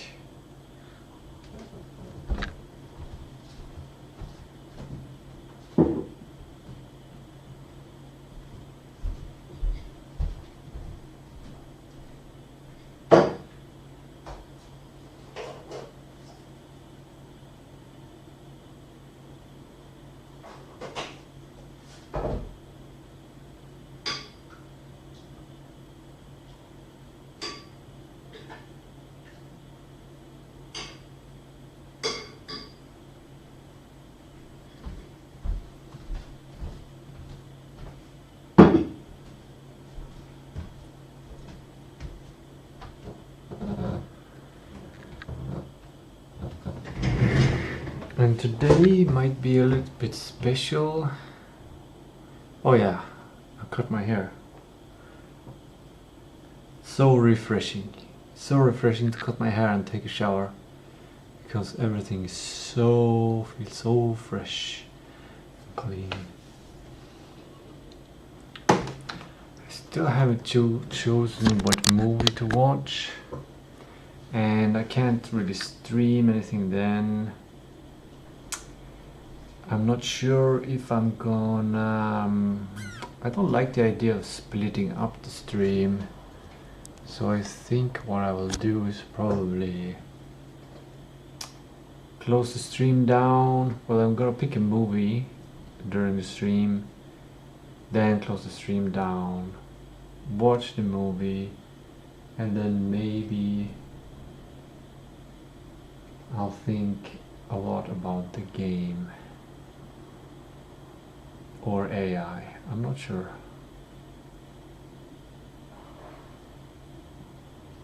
Yeah. I might need some kind of mental break. I don't feel as dazed by the hot shower as I usually do. I don't know why. I showered for about the same time, had about the same temperature, maybe slight one temperature, 1 Celsius degree lower maybe. And it is cloudy today, so it's not a hot day. So maybe I just didn't get as hot as I usually do. And I guess I didn't have hair today, so that might also make it easier to dilute heat.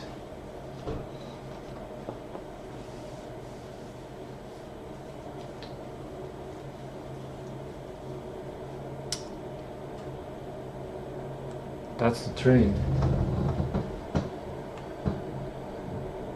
going south.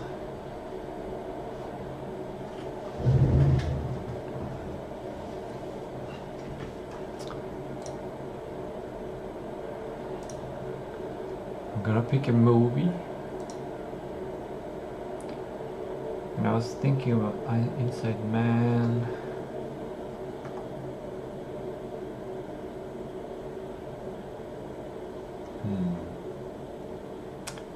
Brilliantly engineered. Like AI usually exaggerates reviews of movies towards what you like.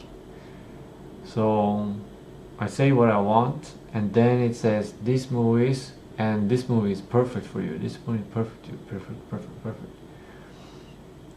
It's very biased. It's not really. I wish it could disconnect the initial idea of what I wanted. I want a movie like this and this and this, and it finds the movies and then separates that and thinks from a new, fresh perspective, just being objective on what it suggests. Then the reviews are not like, they're usually disappointing. Like often it recommends, not just Gemini but other ones as well, recommends a movie that should be cozy and adventurous, and it's a noir movie, but it's not cozy at all. It's quite horrible. So yeah, still good movies, close in the review, but not good enough.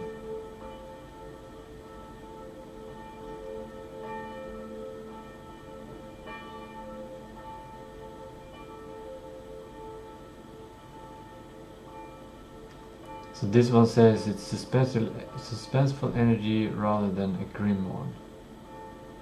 I think that's probably correct. It seems like one of those kind of Hollywood standard kind of movies.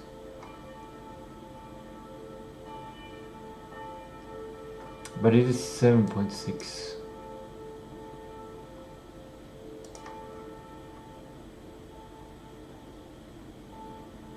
Let's see what it says.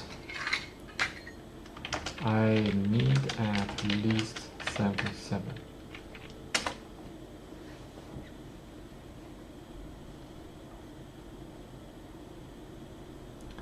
North by Northwest, a great movie, seen it. The Sting.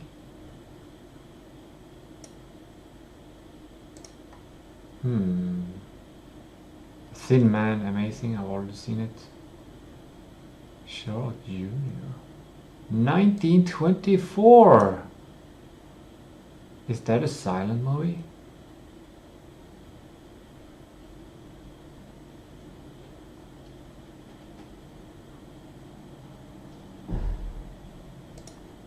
What is this?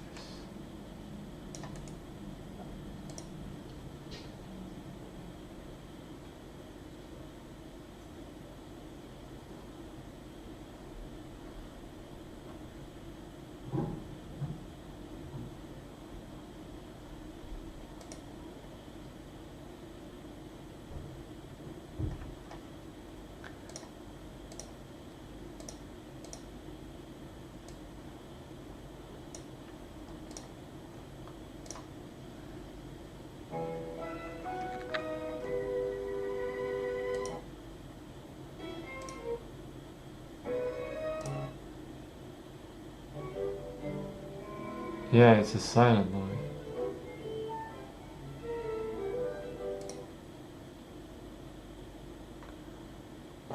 I'm not sure about this, the silent ones. But yeah, it's on YouTube. You can watch the whole thing. 44 minutes.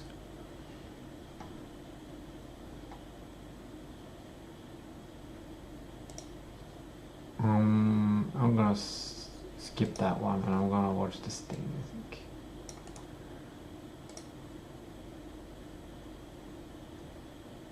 Yeah, I think this one will inspire me to think about the game. Yeah. Okay, I'm gonna stop streaming now. Goodbye.